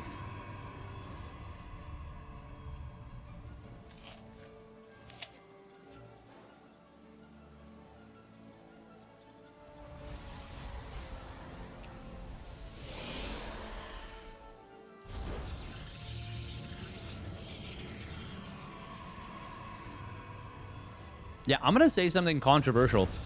I actually think more matchups should be like TBT. I think StarCraft 2 would be at its best if every matchup shared a lot of similar concepts with TBT. And what that means is the early game has a lot of decisions about how you open. There is a big benefit to playing greedy, but there's also a significant risk. There's almost every unit is viable in the mid game or in the early stages of the mid game. At all points, pretty much in the game, you can continue to tech. Oh my god, they're not actually doing this. No way. No way. They're not actually doing this. Somehow MaxPax didn't see this. Trigger did.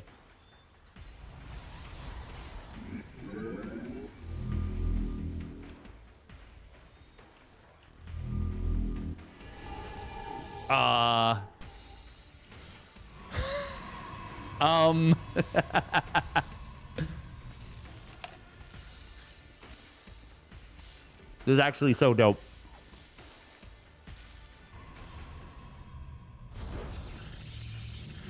Robo in the main.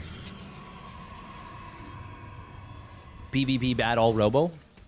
I actually think PvP all Robo is so fun. We'll get tired of it eventually. But for now, I'm like, hey, yeah. Chaos. Ah, he cancels it. And now we'll go Stargate. Okay. Huh. Interdasting. Now, this is going to supply block MaxPax, and that's going to suck.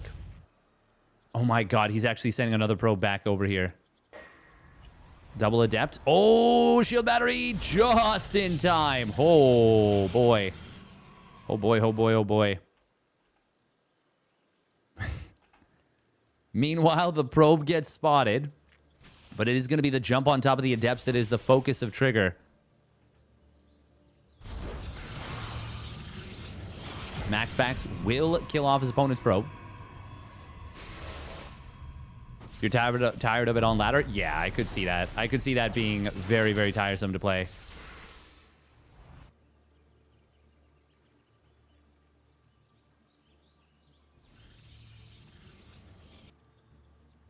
Time to hit him with a splash attack. MaxPax, of course, is going to go into Oracle beyond this. Trigger does have a significantly faster Nexus. Then builds an Immortal. Kind of cute. Kind of like the Immortal. Oh. Are we shading forward? We are. Oh, wow. Wait, where'd the other Stalkers of MaxPax or Trigger go? They are kind of in the middle. Oh, he could have intercepted this Oracle. Adepts do go down, but Stalkers are not available in the main base. Shield battery is not here, and this is going to be big damage coming in from the Oracle.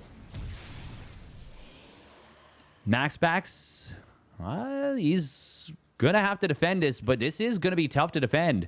There's no shield battery done yet. No stasis traps. There's also no prism, though. Can Trigger get it done here? Force fields are going to drop. Immortal and Sentry Stalkers will kill one of his opponent's Stalkers before the shield battery completed, which meant no ability to heal. Energy recharge getting popped, though. MaxPax is going to defend this. And pretty well at that point, at that rate. Pretty well at that.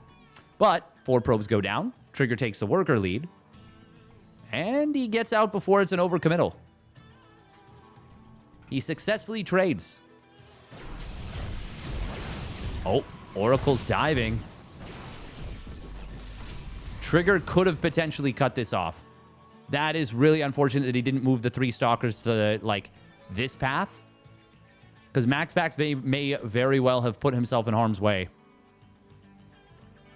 Blink is on the way now for MaxPax. He does get some equalizing damage, even if it costs him the Oracle.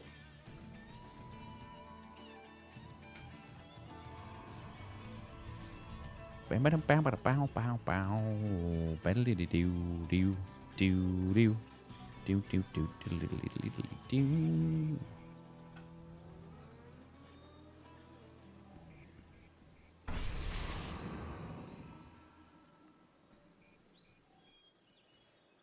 mean, Immortals and Siege Tanks are definitely very different units.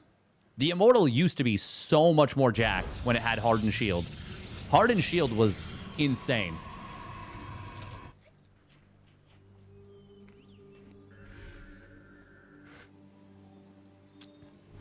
Barrier is good.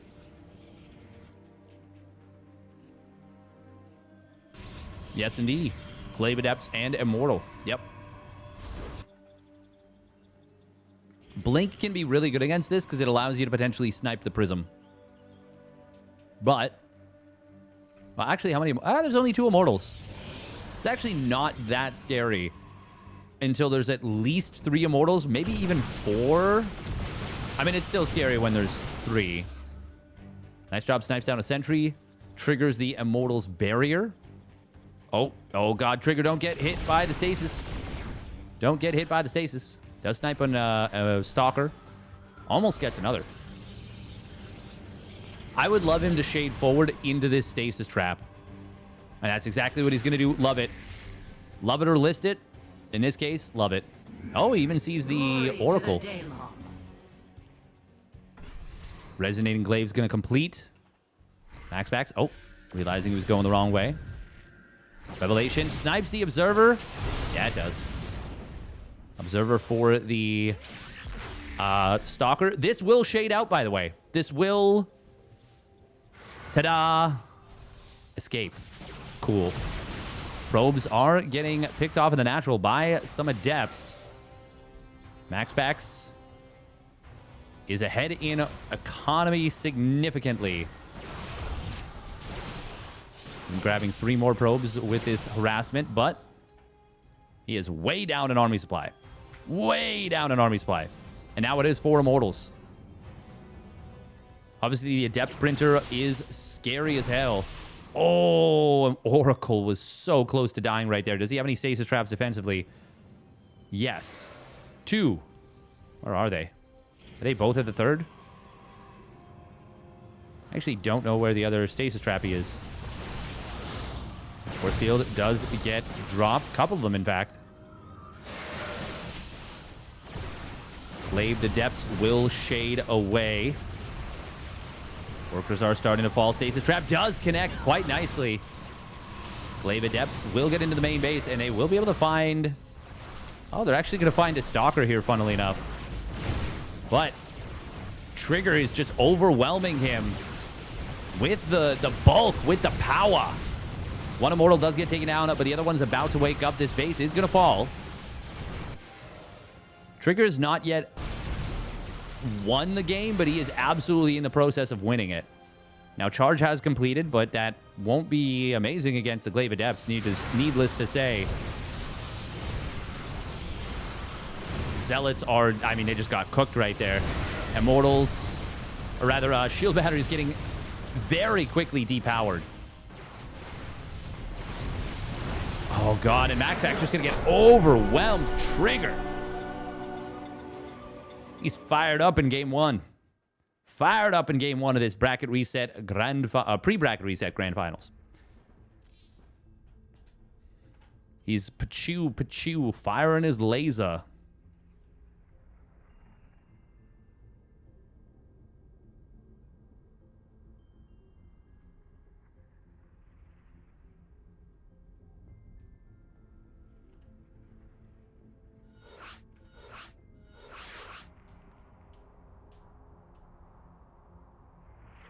Oh no, I want more TVT of the so yeah, what I want more of Black Bear is more TVT where units are viable. You have a choice of unit comps. So in TVT you can go Marine tank medevac. You can go for the faster tech. You can theoretically even play mech. Like, I think Terran is and always has been the most thoroughly designed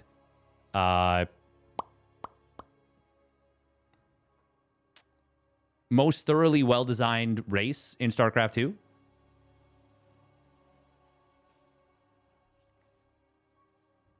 Yeah, Trigger's playing very well today. I don't know. I personally don't think MaxPax is preparing to like reveal himself, but I think it would be really cool if he did, and I'd welcome him with open arms. And I think most people would. I'm sure there would always be some people that would be like, rah, rah, rah, rah, rah, rah. But like, that's gonna happen regardless. All right, here we go. Spawning up at the top left, it is Sidestorm Gaming's MaxPax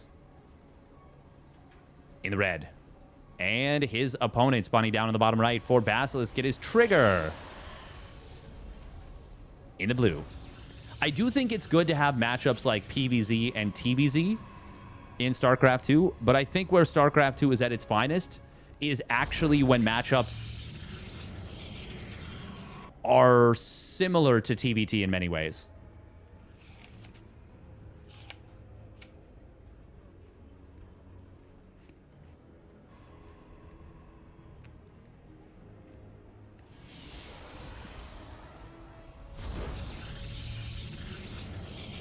Several GSL finals where it was only TVT, so it had time to cook. True. But it's not just that. It's I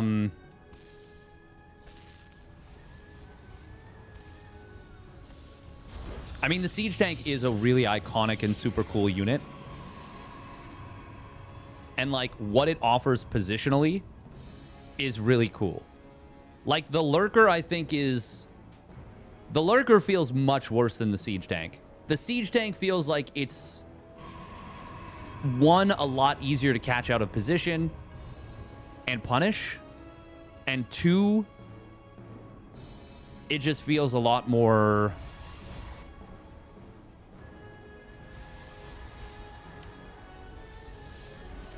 feels a lot more linear in its power. Like, sometimes they can be completely busted if you get into a good position. Yeah, less gimmicky. Exactly. Hey, thank you, Shu, for gifting us up to Setsuna Mayu. Thank you. Appreciate it, Shu. It is going to be Proxy Twilight. Oh. As an investment for an apple tree? Thank you. Yeah, sorry about the crunching. I'm a little hungry once again. This isn't going to be Proxy DTs, surely. This is going to be Proxy Blink. It's got to be. Yeah. Cool. Very cool.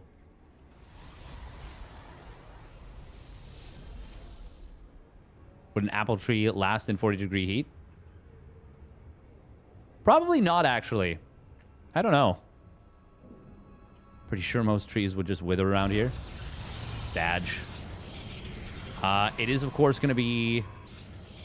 Yeah, I think he's going to proxy the 4th gate here. Yeah, 4-gate blink. Oh, how did that not kill the probe? Or how did he not get the probe with that? Double Adept. Oracle is hunting for them.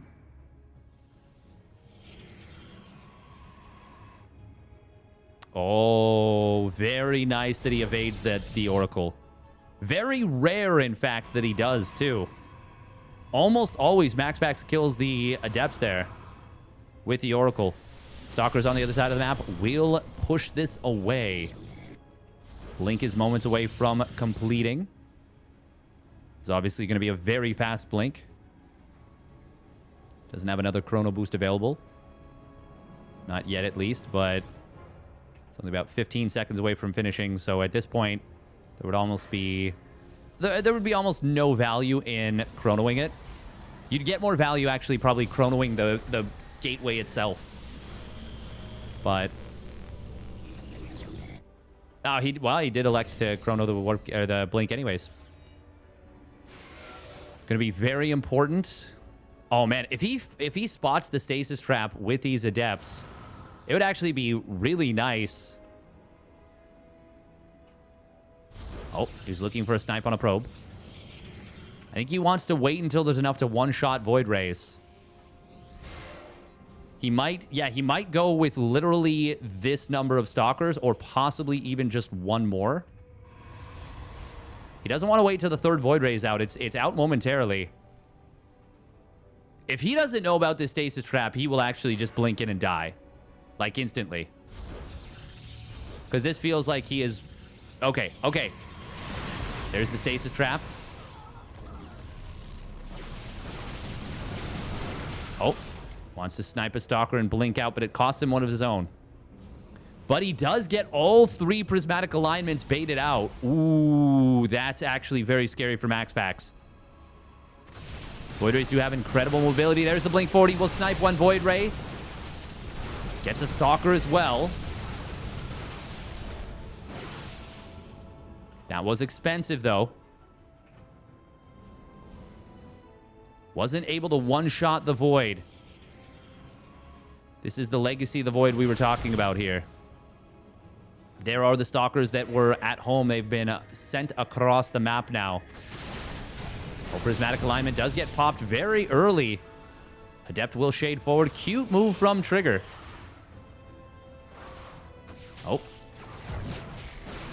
Oh, blink forward. Not able to get that one Void Ray, but he almost gets it.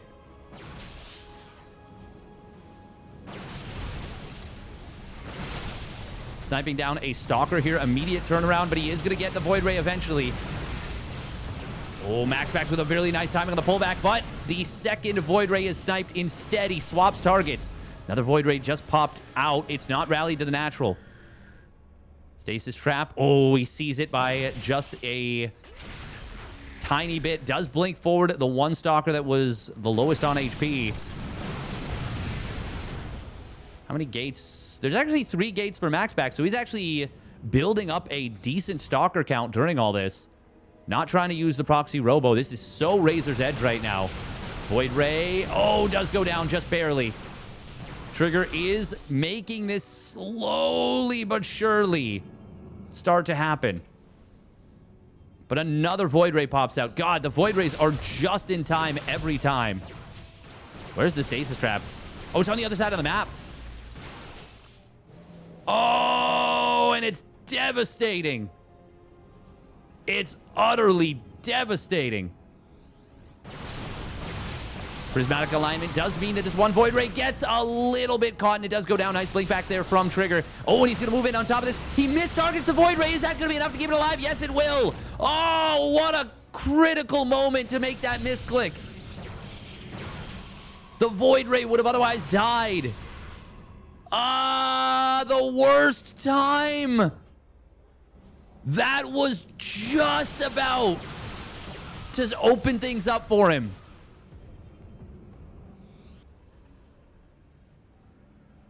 There's another shield battery. Or another stasis trap ready. It hits home big. Trigger is losing grip on this. He was starting to just barely... Oh my god, the Void Ray survives again. There's still a shield battery that has energy. Oh, nice snipe on one of his opponent's Stalkers. What is the Stalker killed count? Trigger could still make this happen. Nice force field. Really nice force fields. Every moment that MaxPax buys is a good one. But he is also, by dropping these stasis trappies, Well, actually, no. I mean, he's making it so that the base doesn't mine out as quickly. But obviously, the amount of time he's bought for himself has been huge. Prismatic alignment is back on cooldown. We're back up to 3 Void Rays, though. Trigger, at the most critical moment of the game, misclicked the Void Ray. And it will allow MaxPax to hold. One little misstep, but I mean, yeah, no, he's held. I think MaxPax has done this. Oh my god, another stasis trap went off.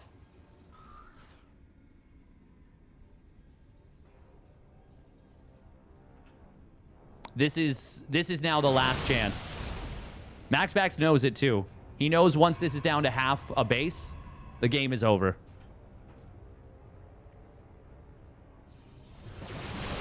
It's just, you're just outmining your opponent by too much. And the army supply has swung in the favor of Maximus Paximus. He's going to even the series of 1 apiece. Trigger was so close to making it happen. Oracle's Pulsar Beam.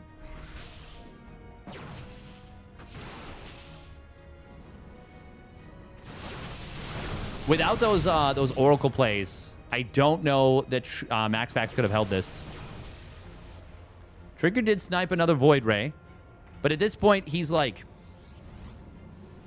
Well, okay, maybe MaxPax shouldn't be moving out just now. This is not necessary. Don't do this. Don't throw this game by moving out.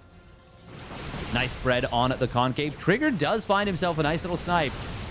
But MaxPax gets the return kill. He does move out. Is this a mistake? Is this a mistake that could cost him? Guardian Shield going to be handy here. Void Ray will survive, but multiple of them did go down. I think that's still fine for MaxPax, though. Yeah, there it is. GG. Oh, that was so close.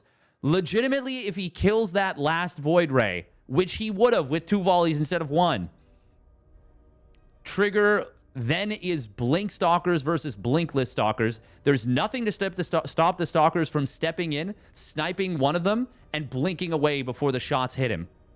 Absolutely nothing to stop that. Trigger was legitimately 1 misclicked volley of Stalkers away from winning that game, I think.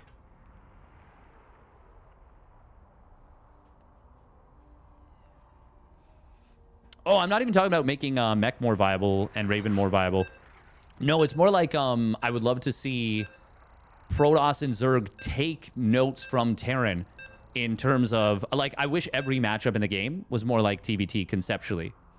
So I wish TVT, ZVZ, PvP, TVZ, TVP, and PVZ were functioned more similarly to the way that TVT does, where positioning matters so much. Not to say that positioning doesn't matter in the other matchups. It absolutely does. But it feels like with a really good position in TVT, you can oftentimes hold a spot against a much larger army. But that's not always the case in, like, usually almost any other matchup. There are situations for sure where that can happen. But no, that's not even true. That you absolutely can with certain scenarios.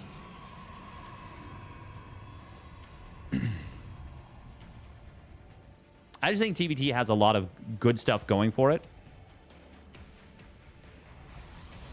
And it can lead to dynamically different games. But I understand it also, for every great TVT you have, there's a lot of turtle fests. Yeah. Can we see the income graph from the 2 stasis? I unfortunately cannot, otherwise I would miss the next game. Spawning up at the top left for Psystorm Gaming, it is MaxPax.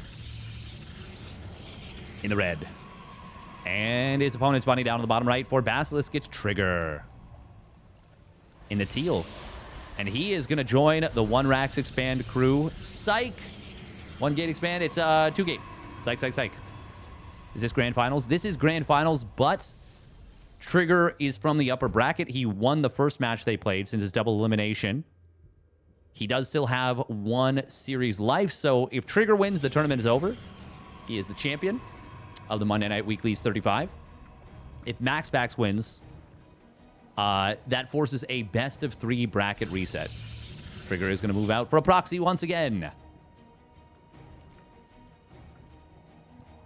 He's got faith in his proxies.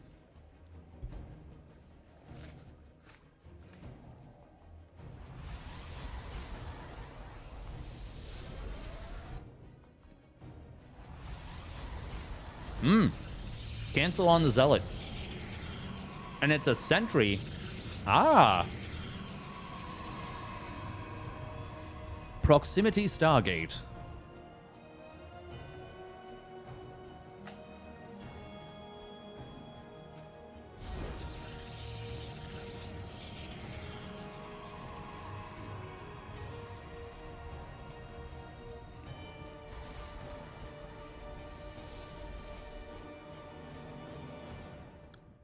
Very cool. Very cool. We're seeing way more mutaplay now. Yeah, that's true. That's true.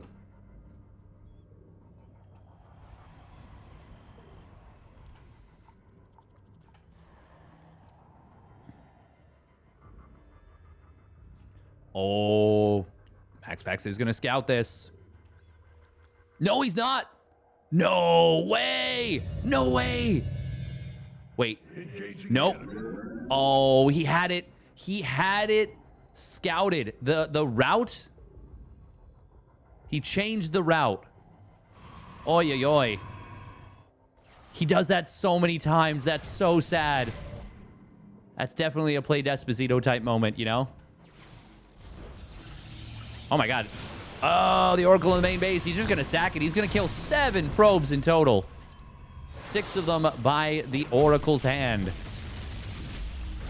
Or beam? I don't know. He's building another Oracle, though. It is going to be Phoenix out of Maximus Paximus. And he will find this. Oh, and it is a cancel. Okay. Trigger. Now instead chronoing Warpgate. MaxPax.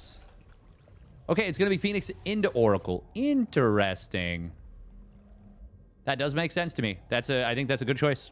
I think that's a good choice. Even with the kill on all those probes, game is even. In fact, MaxPax is actually in the ebb and flow. Ah, no, they're like dead even. Trigger's ahead for a moment, and then MaxPax is ahead for a moment, and then Trigger's ahead for a moment. It'll come down to Chrono Boost mostly. But, of course, MaxPax still has his Oracle alive. Trigger's got Blink. He's got Blink on the way. MaxPax did go for a Robo Facility into Forge and Twilight Council, which makes me think that he might actually be taking a page out of Hero's book and going for charge, well, very quick +1 weapons. Oh my goodness. And charge and Immortals. We will see, we will see. Maybe Glaive Adept too. That is actually very possible. But I feel like Glaive Adepts is not as good with the +1 weapons as the Zealots. Zealots benefit from +1 weapons a lot more than Glaive Adepts do. It's not that Glaive Adepts would be terrible in this situation. I think it'd be okay. I think it's just the charge synergizes better. And also transitions better. But it's going to be Blink. Okay, that also... Well, that actually doesn't make as much sense since he opened Robo.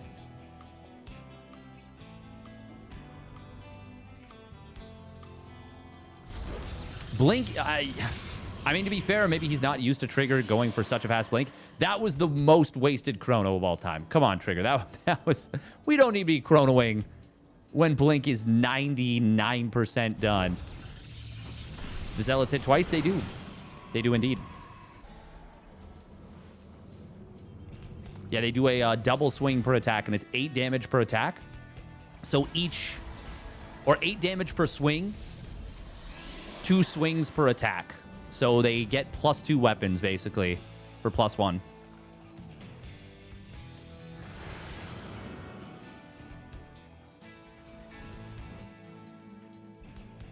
Bum, bum, bum, bum, bum, bum, bum, bum. Plus 10 damage versus charge. If there was a way that the Marjorie build wasn't the most busted thing with that, I would say yes. I would... no. I mean, charge slots are already so good. The thing is, the movement speed that they got in place of the charge impact damage actually made them far stronger units in regular scenarios. Trigger going up to 7 gates here. He is a very precise player. Both players at 57 probes. They both took the forward base. MaxPax does have a much faster +1 weapons, which is really nice. Oh, Phoenix. Ooh. Barely going to get saved there. MaxPax taking a very quick 4th base. Okay. Not prioritizing production quite as hard as Trigger is. Trigger doing a much more standard setup of the charge and +1 timing. Oh. That was Trigger just shooting his own stalker. That's very unfortunate. Maybe a little bit of fatigue starting to set in. It is late. He is in Korea. It is super late in the evening. But that's obviously quite painful.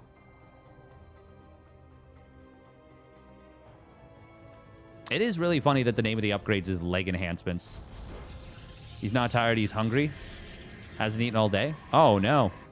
Oh, no. My man's got to eat.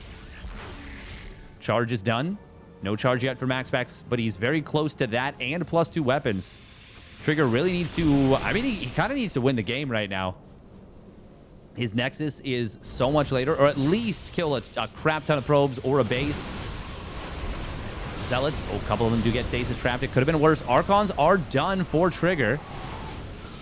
Force Fields and Guardian Shield helping out a lot for MaxPax, but Trigger is currently clicking the Nexus. There is a counterattack on the other side of the map. I think it might just be 1 or 2 units. I don't think it's a big commitment. Big warp in here. Killing that pylon would be so good. It would prevent the cannon from being relevant and prevent instant warp-ins right into the fight. Nexus does fall. That does supply block MaxPax. Phoenix looks for the prism and is immediately sniped right after it fires its first shot. Oh, 4 Zealots is actually a decent amount. Trigger will get the kill and will back away, but he is a full upgrade behind right now. I still think MaxPax is ahead right now. He's up in workers. He's up in... I mean, the biggest thing is the upgrade. Trigger's obviously ahead a base. And that is really nice for Trigger.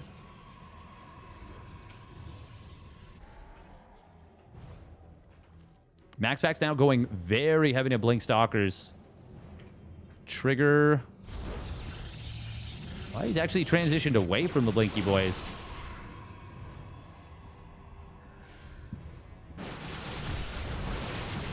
Charge lots are mighty units.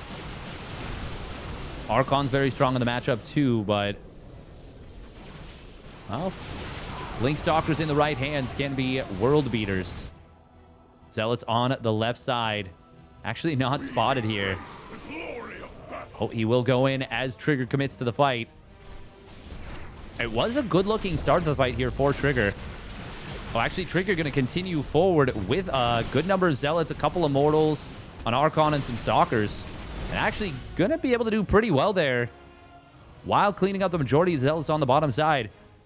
Not bad at all from Trigger there. That was a really good fight for him. And now he warps in Stalkers. Immortals getting sent to the front line, but MaxPax blinks away. +2 weapons will complete before the +3 kicks in for Trigger. Oh, blink forward looking in. Oh, that's a huge stasis trap, though. And we see now why the Oracles are so valuable to keep alive. One of the many reasons, but it's probably the biggest one once you get past the early game. Revelation's obviously nice. Good for DTs. Good for everything. Good for spotting the army. Trapping 20, 30, 40 supply of your opponent's army. Not 40 usually, but trapping army, really good. Zealot run by trying to be attempted here. Oh, cannons. There's quite a few cannons here. Trigger putting the his whole army on hold position. Zealots on the other side of the map are causing a huge problem. Trigger, though, is moving forward. He snipes one of his opponent's immortals with his own. He's still got 3 immortals to... No, 4 immortals now to 1. Can Trigger power through this? One immortal does get picked off. The immortal of MaxPax is still alive. Second immortal of Trigger will go down. And it's a big play forward from MaxPax. He snipes the Prism. That cuts off reinforcements. And even as the Zealots wake back up from another big stasis, MaxPax holds and will take the lead in the series 2-1. Cha-cha-cha.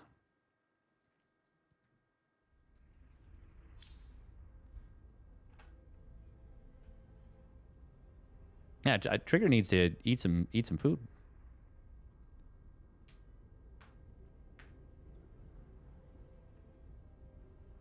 Poor guy. He's got to be stabbing. All right, minute and a half of ads real quick, and we will get into game number 4.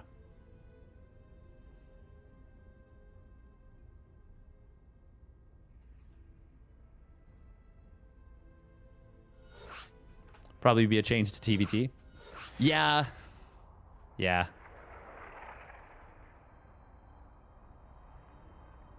The thing is, TVT is a bit of a... TVT is definitely a bit of a juxtaposition for StarCraft 2, because StarCraft 2 is such a fast game. Like, so fast-paced. But in TVT, you have to be a lot more methodical and, like... You know? Breathe in, breathe out. Thank you very much, Lithanos MD, for the tier 1 resub at 53 months. Exclamation trigger.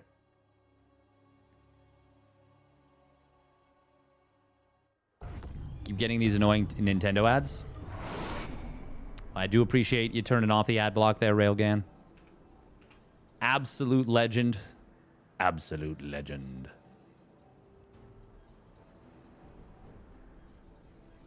All right, here we go. Sawning down in the bottom left for Psystorm Gaming. It is MaxPax in the red. And his opponent is spawning up at the top right for Basilisk. It is Trigger in the blue.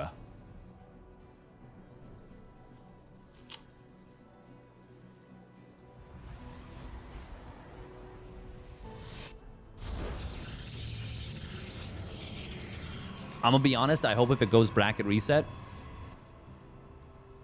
MaxPax just wins this game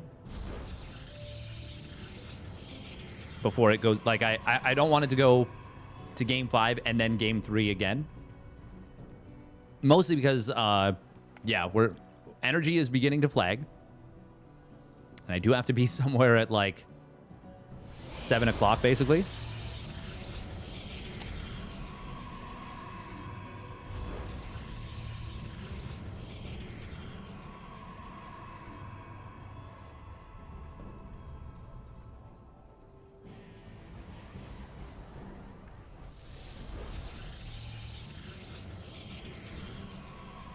Beep, beep, beep. Bzz, bzz, bzz.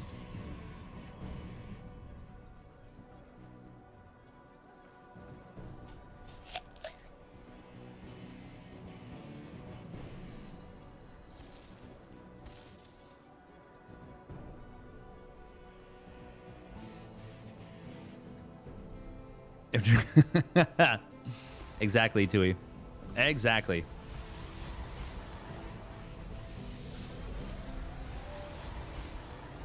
Man, Trigger was so close to being up, was he 2-0 in this series? So close. Eating on stream. I know, so unprofessional. I'm so sorry. I am actually. I'm not, like, not being a...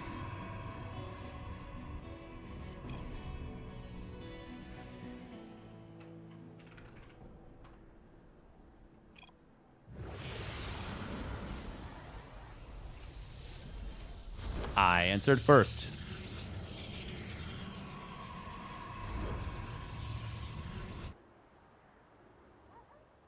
Haha, this 36-year-old has the quickest reaction time out of all the old timers. Nope. That's not even true. Actually, I probably do have a very quick reaction time. Generally speaking. Oh, trigger. Okay. Yeah, he is going for it again. This is just going to be a straight 4-gate. Straight 4-gate? Yeah.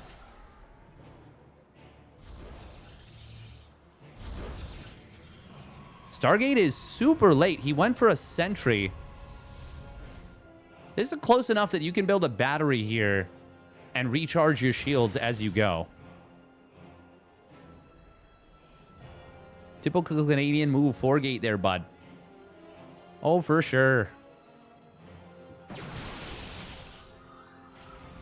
2 shield batteries already done. 3rd one in production. Well-placed pylon. All the checks being ticked in the boxes. Void Ray chronoed. He's proxying a robo too. Hello? We can't afford this. Does he want to... Maybe he wants a warp prism. Act as a bit of a blink of his own. Force field does not quite manage to get a kill on a stalker. There is that 4th gate completed. 2nd gate on the way for MaxPax in the background. Trigger is trying to bait out the force fields. Oh, he gets the kill on the Void Ray. That is probably going to be game. Oh, wow. MaxPax was not expecting Trigger to just walk up and punch him right in the jaw. Everybody has a plan till they get punched in the face. And Trigger says, ha-ha, boom. Pop, pop. Damn. Well, that was just no hesitation at all. Just cheeky little wazzle wuzzle.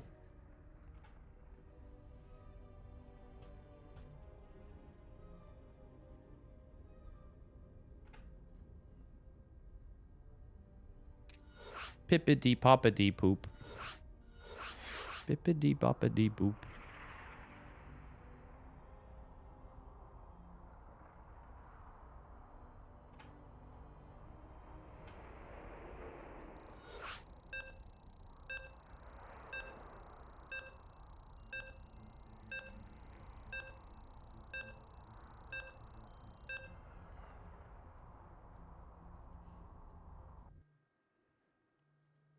Am I the youngest caster in this match? Not even... Surely not. Not even close. I don't think so. This is what happens when you fight a hungry guy. Yep. He consumes you. Who is playing next? Well, this would be the last series of the... Or last game of the series. And if they do play another one... It would be the same players.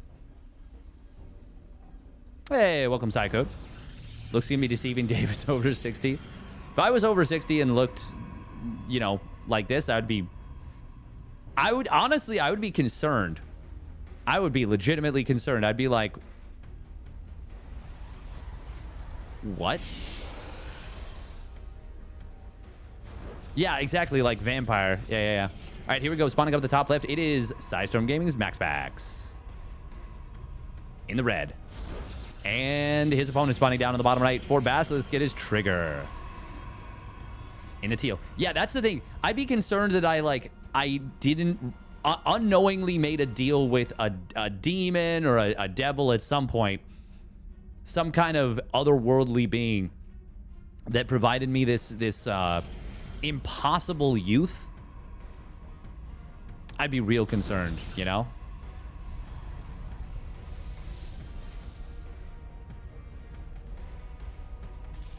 Not a Texio. Oh. There was an opportunity to potentially pull probes and kill that. But obviously that's not MaxPax's style.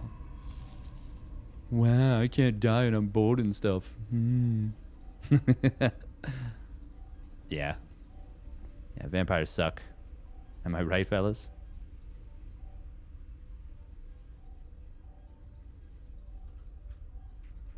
Showing teal. Ha. Ha.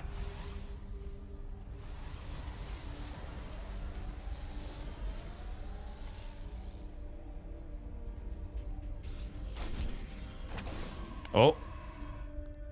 Are we going to... looks like we're not going to see a proxy this game. Looks like we're not going to see a proxy.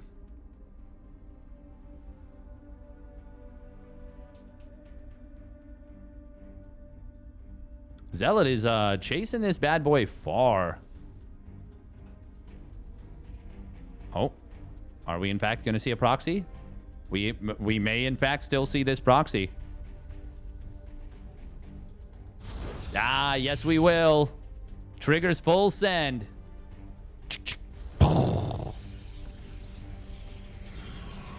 Did you get your wisdom teeth from me? That's where wisdom comes from. Nice.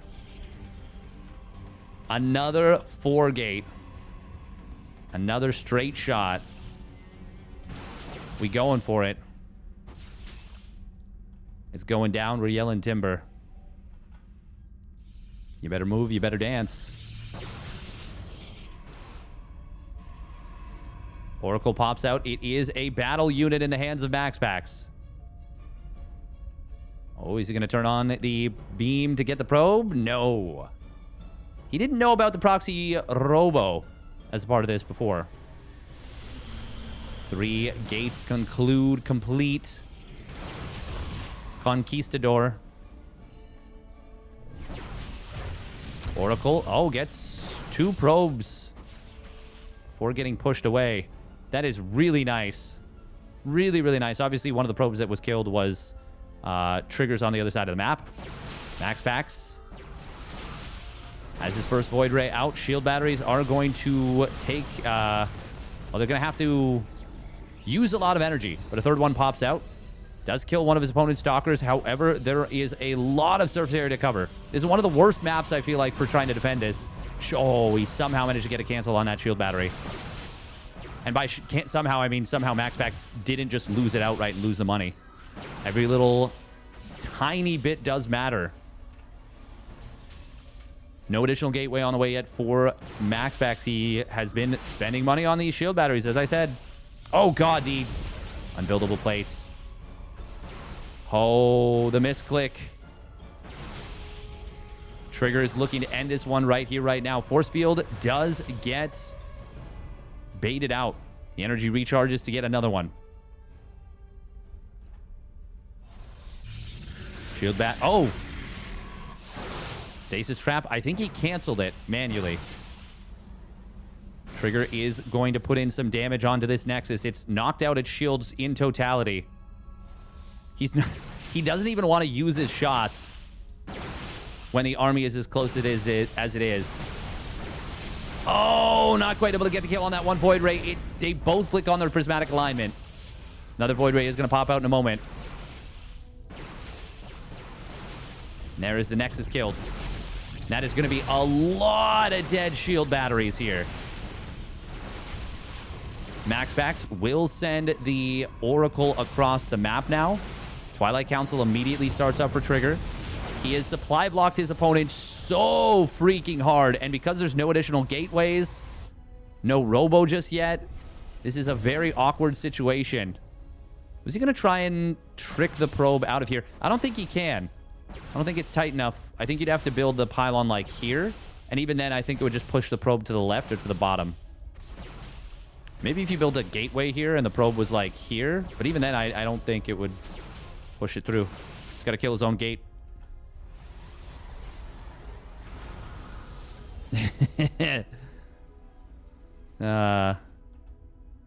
It's effective. It's effective, CN Toxicity. This is, I think, the only way to really kill.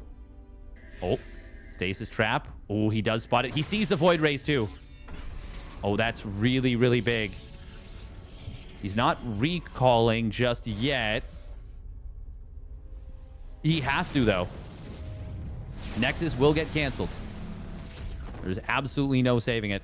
Please recall Trigger. Please? MaxPax just killed 2 of his own probes, surely. No? No, wait, where did 2 probes die for MaxPax? He has to have killed 2 of his own probes. Because of the cancel from the Void Rays. The Nexuses are identically timed. Blink is going to complete, but not in time to punish the Void Ray counterattack. Oh, 2 Adept shaded in. Yes, you are correct. Thank you very much. Yep. Real dumb. Real dumb. If it was my event, it would be the Steadfast Smooth Brain bouts. Not the Basilisk Big Brain bouts. Oh. Ooh. He could have blinked into the main there. Oh, God, don't blink. Don't blink. Don't blink. Does he see it? He doesn't see it. Oh, no. That's unfortunate. Oh, he triggers his opponent's barrier, though, on the Immortal. MaxPax is going to try and bully this away as hard as he can so that Trigger can't just blink back to the relative safety of the other Stalkers, but that is what's going to happen. Trigger has a golden opportunity right now. Oh, very nice reaction time. Almost gets the kill on the Oracle, but a very quick pullback and recall from MaxPax will save this. I'm sure he's looking for an opportunity to trigger those 2 Immortals barriers. Does get a kill on one of his opponent's Stalkers. Very nice. Blink is closing in for MaxPax. It's not done yet, though. Trigger can take another base. 3rd Immortal out is really good. Oh, nice job. Nicely done from Trigger right there. I don't even know if the Immortal actually fired the shot on that one. Baits out the Stasis Trappy. Oracle is going to cross the map. Trigger. Oh. God, trying to catch the Oracle of MaxPax is so frustrating.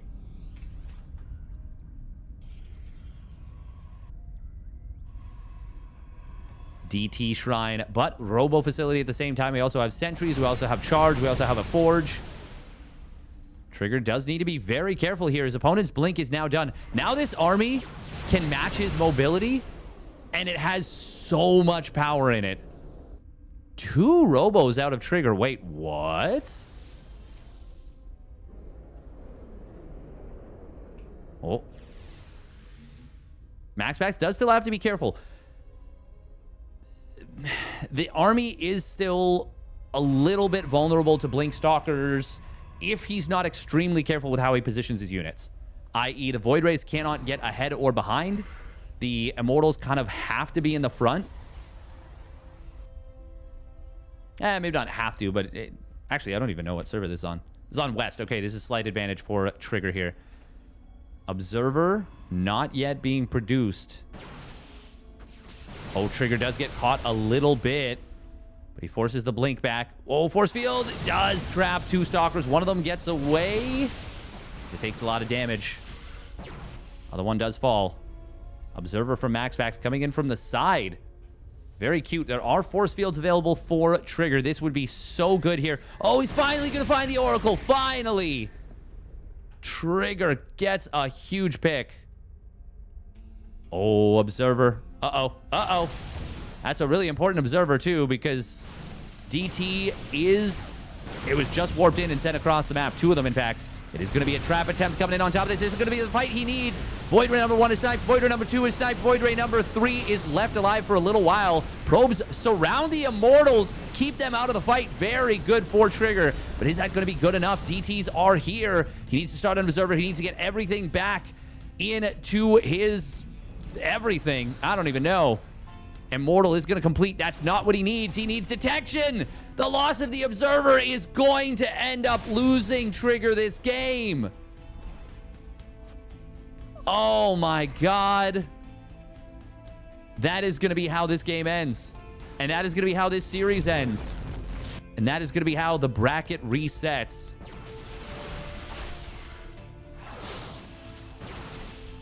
Probes are pulling.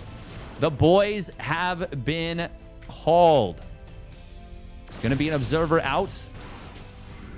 Kills 1 DT. MaxPax is... I mean, he's won this. He's won this game. And it's going to be another best of 3 coming up. Observers will go down, or pardon me, Immortals will go down on both sides. The probes are doing surprisingly well. I will say that. And there is a +1 weapons. If this were closer army supplies when he went for this, this might have actually even worked.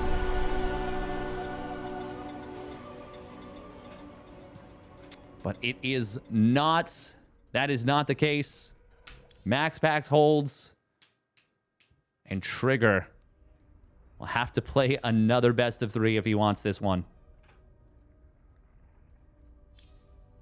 Damn. Damn. Not gonna lie, pretty epic games.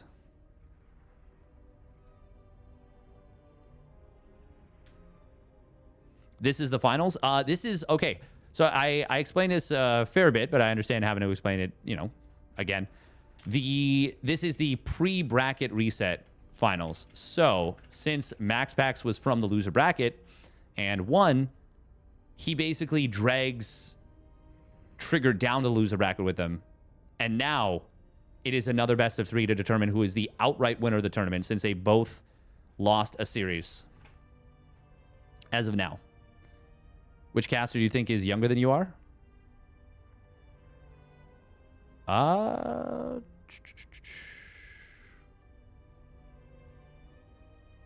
Actually, how many casters? I know Braddock is definitely not younger than me.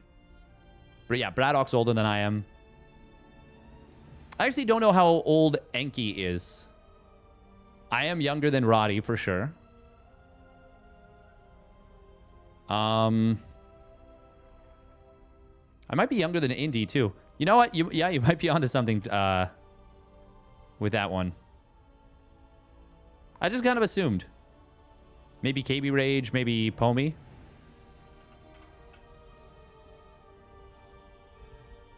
Nope, Pomi's older than I am. Oh, wow. KB Rage is also older than I am by a decent amount.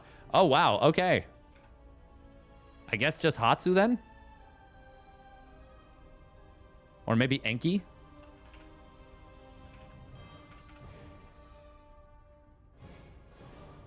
We don't know about Enki, I guess.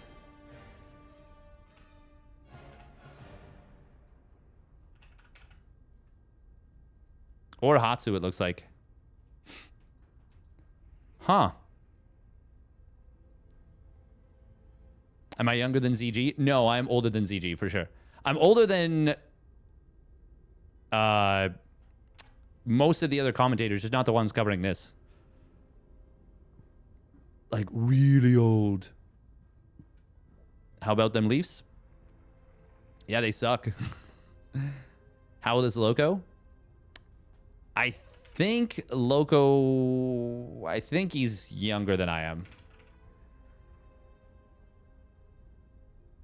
Yeah, he is 33. He is almost exactly 3 years younger than I am. Young gun. Yeah, seriously. That's why he was able to beat Doomrat.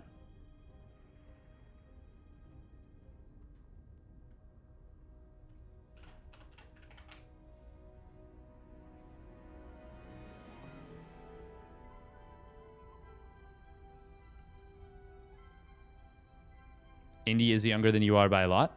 Wait, really? No? Is he? Oh, wow, he is. Why did I think Indy was older than me? Huh. Interesting. I'm pretty sure... Yeah, yeah, I'm a little bit older than Rubby. I'm sure that I'm older than Zombie Grub. Yes, I'm older than Zombie Grub as well. Tasteless and Artosis are older than I am, for sure.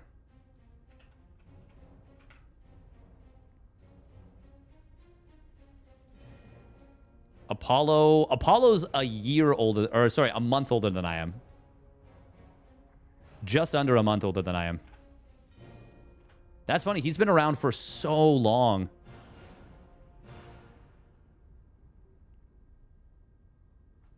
Isn't the voice actor you are?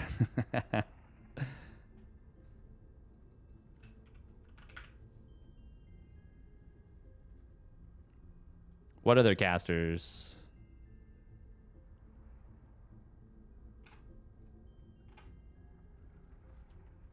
How old is Light? I actually don't know how old Light is. Oh, not that Light. Light VIP. Oh, he's only 31. Man, we're all in our 30s. I don't know if there's any caster who's younger than 30 at this point. That is kind of weird. That is kind of weird, you know? Oh. What are we looking for? Who else? Who else?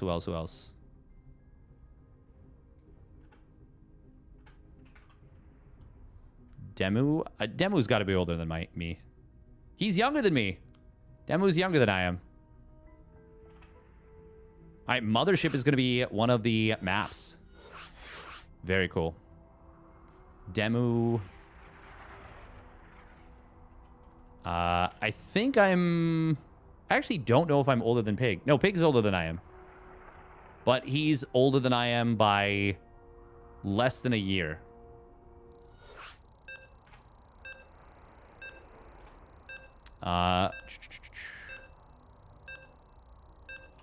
Wardy? Wardy's younger than I am. It's funny, basically, almost all of the English commentators are younger than I am. I think except Roddy.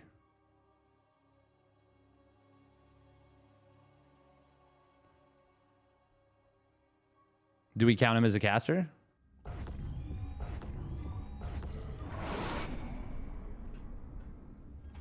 Oh, Bayo? I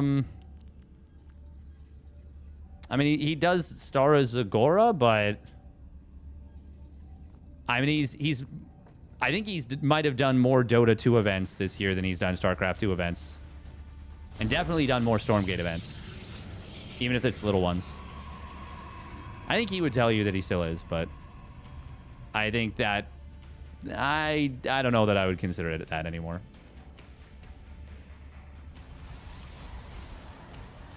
All right, here we go. Spawning down in the middle. It is Sidestorm Gaming's MaxPax. And his opponent in the top right of Mothership, it is Basilisk Trigger.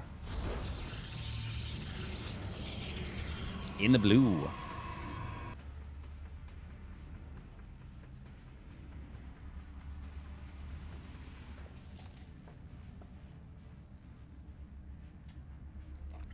Honestly, it's legitimately something I never think about.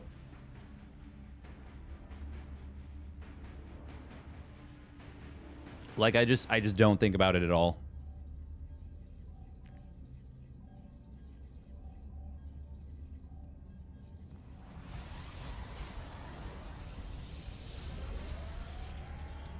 Oh, Redback Spider. Oh, no. Oh, no. It's going to be a Gate Nexus out of Trigger. Wow. Okay. Cool, cool, cool.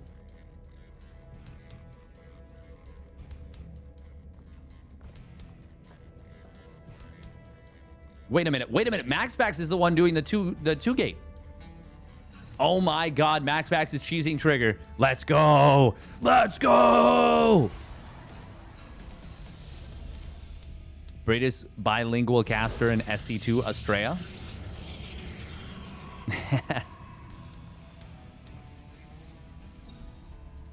I know he speaks English in Cutie Pie, but does that count? It's gonna be Proxy Robo. Proxy Robo-win. Both English and Canadian. For sure, bud. For sure. That is a pretty forward shield battery here. All right, MaxPax, don't reveal this. Oh. I'm here.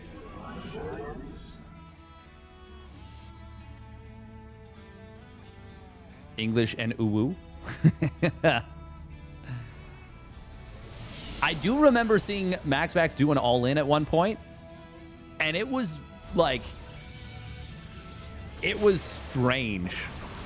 It was strange. It was not the cleanest thing I've ever seen. Badge, ugly sweater. Nice. Me too.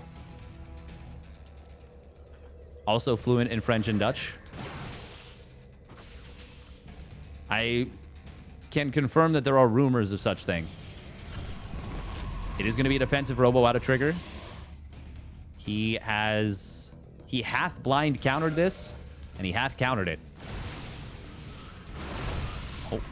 Oh, doesn't get the wall. Doesn't get the wall. The adepts are in.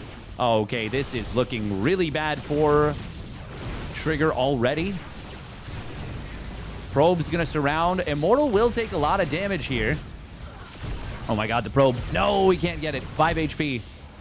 Just tap it. Lightly donk it on the nose. Prism completes. 10 probes go down. Trigger is building more workers. That, I don't think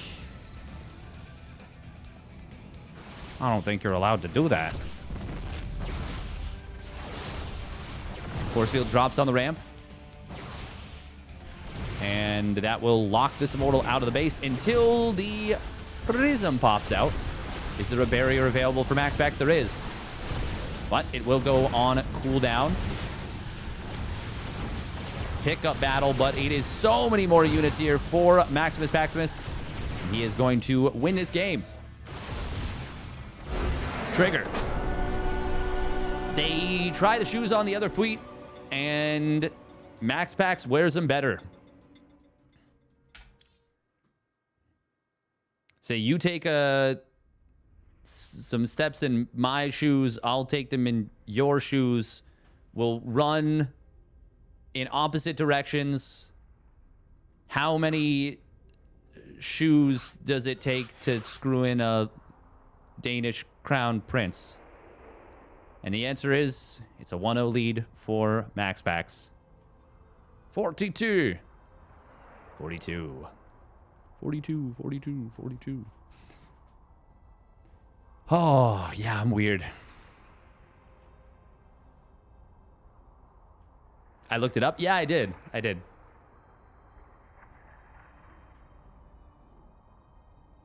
37 and feel old? Or 6'7". Nice. 68 plus or minus 1 is my favorite response to the 6'7" thing becoming a thing. Because it's like, now we have the ultimate funny number. It's 68, and then it's the plus or minus minus sign. Actually, we have the blackboard for this specific situation.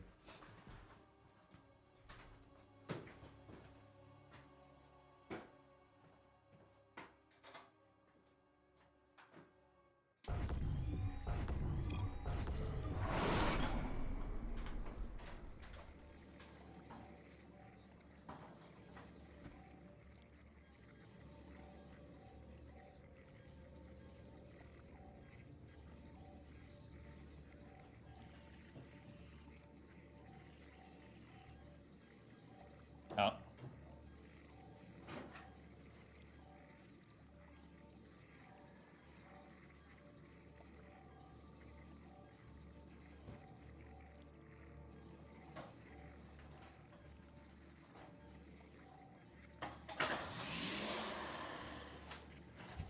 Perfect.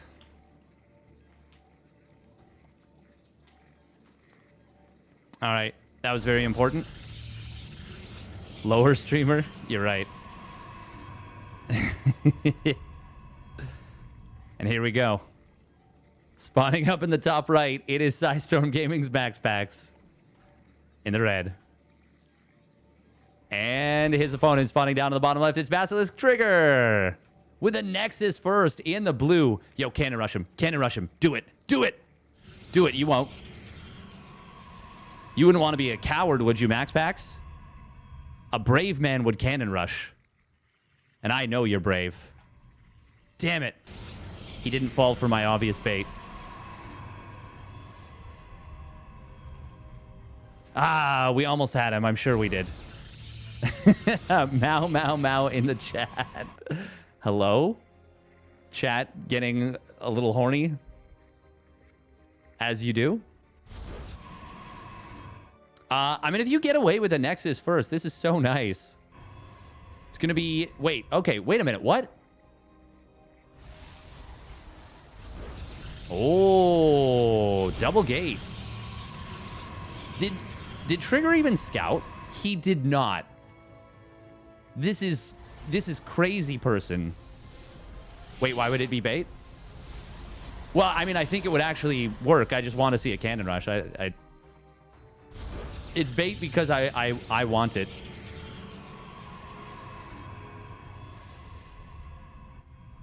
And MaxPax might not think it would work. And it honestly, there's a very good chance it would just be terrible.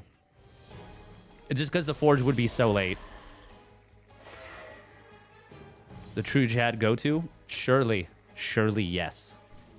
Yes. Pylon is going to get killed. Baits out a Zealot, but also Zealot will kill it, so... Oh, no! He's full-walled. The Zealot... it's fine. It's fine.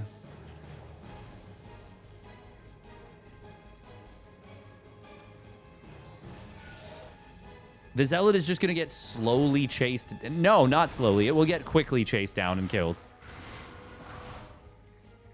No saving it.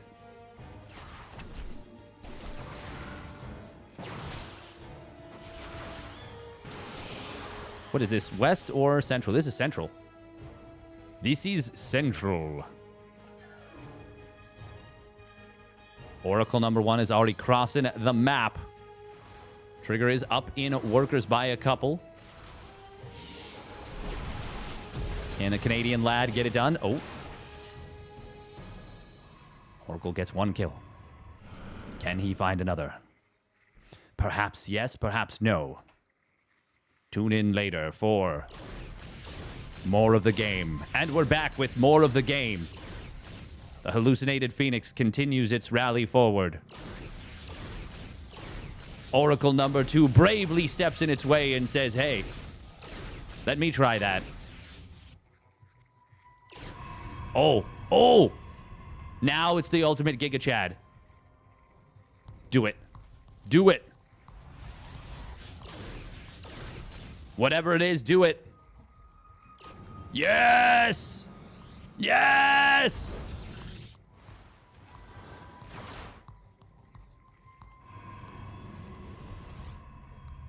Our pylon is under attack. Shadows.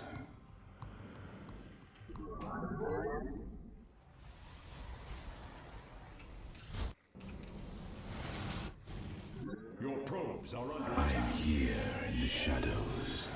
Oh, the double Oracle comes in.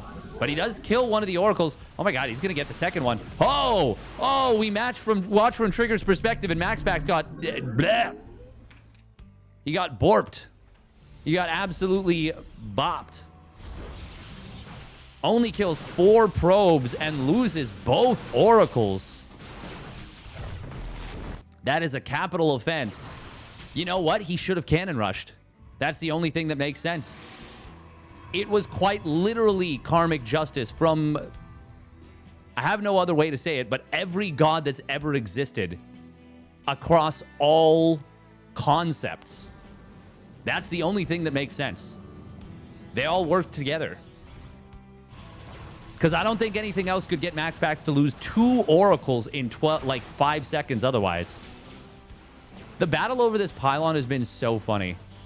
Cursed by Thor. Yeah. He was one of them for sure. And Vecna. Finally, this pylon is actually going to fall. These adepts will have their day. And that day's name?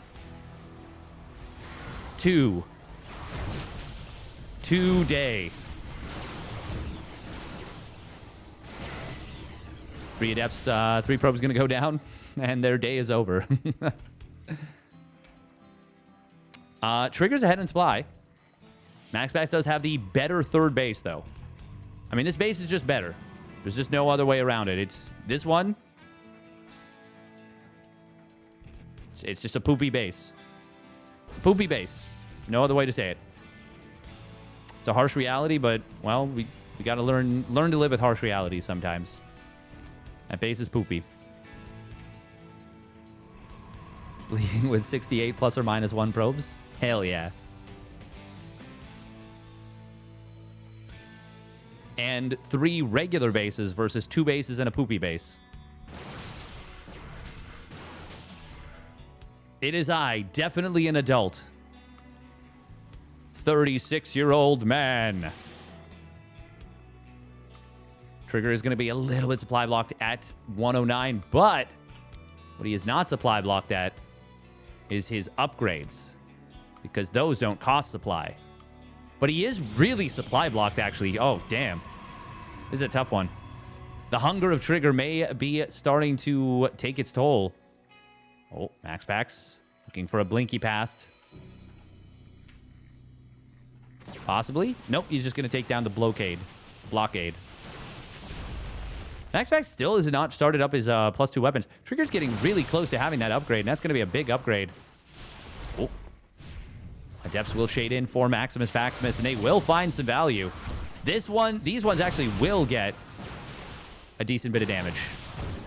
Oh, gets the 6th probe kill, even as it dies a horrible, painful death. She does? Unclear. +2 weapons finally starting up there for MaxPax, but it's late. Fight on the ramp. Guardian Shield going to be helpful here for Trigger. +2 weapons is going to be even more helpful. Can he force a game number 3? Making the max number of games played between these two.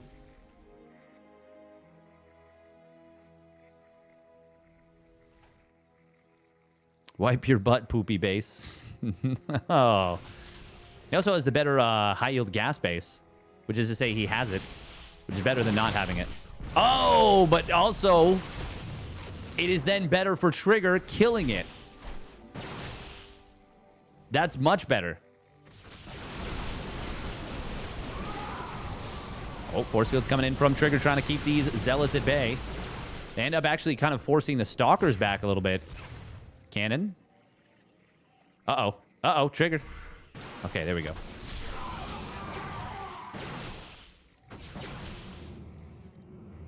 Will we get the game number 8? 8 of 8. Or will Trigger be unable to defend? MaxPax. Oh, he snuck past. He snuck past. Trigger is none the wiser. But is he about to be now Poggle the Deader? It's an instant recall coming in. +2 weapons will complete a little bit late.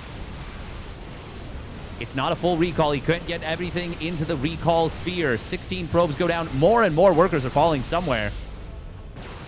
Link forward in on top of this Immortal. Can he get the kill? Nobody gets an Observer, and he actually will get a follow-up kill on the Immortal. I don't even know where all the probes went down, but they went down in droves. MaxPax is looking to make it happen. Trigger does not yet have his +3 weapons. MaxPax can sometimes get a little bit stuck on being overly aggressive in this matchup in particular, but it is Trigger who must do something to him. MaxPax getting it on top of the natural will be able to take down this cannon. Adept gonna warp in. She sucks. She's grossly outnumbered. That's not her fault. She doesn't suck for that. That's just the reality of the situation. It's not her fault. Leave her alone, Steadfast.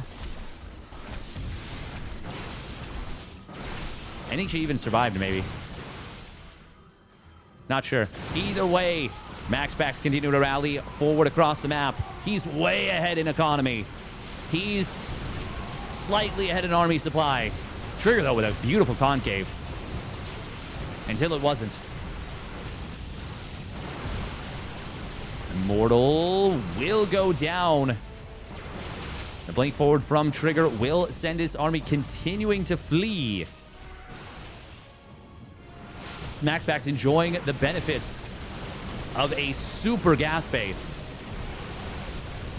MaxPax does have the better concave now, and he's got a Guardian Shield helping some of the fight. Both players blinking frantically, pressing that B and clicking behind them. Like the game depends on it, which it does. Immortal stays alive on 1 HP and 6 kills.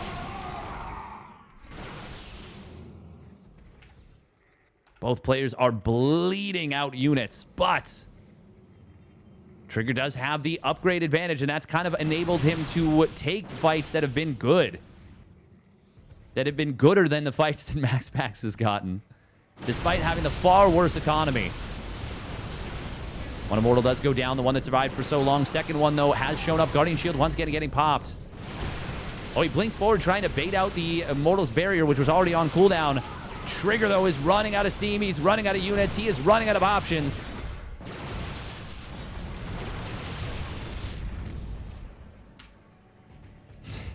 Players continuing to micro. And GG! It's all over! The game has ended, and one of the players has been victorious. The other one vanquished in defeat. The vaguely sarcastic casting has come to an end. It's kind of like a satire of myself. I don't even know. Anyways, long day. 5.5 hours of streaming. Good games. Best game of the day, Percival ByuN, hands down. Not even close. Such a good game. Back and forth. Forever. Somebody won! Yeah! Go sports! They're finally over! Oh. Well done by MaxPax. Well done.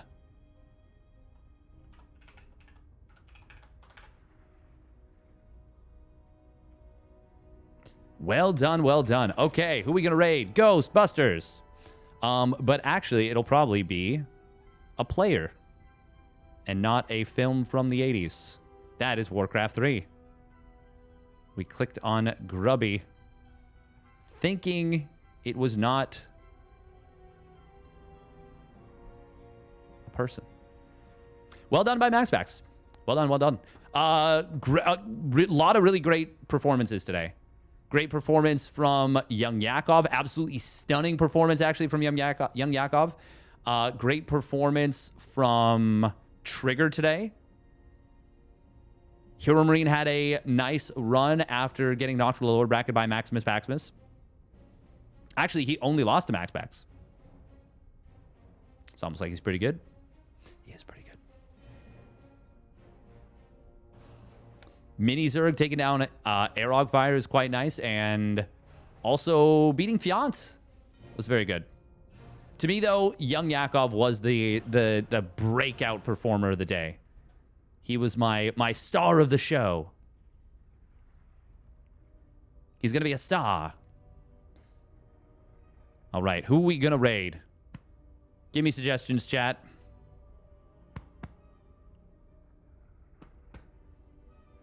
Who are we going to raid? It was action-packed game. Yeah, they were action-packed games. That Percival ByuN game was like, that had to have been the best TVT of the year, right? Because we didn't really have any amazing TVTs. Oh no, at EWC, Cure turning the game around versus Maru. Just for the impact of it. And also because I called it. Heh.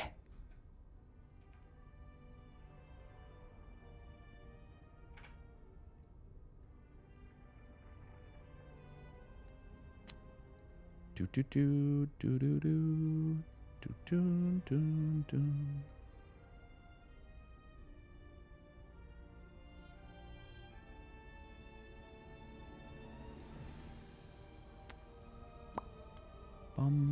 Okay, so we'll either raid up Dave Testa or Zombie Grub. Or Neuro. We can raid up Neuro. Neuro is playing Dota 2. Zombie Grub is playing Deadlock, if that's your thing.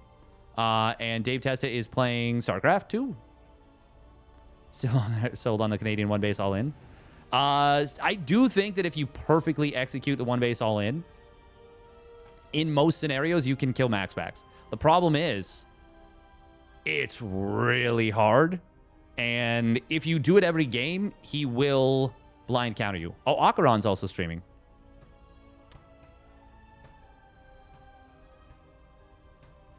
Is he? Is he streaming StarCraft 2? Oh, he is. Wait, he's playing Zerg.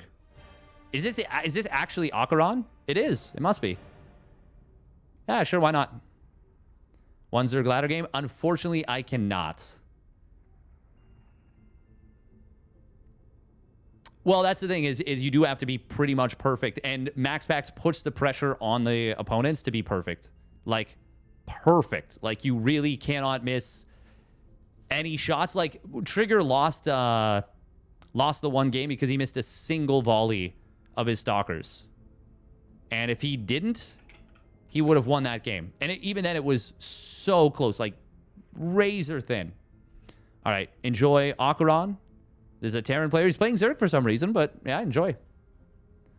I mean, he's obviously going to be a very mechanically skilled player, so yeah. Oh, this is part of the Spanish event where Vortex and Lucifron, well, Vortex specifically was streaming the other day. That is pretty cool. Okay, so plan is to, as long as I have the ability to do so, do a stream tomorrow with some replay casts. Get some of the really great games that were played. I didn't see most of them, or at least the ones that I'll try and find will be not seen. So if you actually do have any good suggestions from this week, would love it if you send them on the Discord.